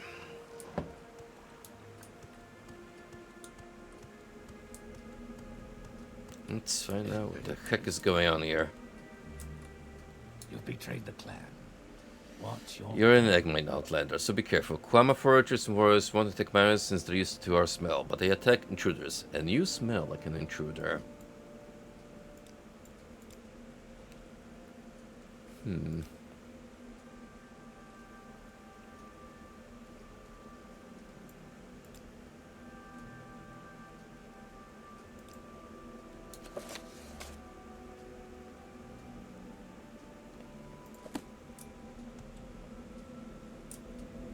I'm not sure what we're looking for exactly.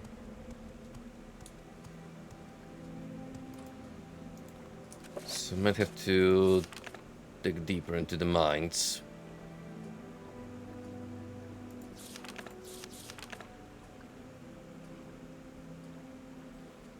Husband was last seen in the nicest egg mine.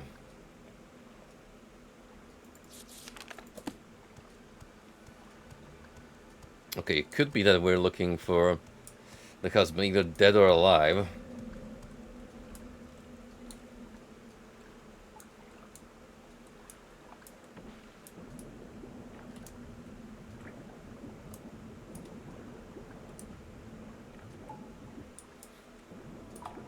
Nope. No, chest this time around. But we do get a level up.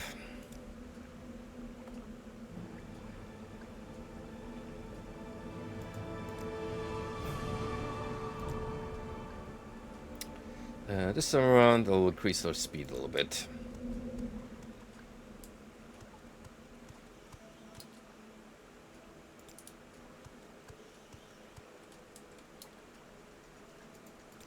I will listen, Outlander, but make it quick. I will listen. I have boosted it a couple of times, so it's already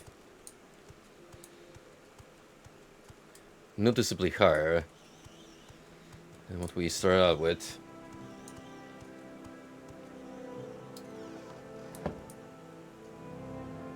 You're not supposed to be here. I'm gonna cut to 10. If you're still here when I'm done, you're gonna be in big trouble.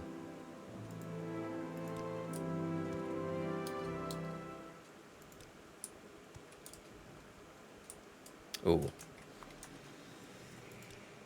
can see why.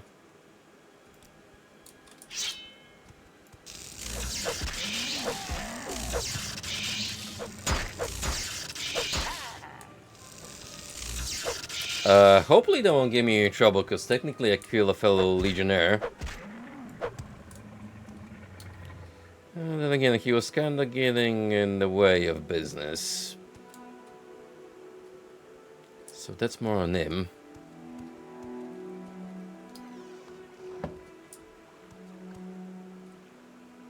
Do not fear me, orc. Listen, I will tell you how I was murdered by Lugrup Grogdum. You mean the orc I just, took out? I came to the mines to get fresh crumb eggs for my family. Lugrup Grogdum was sleeping, so I snuck past him. When I found enough eggs, I went back the way I came. Only this time, Lugrup was awake. Lugrup murdered me that no one would know he failed his duty. He dropped the broken axe he used next to my body in the water behind me. Take the extra water behind me as proof of Lugrup's crimes. Do not let them take my lands. Avenge my death and let my wife live in peace.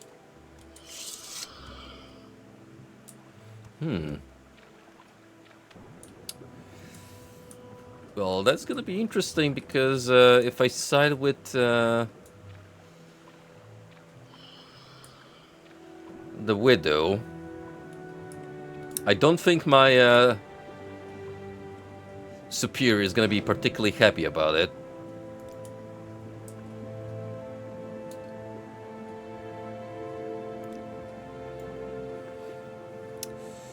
Oh, right. Overcapacity. Not by much, mind you, but still.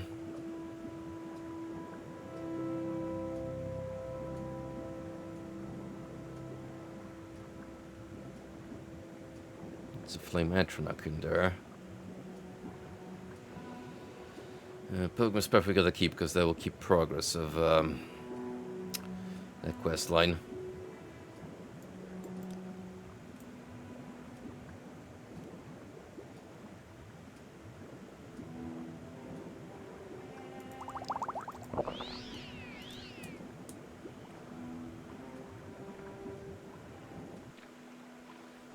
Just about enough to get us moving.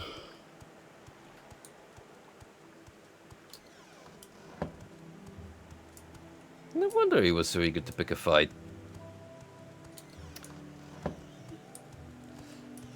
Someone messed up.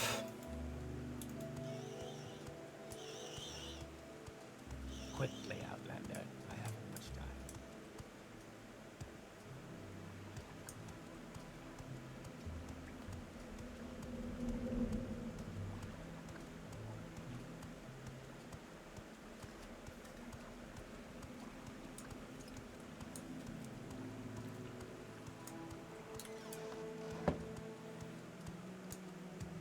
I have been slowly all this time working through my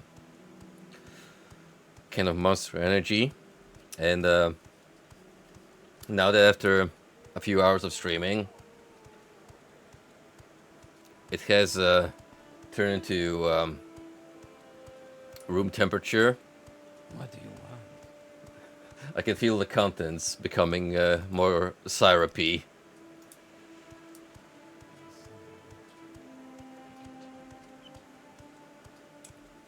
I'm almost finished with it, so it's not too bad, but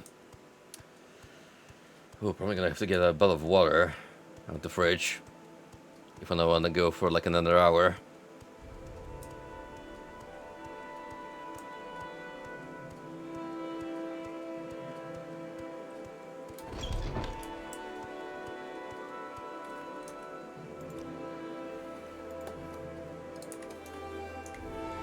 Speak, traveler.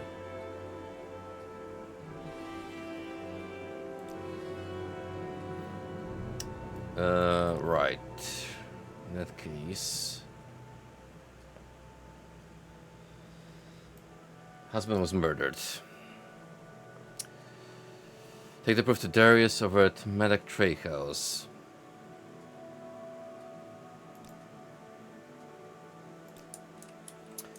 Alright, I see. So we do have to take this up with our boss anyhow. So the fact that foul play was involved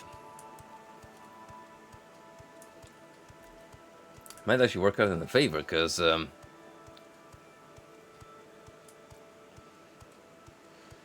wouldn't it be cool if they wanted to take over the land after a legionnaire murdered the husband? Not a good look for the local populace.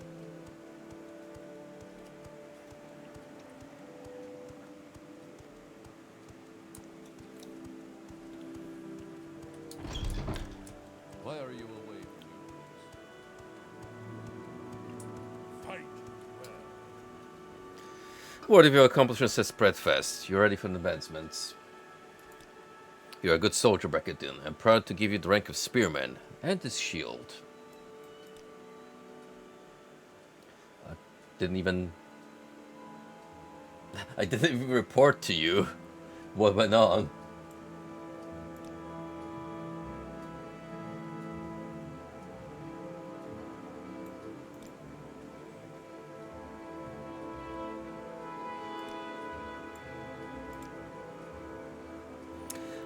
Manslaman Vabdas was murdered. Murdered? Do you have any proof? What kind of proof do you have? Here's Lugrub's axe. Yes, this is Lugrub's axe. I can see how it's been damaged from hitting bone here and here. With this, I have no choice but to believe your story. Lugrub Grow Outgum is an outlaw. Find him and kill him. Then justice will be served. Well... about that. So you killed Lugrub. Good. Now that Widow Vabdas is avenged, justice has been served. I have more orders for you. You've burned yourself so far. Perhaps you can help with the nicest egg mine. The egg mine was closed recently because of the risk of supplying the blight, but the miners here need the egg mine to support their families. Find the blight at Kwama Queen and cure her. Either cast a cure blight spell on her or speak with Hetman Abelmavia, who has scrolls of cure blight. The Vlafi Dunmer Hetman Abelmavia, in the village Hetman and steward for Ramaran, Veteran Master, Counselor, Lord of Nisus. Why are you away from your I don't believe I have a scroll of Cure Blight, unless I nicked it from somewhere.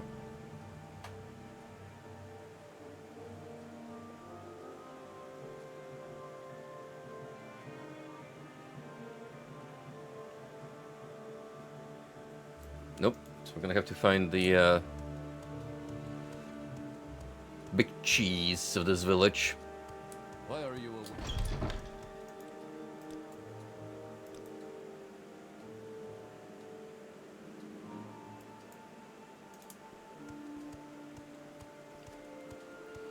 Fortunately, it's not a particularly large community, so we won't get lost.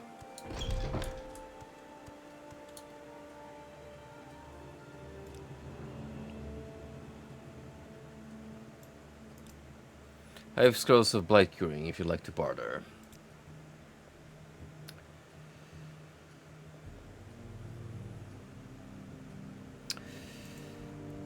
Gosh, may as well take all of them.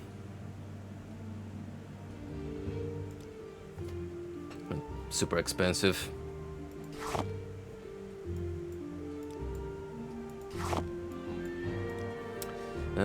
What do you want in exchange then?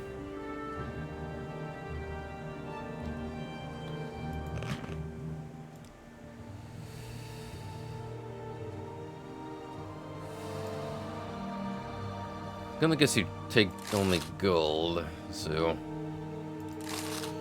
fine. I will listen.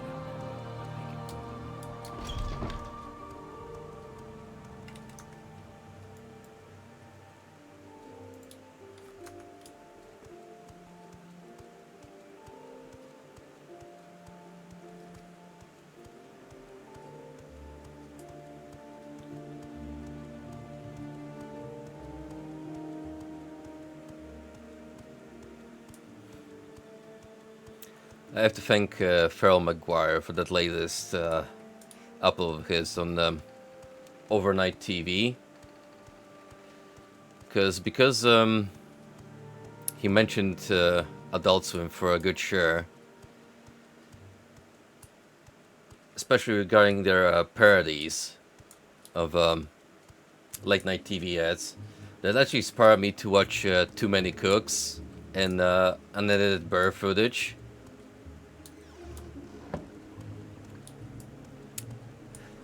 No regrets on that part, because those are superb, surreal videos, exactly up my alley.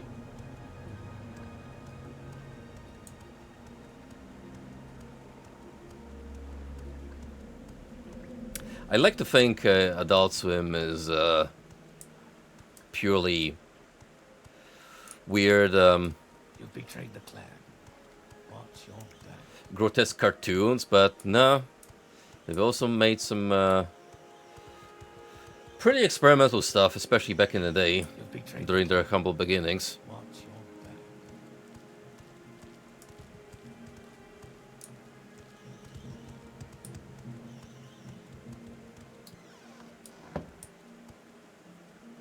Is that the queen? Certainly looks like one.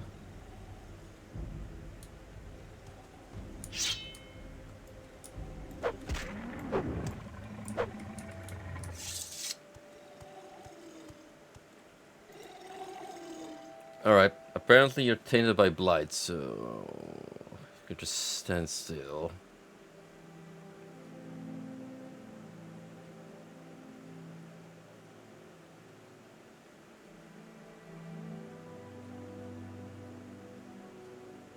Where's Cure Blight?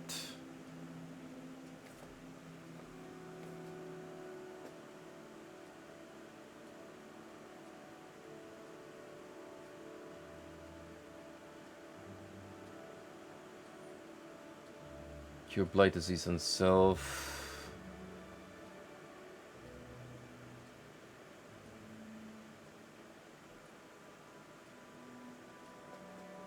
I don't see it on the scroll list. Should have like 5 of these. Oh, it's Dare's Blessing.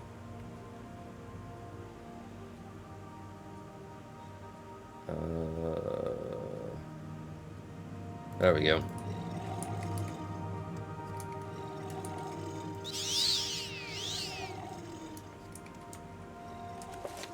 I cured the blighted Quama Queen and the nicest egg mine.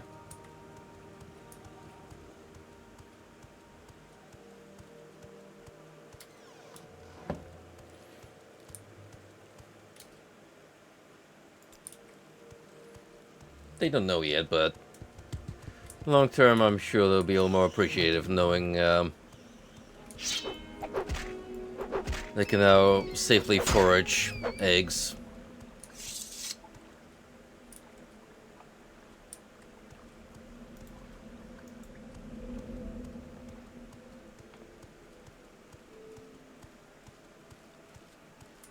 Go ahead. Granted, you will not see me anywhere near these things. My livelihood depended on it. What's your Way too weird for my taste. But hey, a job is a job, right?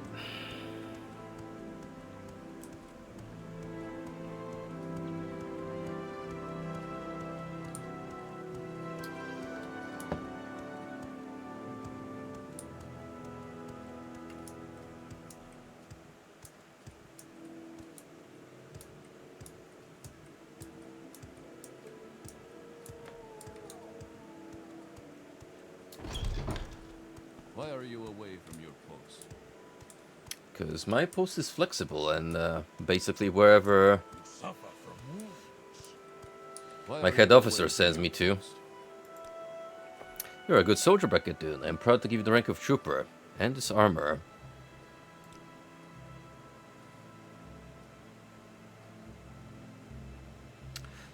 I'm ready for the next batch of orders.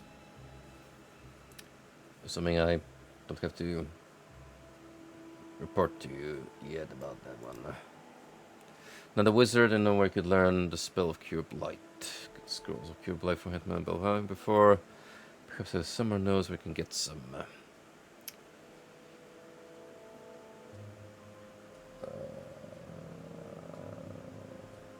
Queen or Eggmine?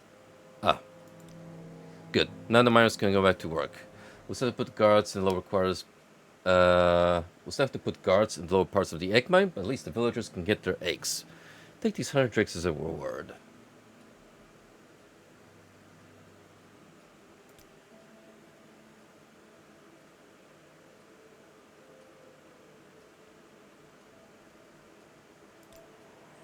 Yes, I need a trooper to find Madura Seren, who is missing. I have a report from Ald Velofi that one of their own, Madura Seren, is being held hostage in an outcast Ashlander camp just south of their village. Go there and escort her to safety. Directly north of here along the coast.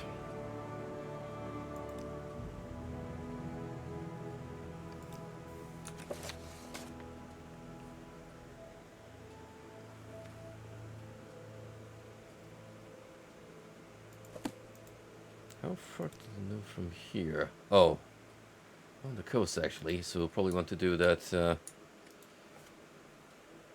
quite soonish. Anyway, since we have steel now, don't really need this chain anymore. To be fair, neither we need this.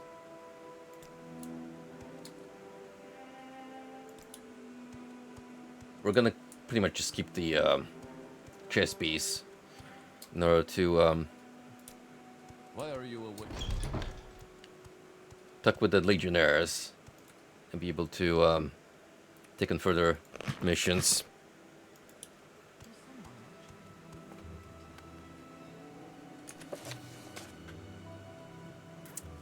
Now then, as far as Path of the Pilgrim goes,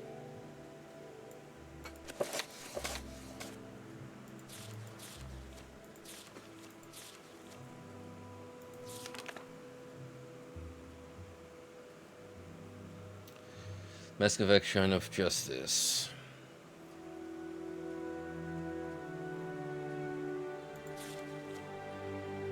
Shrine of Justice guarded within the nicest temple in the village of Nisus. When they address the shrine, it's customary to leave a potion of cure common disease. Do we have one? Absolutely. So we can take care of that and then move on to the cave.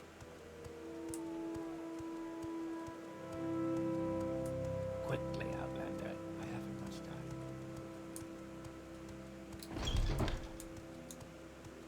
Has that mean been walking past the shrine all this time? Go ahead. Probably.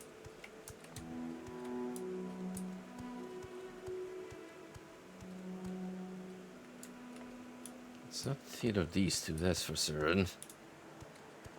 It's gonna be a special one. Okay, to Vivek.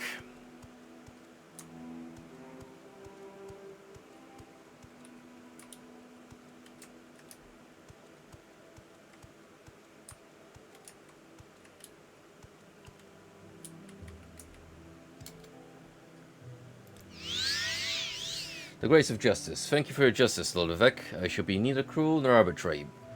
For fair dealing earns the love, trust, and respect of our people.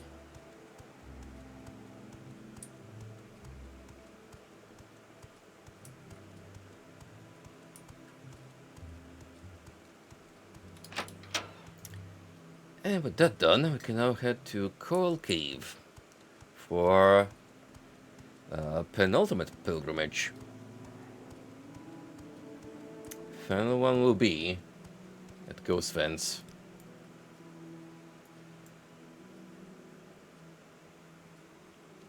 I think it actually might be the little shrine where we took the escort before.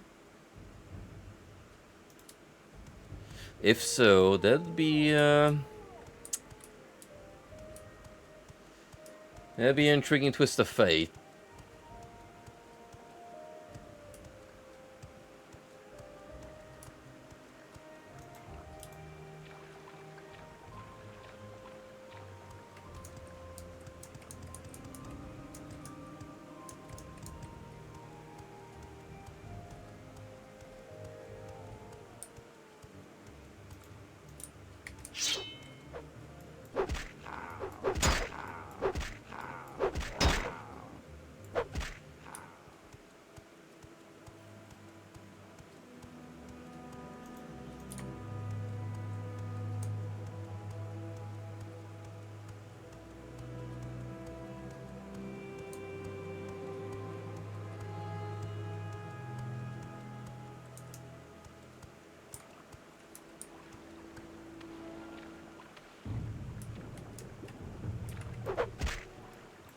No, please, do not make me mad after sinking your teeth into my flesh. It'll be most unfortunate. I wonder if that ailment might actually be inflicted on the player. Or was it specifically designed for the quest in mind?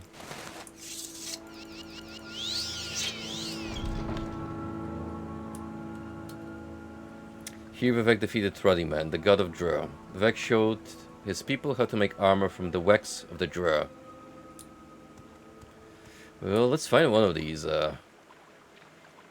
bastards and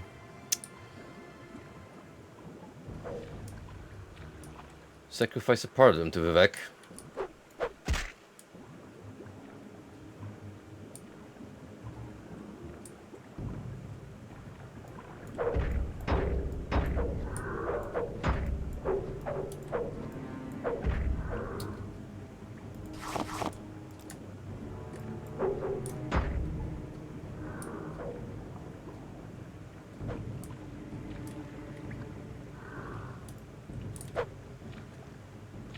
Oh.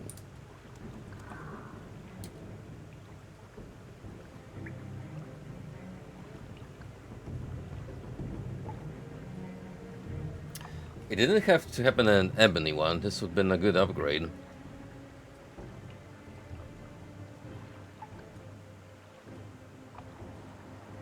Steel Jinplay of the Ages. Holy shit, look at the value of that thing. Paralyzed for 20 seconds on touch. Fortify attack 5 to 10 points. What an insane weapon. Holy shit.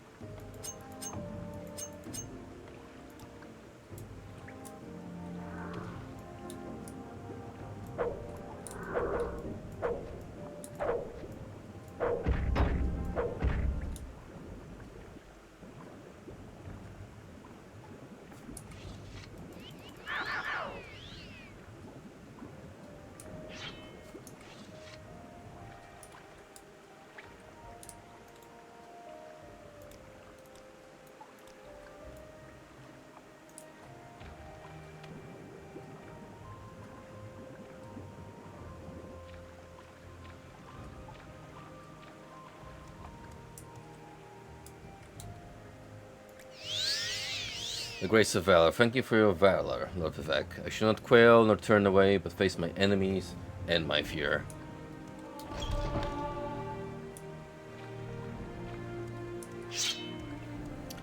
And so, we're almost done with the Path of the Pilgrim. All that remains is the Ghost Fence, Shrine of Pride.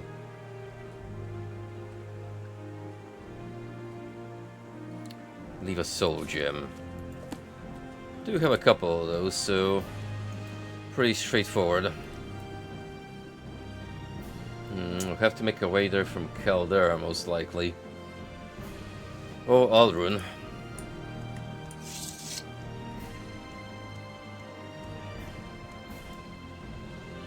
In the meantime, let's check the Ald Velofi. See what's happening there.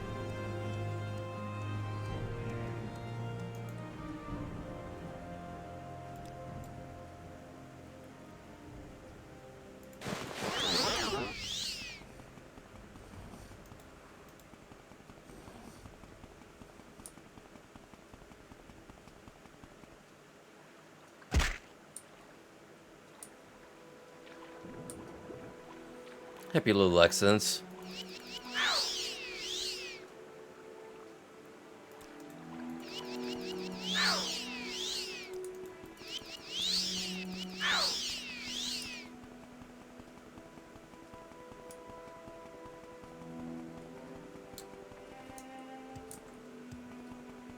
You may have a hard time right now seeing what's going on the stream, but that's part of the curse of the blindness.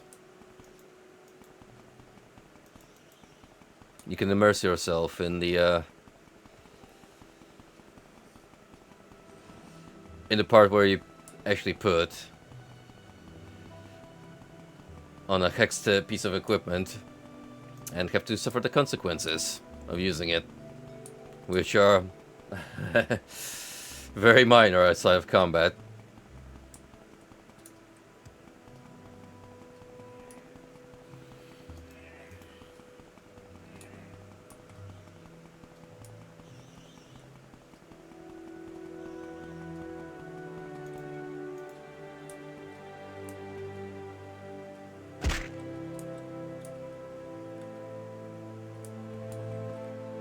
Who's that over there? Can I help you, miss? Tidings and good wishes to you, friend. Ah, hello there. I was hoping a handsome young gentleman like yourself would happen by. Might you take a moment to help a lady in distress? Well, I dropped my ring and I can't seem to find it. I think it must have rolled down into this pool here. But I can't go get it because I am expected in Nisus shortly. You see, I'm a private dancer. And I can't very well smell icky muckwater now, can I? Would you please get it for me? Well, it's not very deep. I'm very grateful for your help. It will be my pleasure. Oh, thank you. When I finish dancing this evening, perhaps we can get together and discuss your award. Oh, hey. Bro, she's got that Atlas forehead. That's how you know this is the one. Wait a minute. Who the hell are you?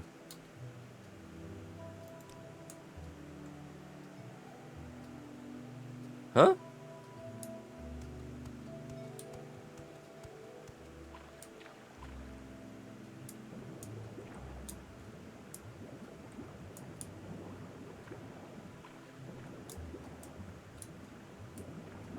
Alright, how much of a pixel hunting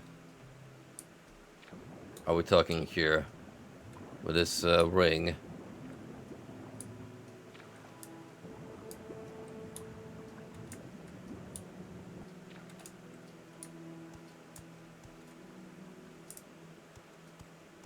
Well, that's assuming it fell down in the water.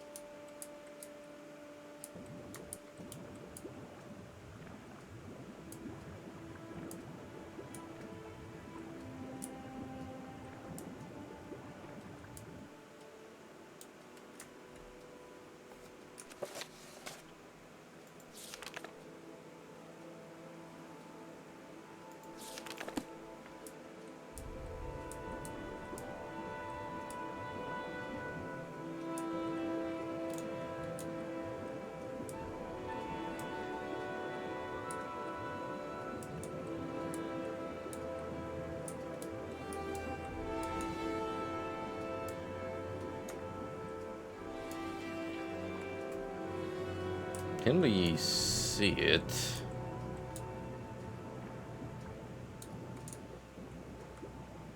It's not a very big pond, so you wouldn't expect this to be super well hidden.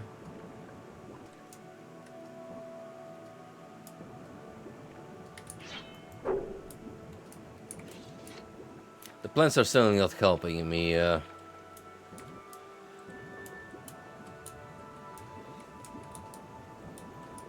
Combing through the water.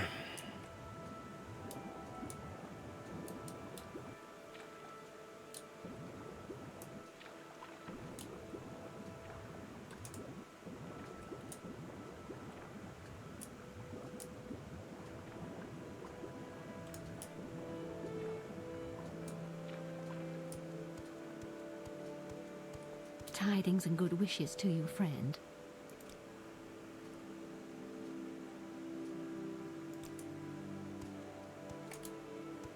Maybe you rolled off someplace else?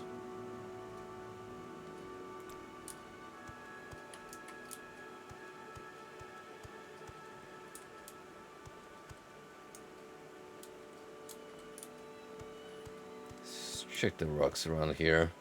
What can I do for you, friend?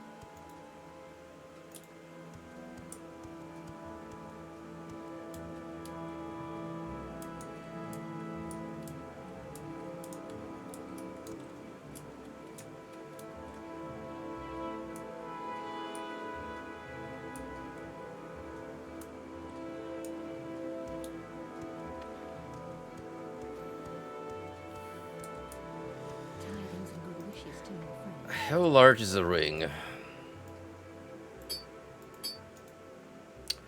Well, if we take this size into consideration, and then I have to look for an object this big underwater, where my vision gets murky, yeah, that can be a bit of a problem.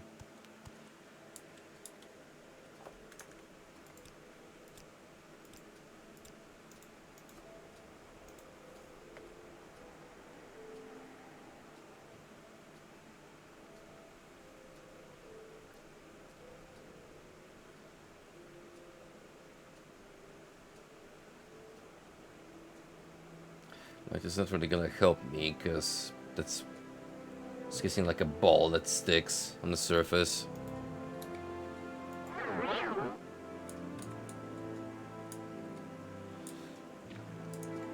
Well, I mean, it actually did clear up my vision a bit. That's pretty surprising.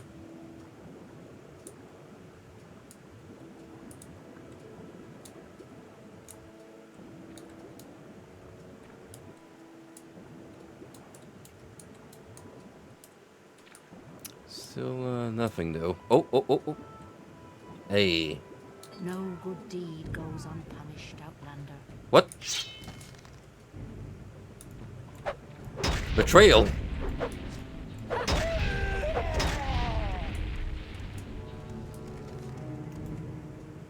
Oh, I knew that was just too good.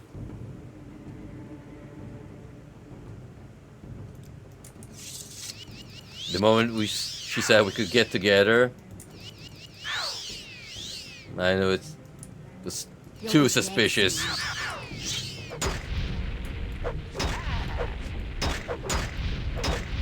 Also, the fact that there happened to be, oh, I don't know, a cloaked raider standing just by her casually.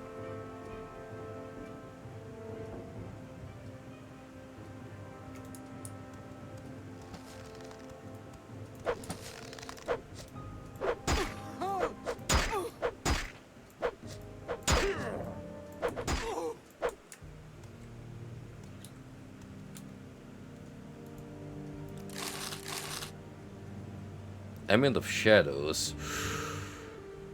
Ooh. I'll take that off of you. Thank you very much.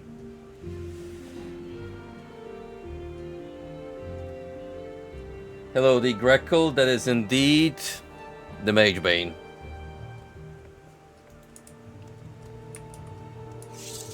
which I do use with extreme prejudice against all who dare stand against me.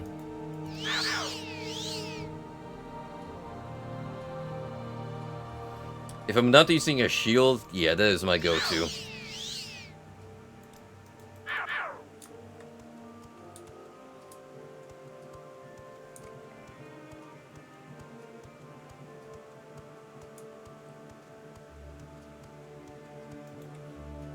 It's already been carrying me for a good chunk of the game, so unless I find something of superior strength to replace it with, it's definitely gonna be here for a while as a mainstay.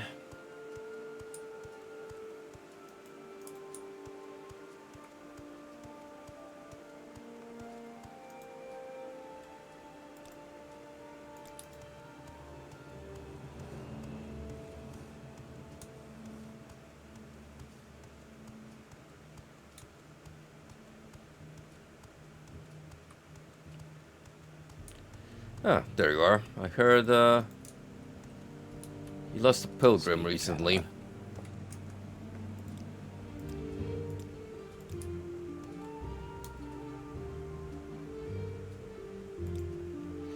You have to talk to Abasil. He's inside. Speak, traveler. Speak, traveler. Can you get me out of here? Let's travel together. Abasil will try to kill me if I leave.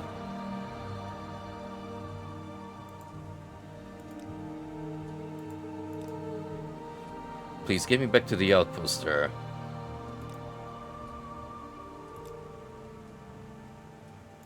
I'm waiting. I don't know. What do you want? No, foreigner. We'll keep this pilgrim. So you say. What if I pay you off enough? You'll be more keen on letting her go.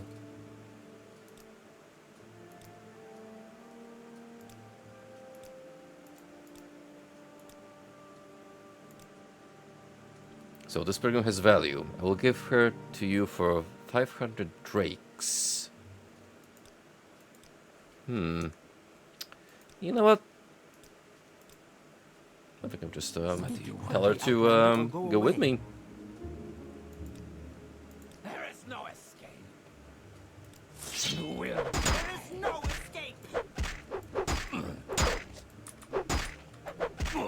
Why trade when all problems can be solved with violence?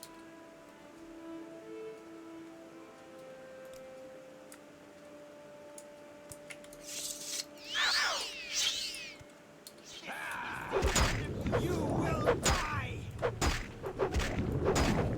Now you die. Oh, don't get in the way, girl. Otherwise you will get caught in the swing, and that's not good for your health. This is the end of you, sweat. Gotta respect this swagger, though. Some good local wear for sure. Still.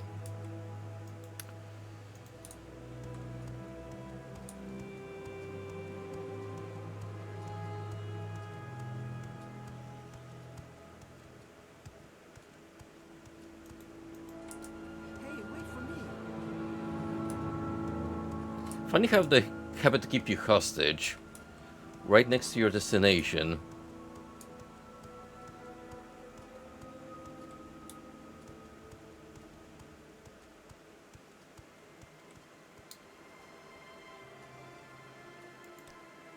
It's a simple place. Feldenwerf is local Redden sheriff. Lives at the outpost, and there's a Redden smith and trader as well. A small temple shrine in the outpost basement. What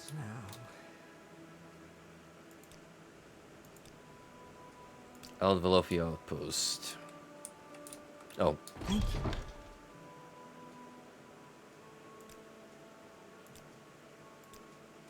Is there something I can do Oh, for there you go. Commander? so the hetman of Alvelofi.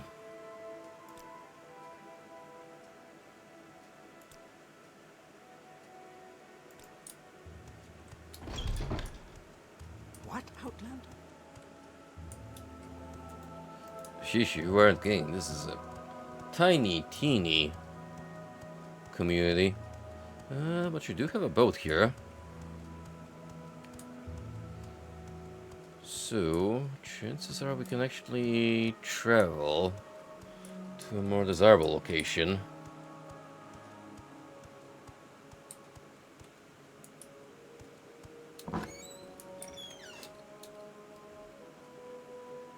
Speak quickly, Outlander.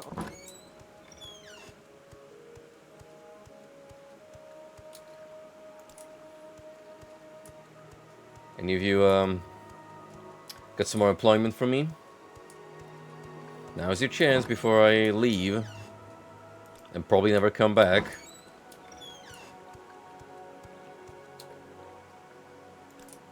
Quickly, Outlander. I haven't much time. I'm waiting. Oh. The wick wheat is winnowed, and under the barrel the earth is prepared for planting. The animal must die, and the flesh serve to sweeten the soil. You, foreigner, you must die. Beasts and men, outlander, mare, all must die. Flee, Kazrath, and quit this land. If you would live, or your flesh shall feed the earth. Sure love to feel welcome in Morrowind. Wherever I go. Make it quick, Outlander.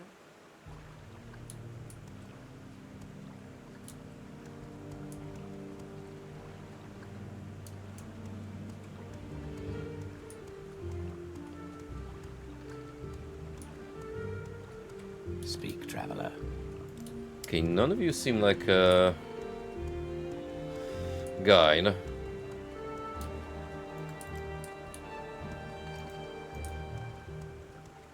Filthy sweat.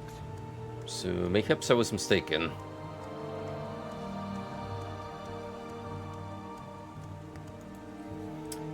Darn shame, it would be a good point of travel by boat, but I suppose we have nices for that. And it's not far off.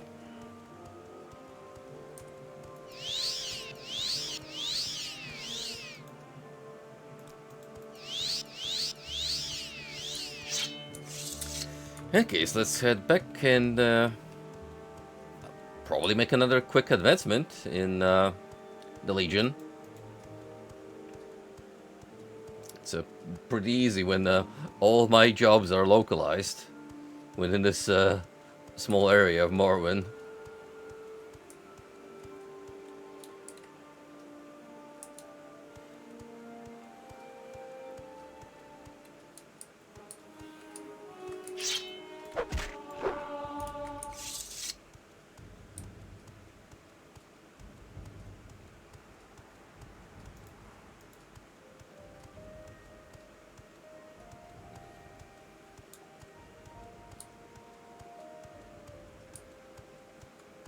Would put on the boots of blinding speed, but since I'll probably be ending for tonight soon, we should take this opportunity to have a conventional trek along the countryside.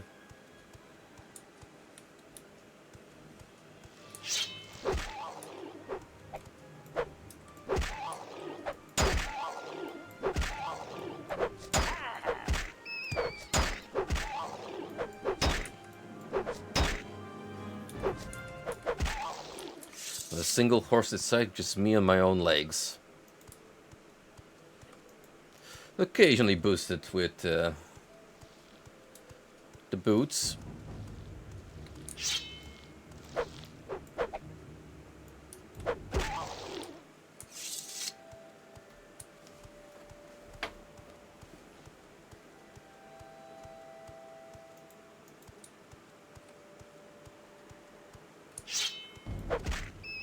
In the end, I guess the stream was just a major detraction from the main quest. I mean, we did hit the back and learn that our next line of investigation is near Ebonheart.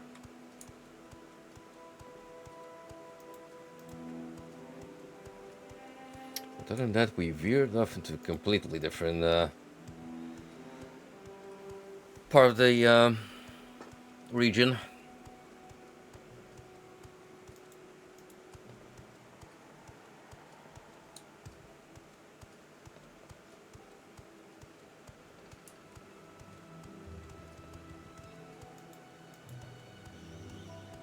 Does have its perk because now we are aligned with the Legion and the Temple.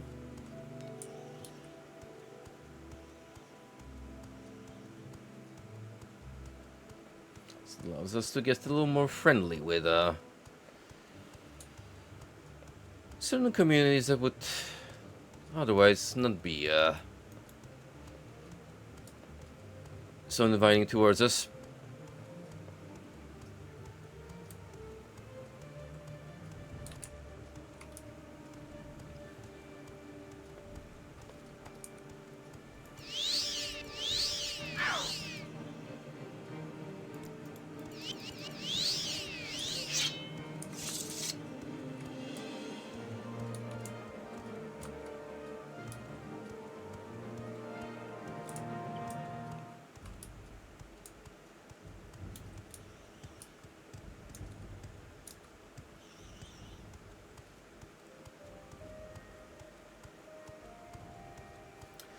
Alright, here we are.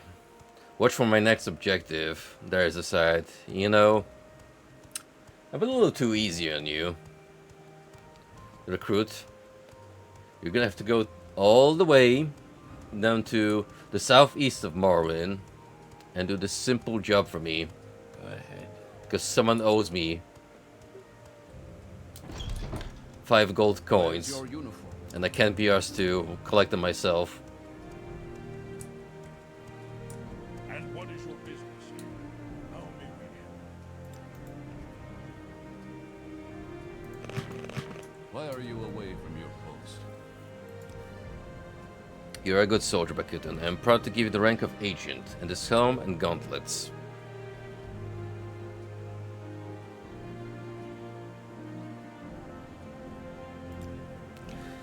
So you got Medura Saren out of the camp and in one piece. Good work, Bakuten. Find out what happened to Ragesh Shuzgub. She was sent to Arv's Drellin, but no word has been heard since. I suspect foul play. Find her and bring her back. Careful with old Baladas, though. I don't trust him. Keeps them himself because his food and supplies delivered to the door. He's been a good neighbor. Quiet, no trouble. Arv's Drellin. Where is that?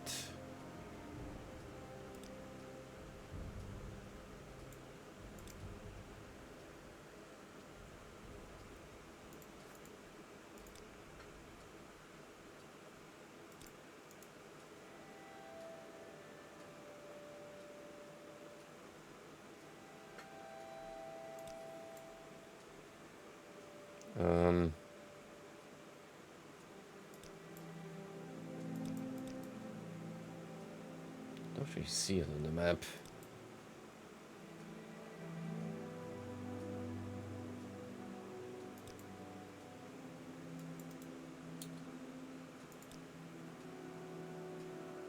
That's Baladas. Is he like a local?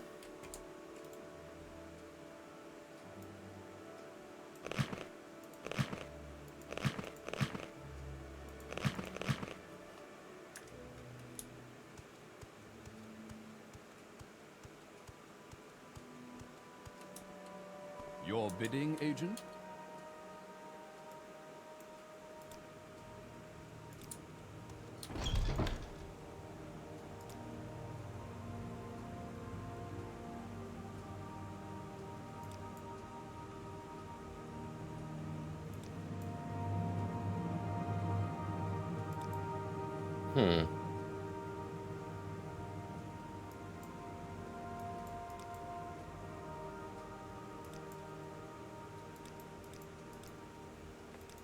No, actually.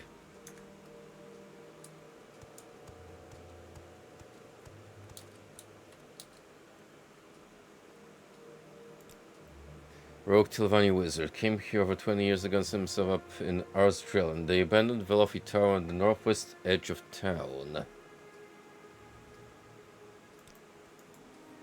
Okay, that helps a lot actually. Northwest.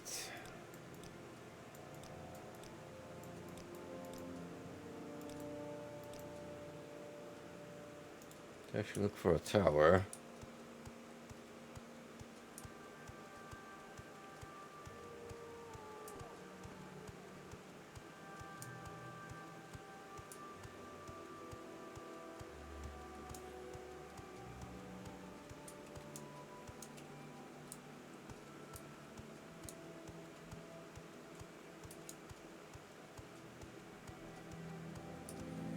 Let's go up here for a better view of the area.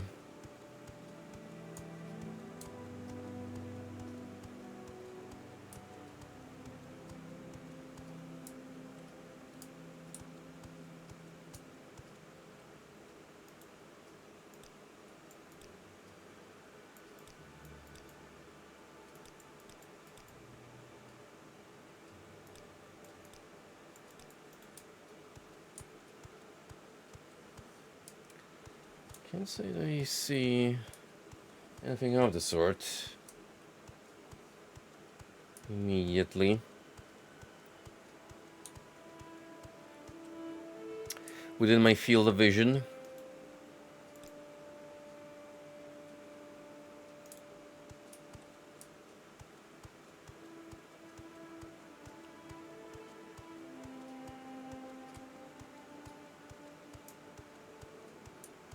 That's where the egg mines are.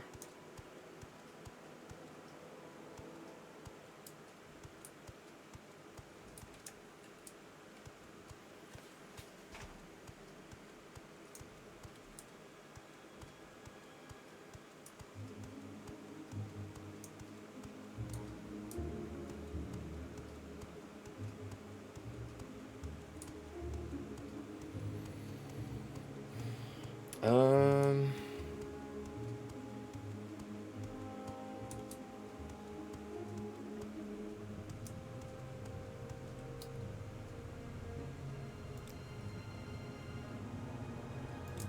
You seem worthy of my knowledge.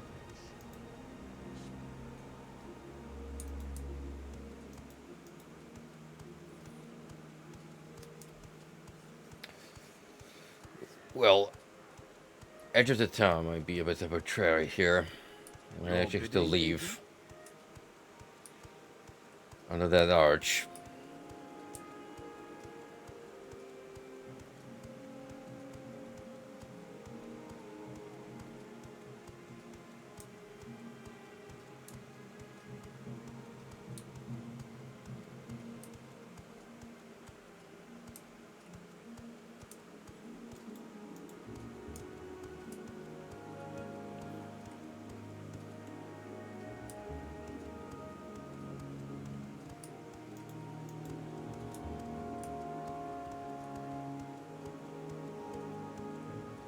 Annoying outlander.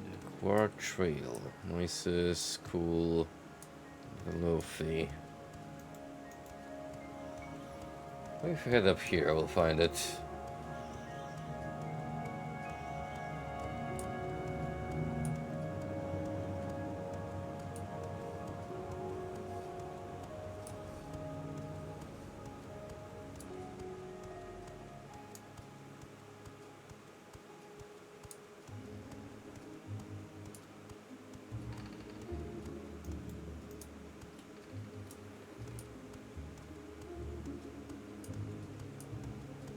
I don't feel like you're really veering off the path.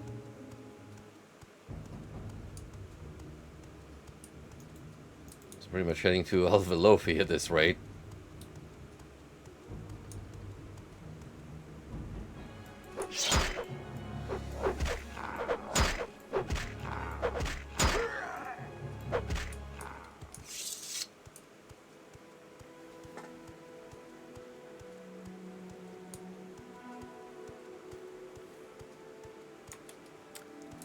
Probably my main problem with Morrowind thus far. The quest indicator descriptors are sometimes like very general. They don't really give you a good idea where to head.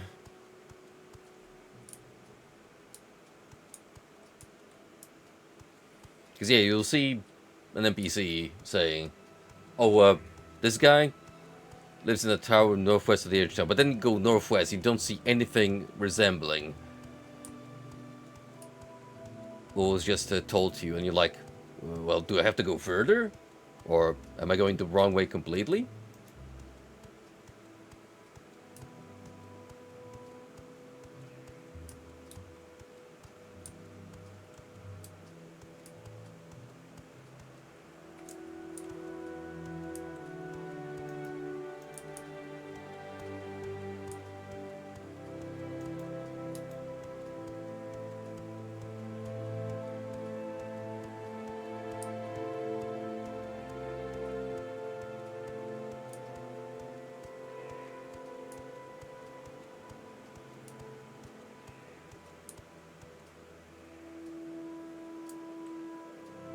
Do see something resembling a dungeon up there.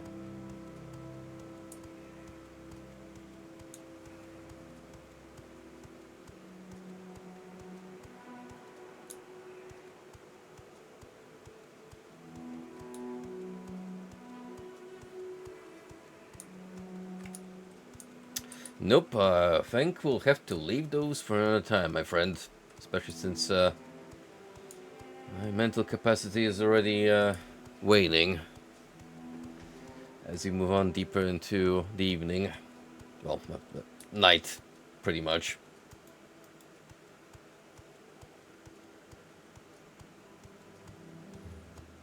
It's no biggie for me because I work locally tomorrow, so we don't have to get up super early as far as work is concerned.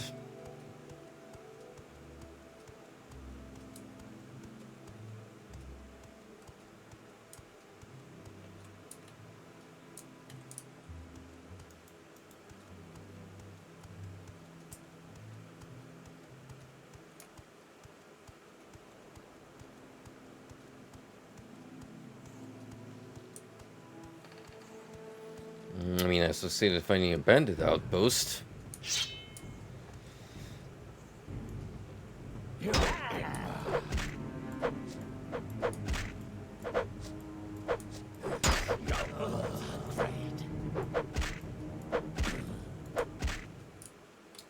Pretty good at those.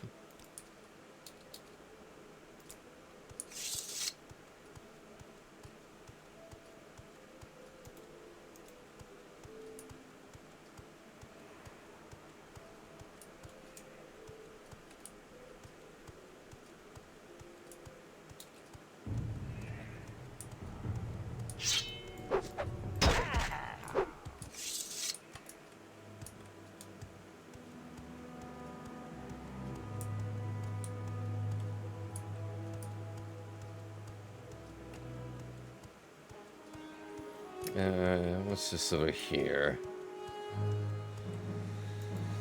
Ashinabi. Again, not really what I'm looking for.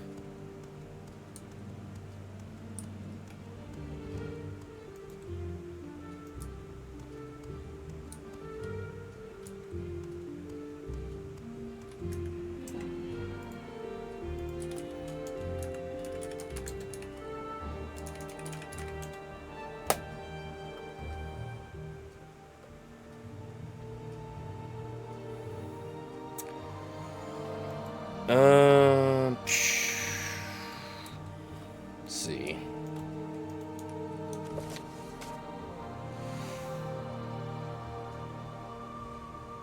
Australian.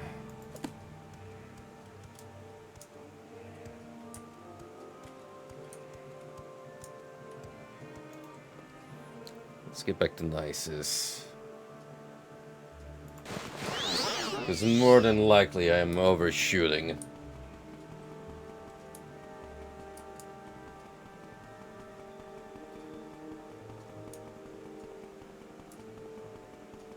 Children of Radiation, that's an amazing username.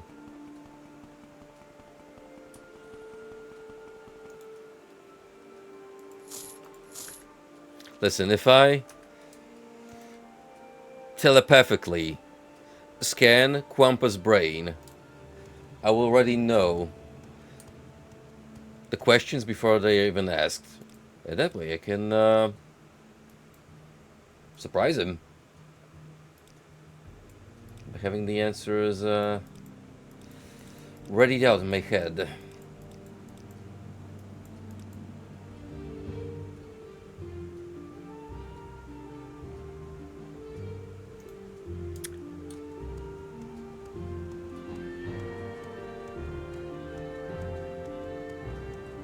That's the tower.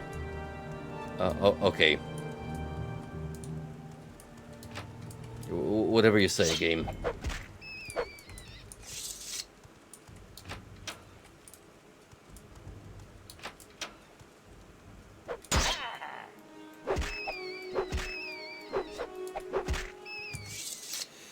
Do I get a bonus for cleaning up this guy's house from all the rats infesting it?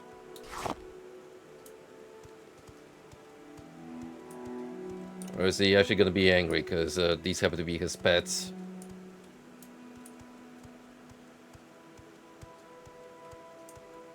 Allegedly, they fell as a Televani.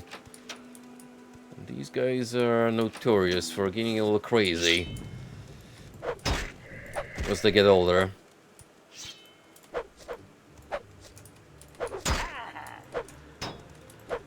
You've heard of skeletons in the closet. How about skeletons in the storeroom?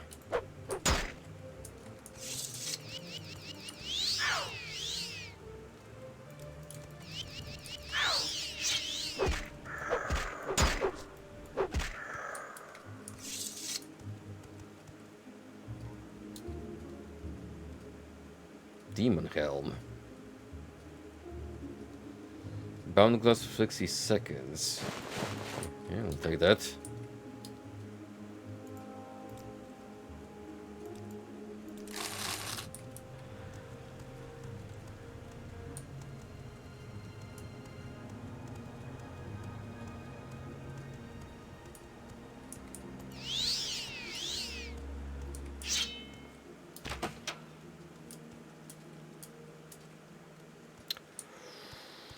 Oh boy.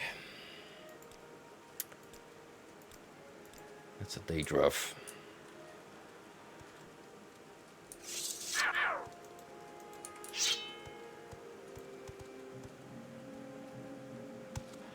Who is not hostile.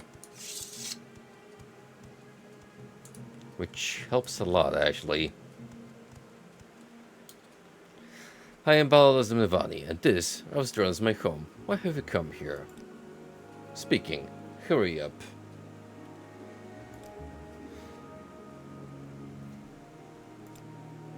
She came demanding tribute for the Empire of Men. I was here before Nisus, before the Empire of Men. I'll be here after Nisus is gone and after this short-lived empire has crumbled. The people of Nisus live only because I tolerate them. Why should I pay tribute? Let her go, no one will trouble you again. Ragesh learned her lesson. Everyone pays taxes.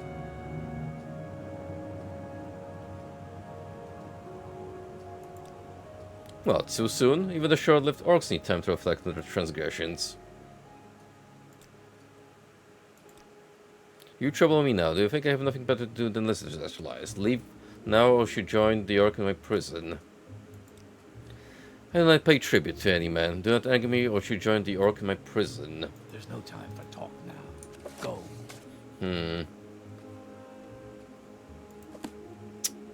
Okay. Try and get on this good side. With money. Or kill.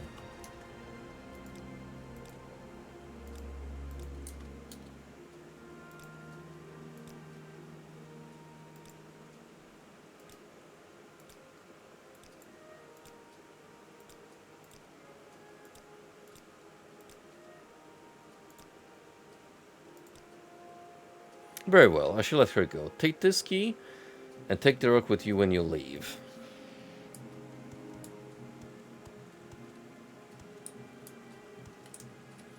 Well, someone here has some cool Dwemer toys at their disposal.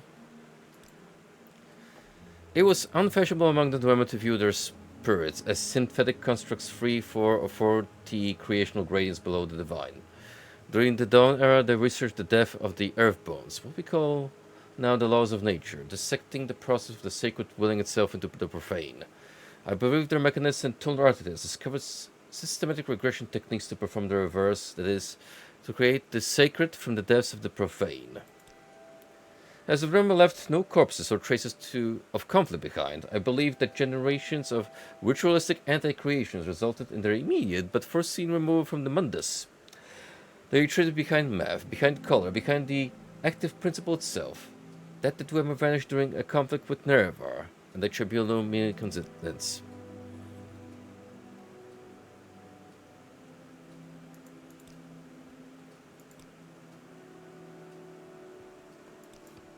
Under sun and sky. Basically, when they boil it down to layman speak, they yeeted themselves out of existence.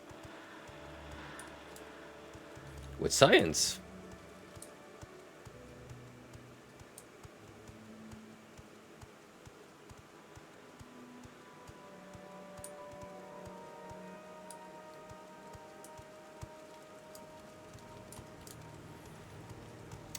Anyway, let's find a prison and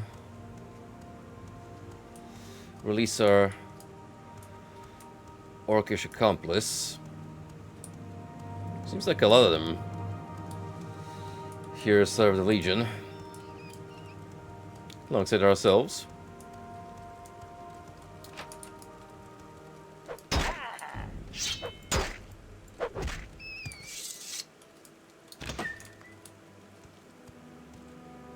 Hey, bothers them if I lock me up in here. Can you get me out? Yes, I just came to collect taxes, I was told. Can you lock me up in this room? Can you help? Yes, follow me. Him? Letting me go? About time you did. I follow you out of here.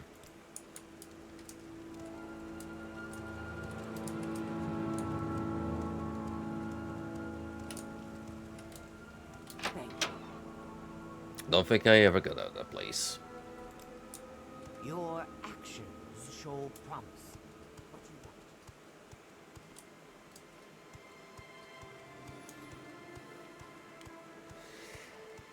want? And so, we head off to get a promotion, hopefully.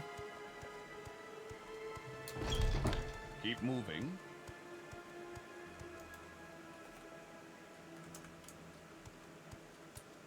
Your actions show promise. Excellent, good to hear we're able to get her out of there.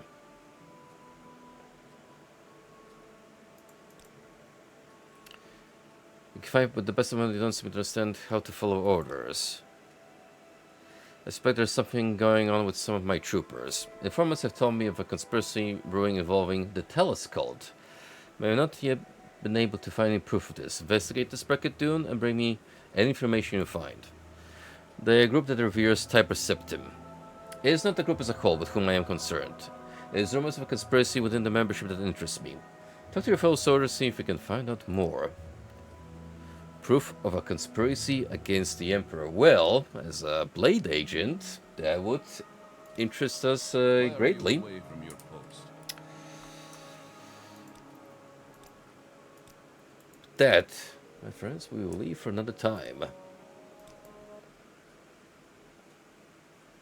So, I thank you all for joining me for another extended Morrowind session.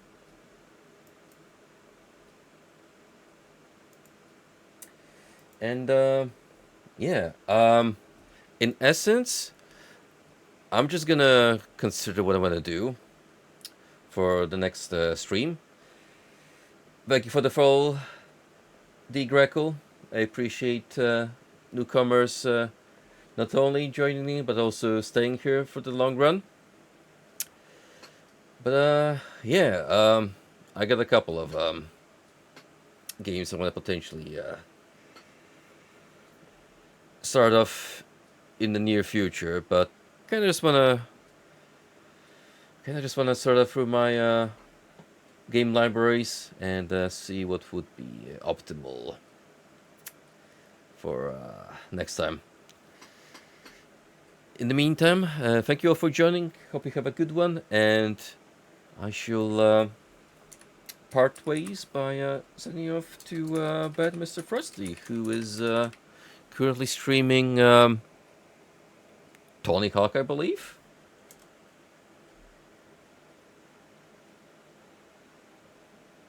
That seems a little out of his usual field, but hey, we will investigate nonetheless. Thanks everyone, till next time.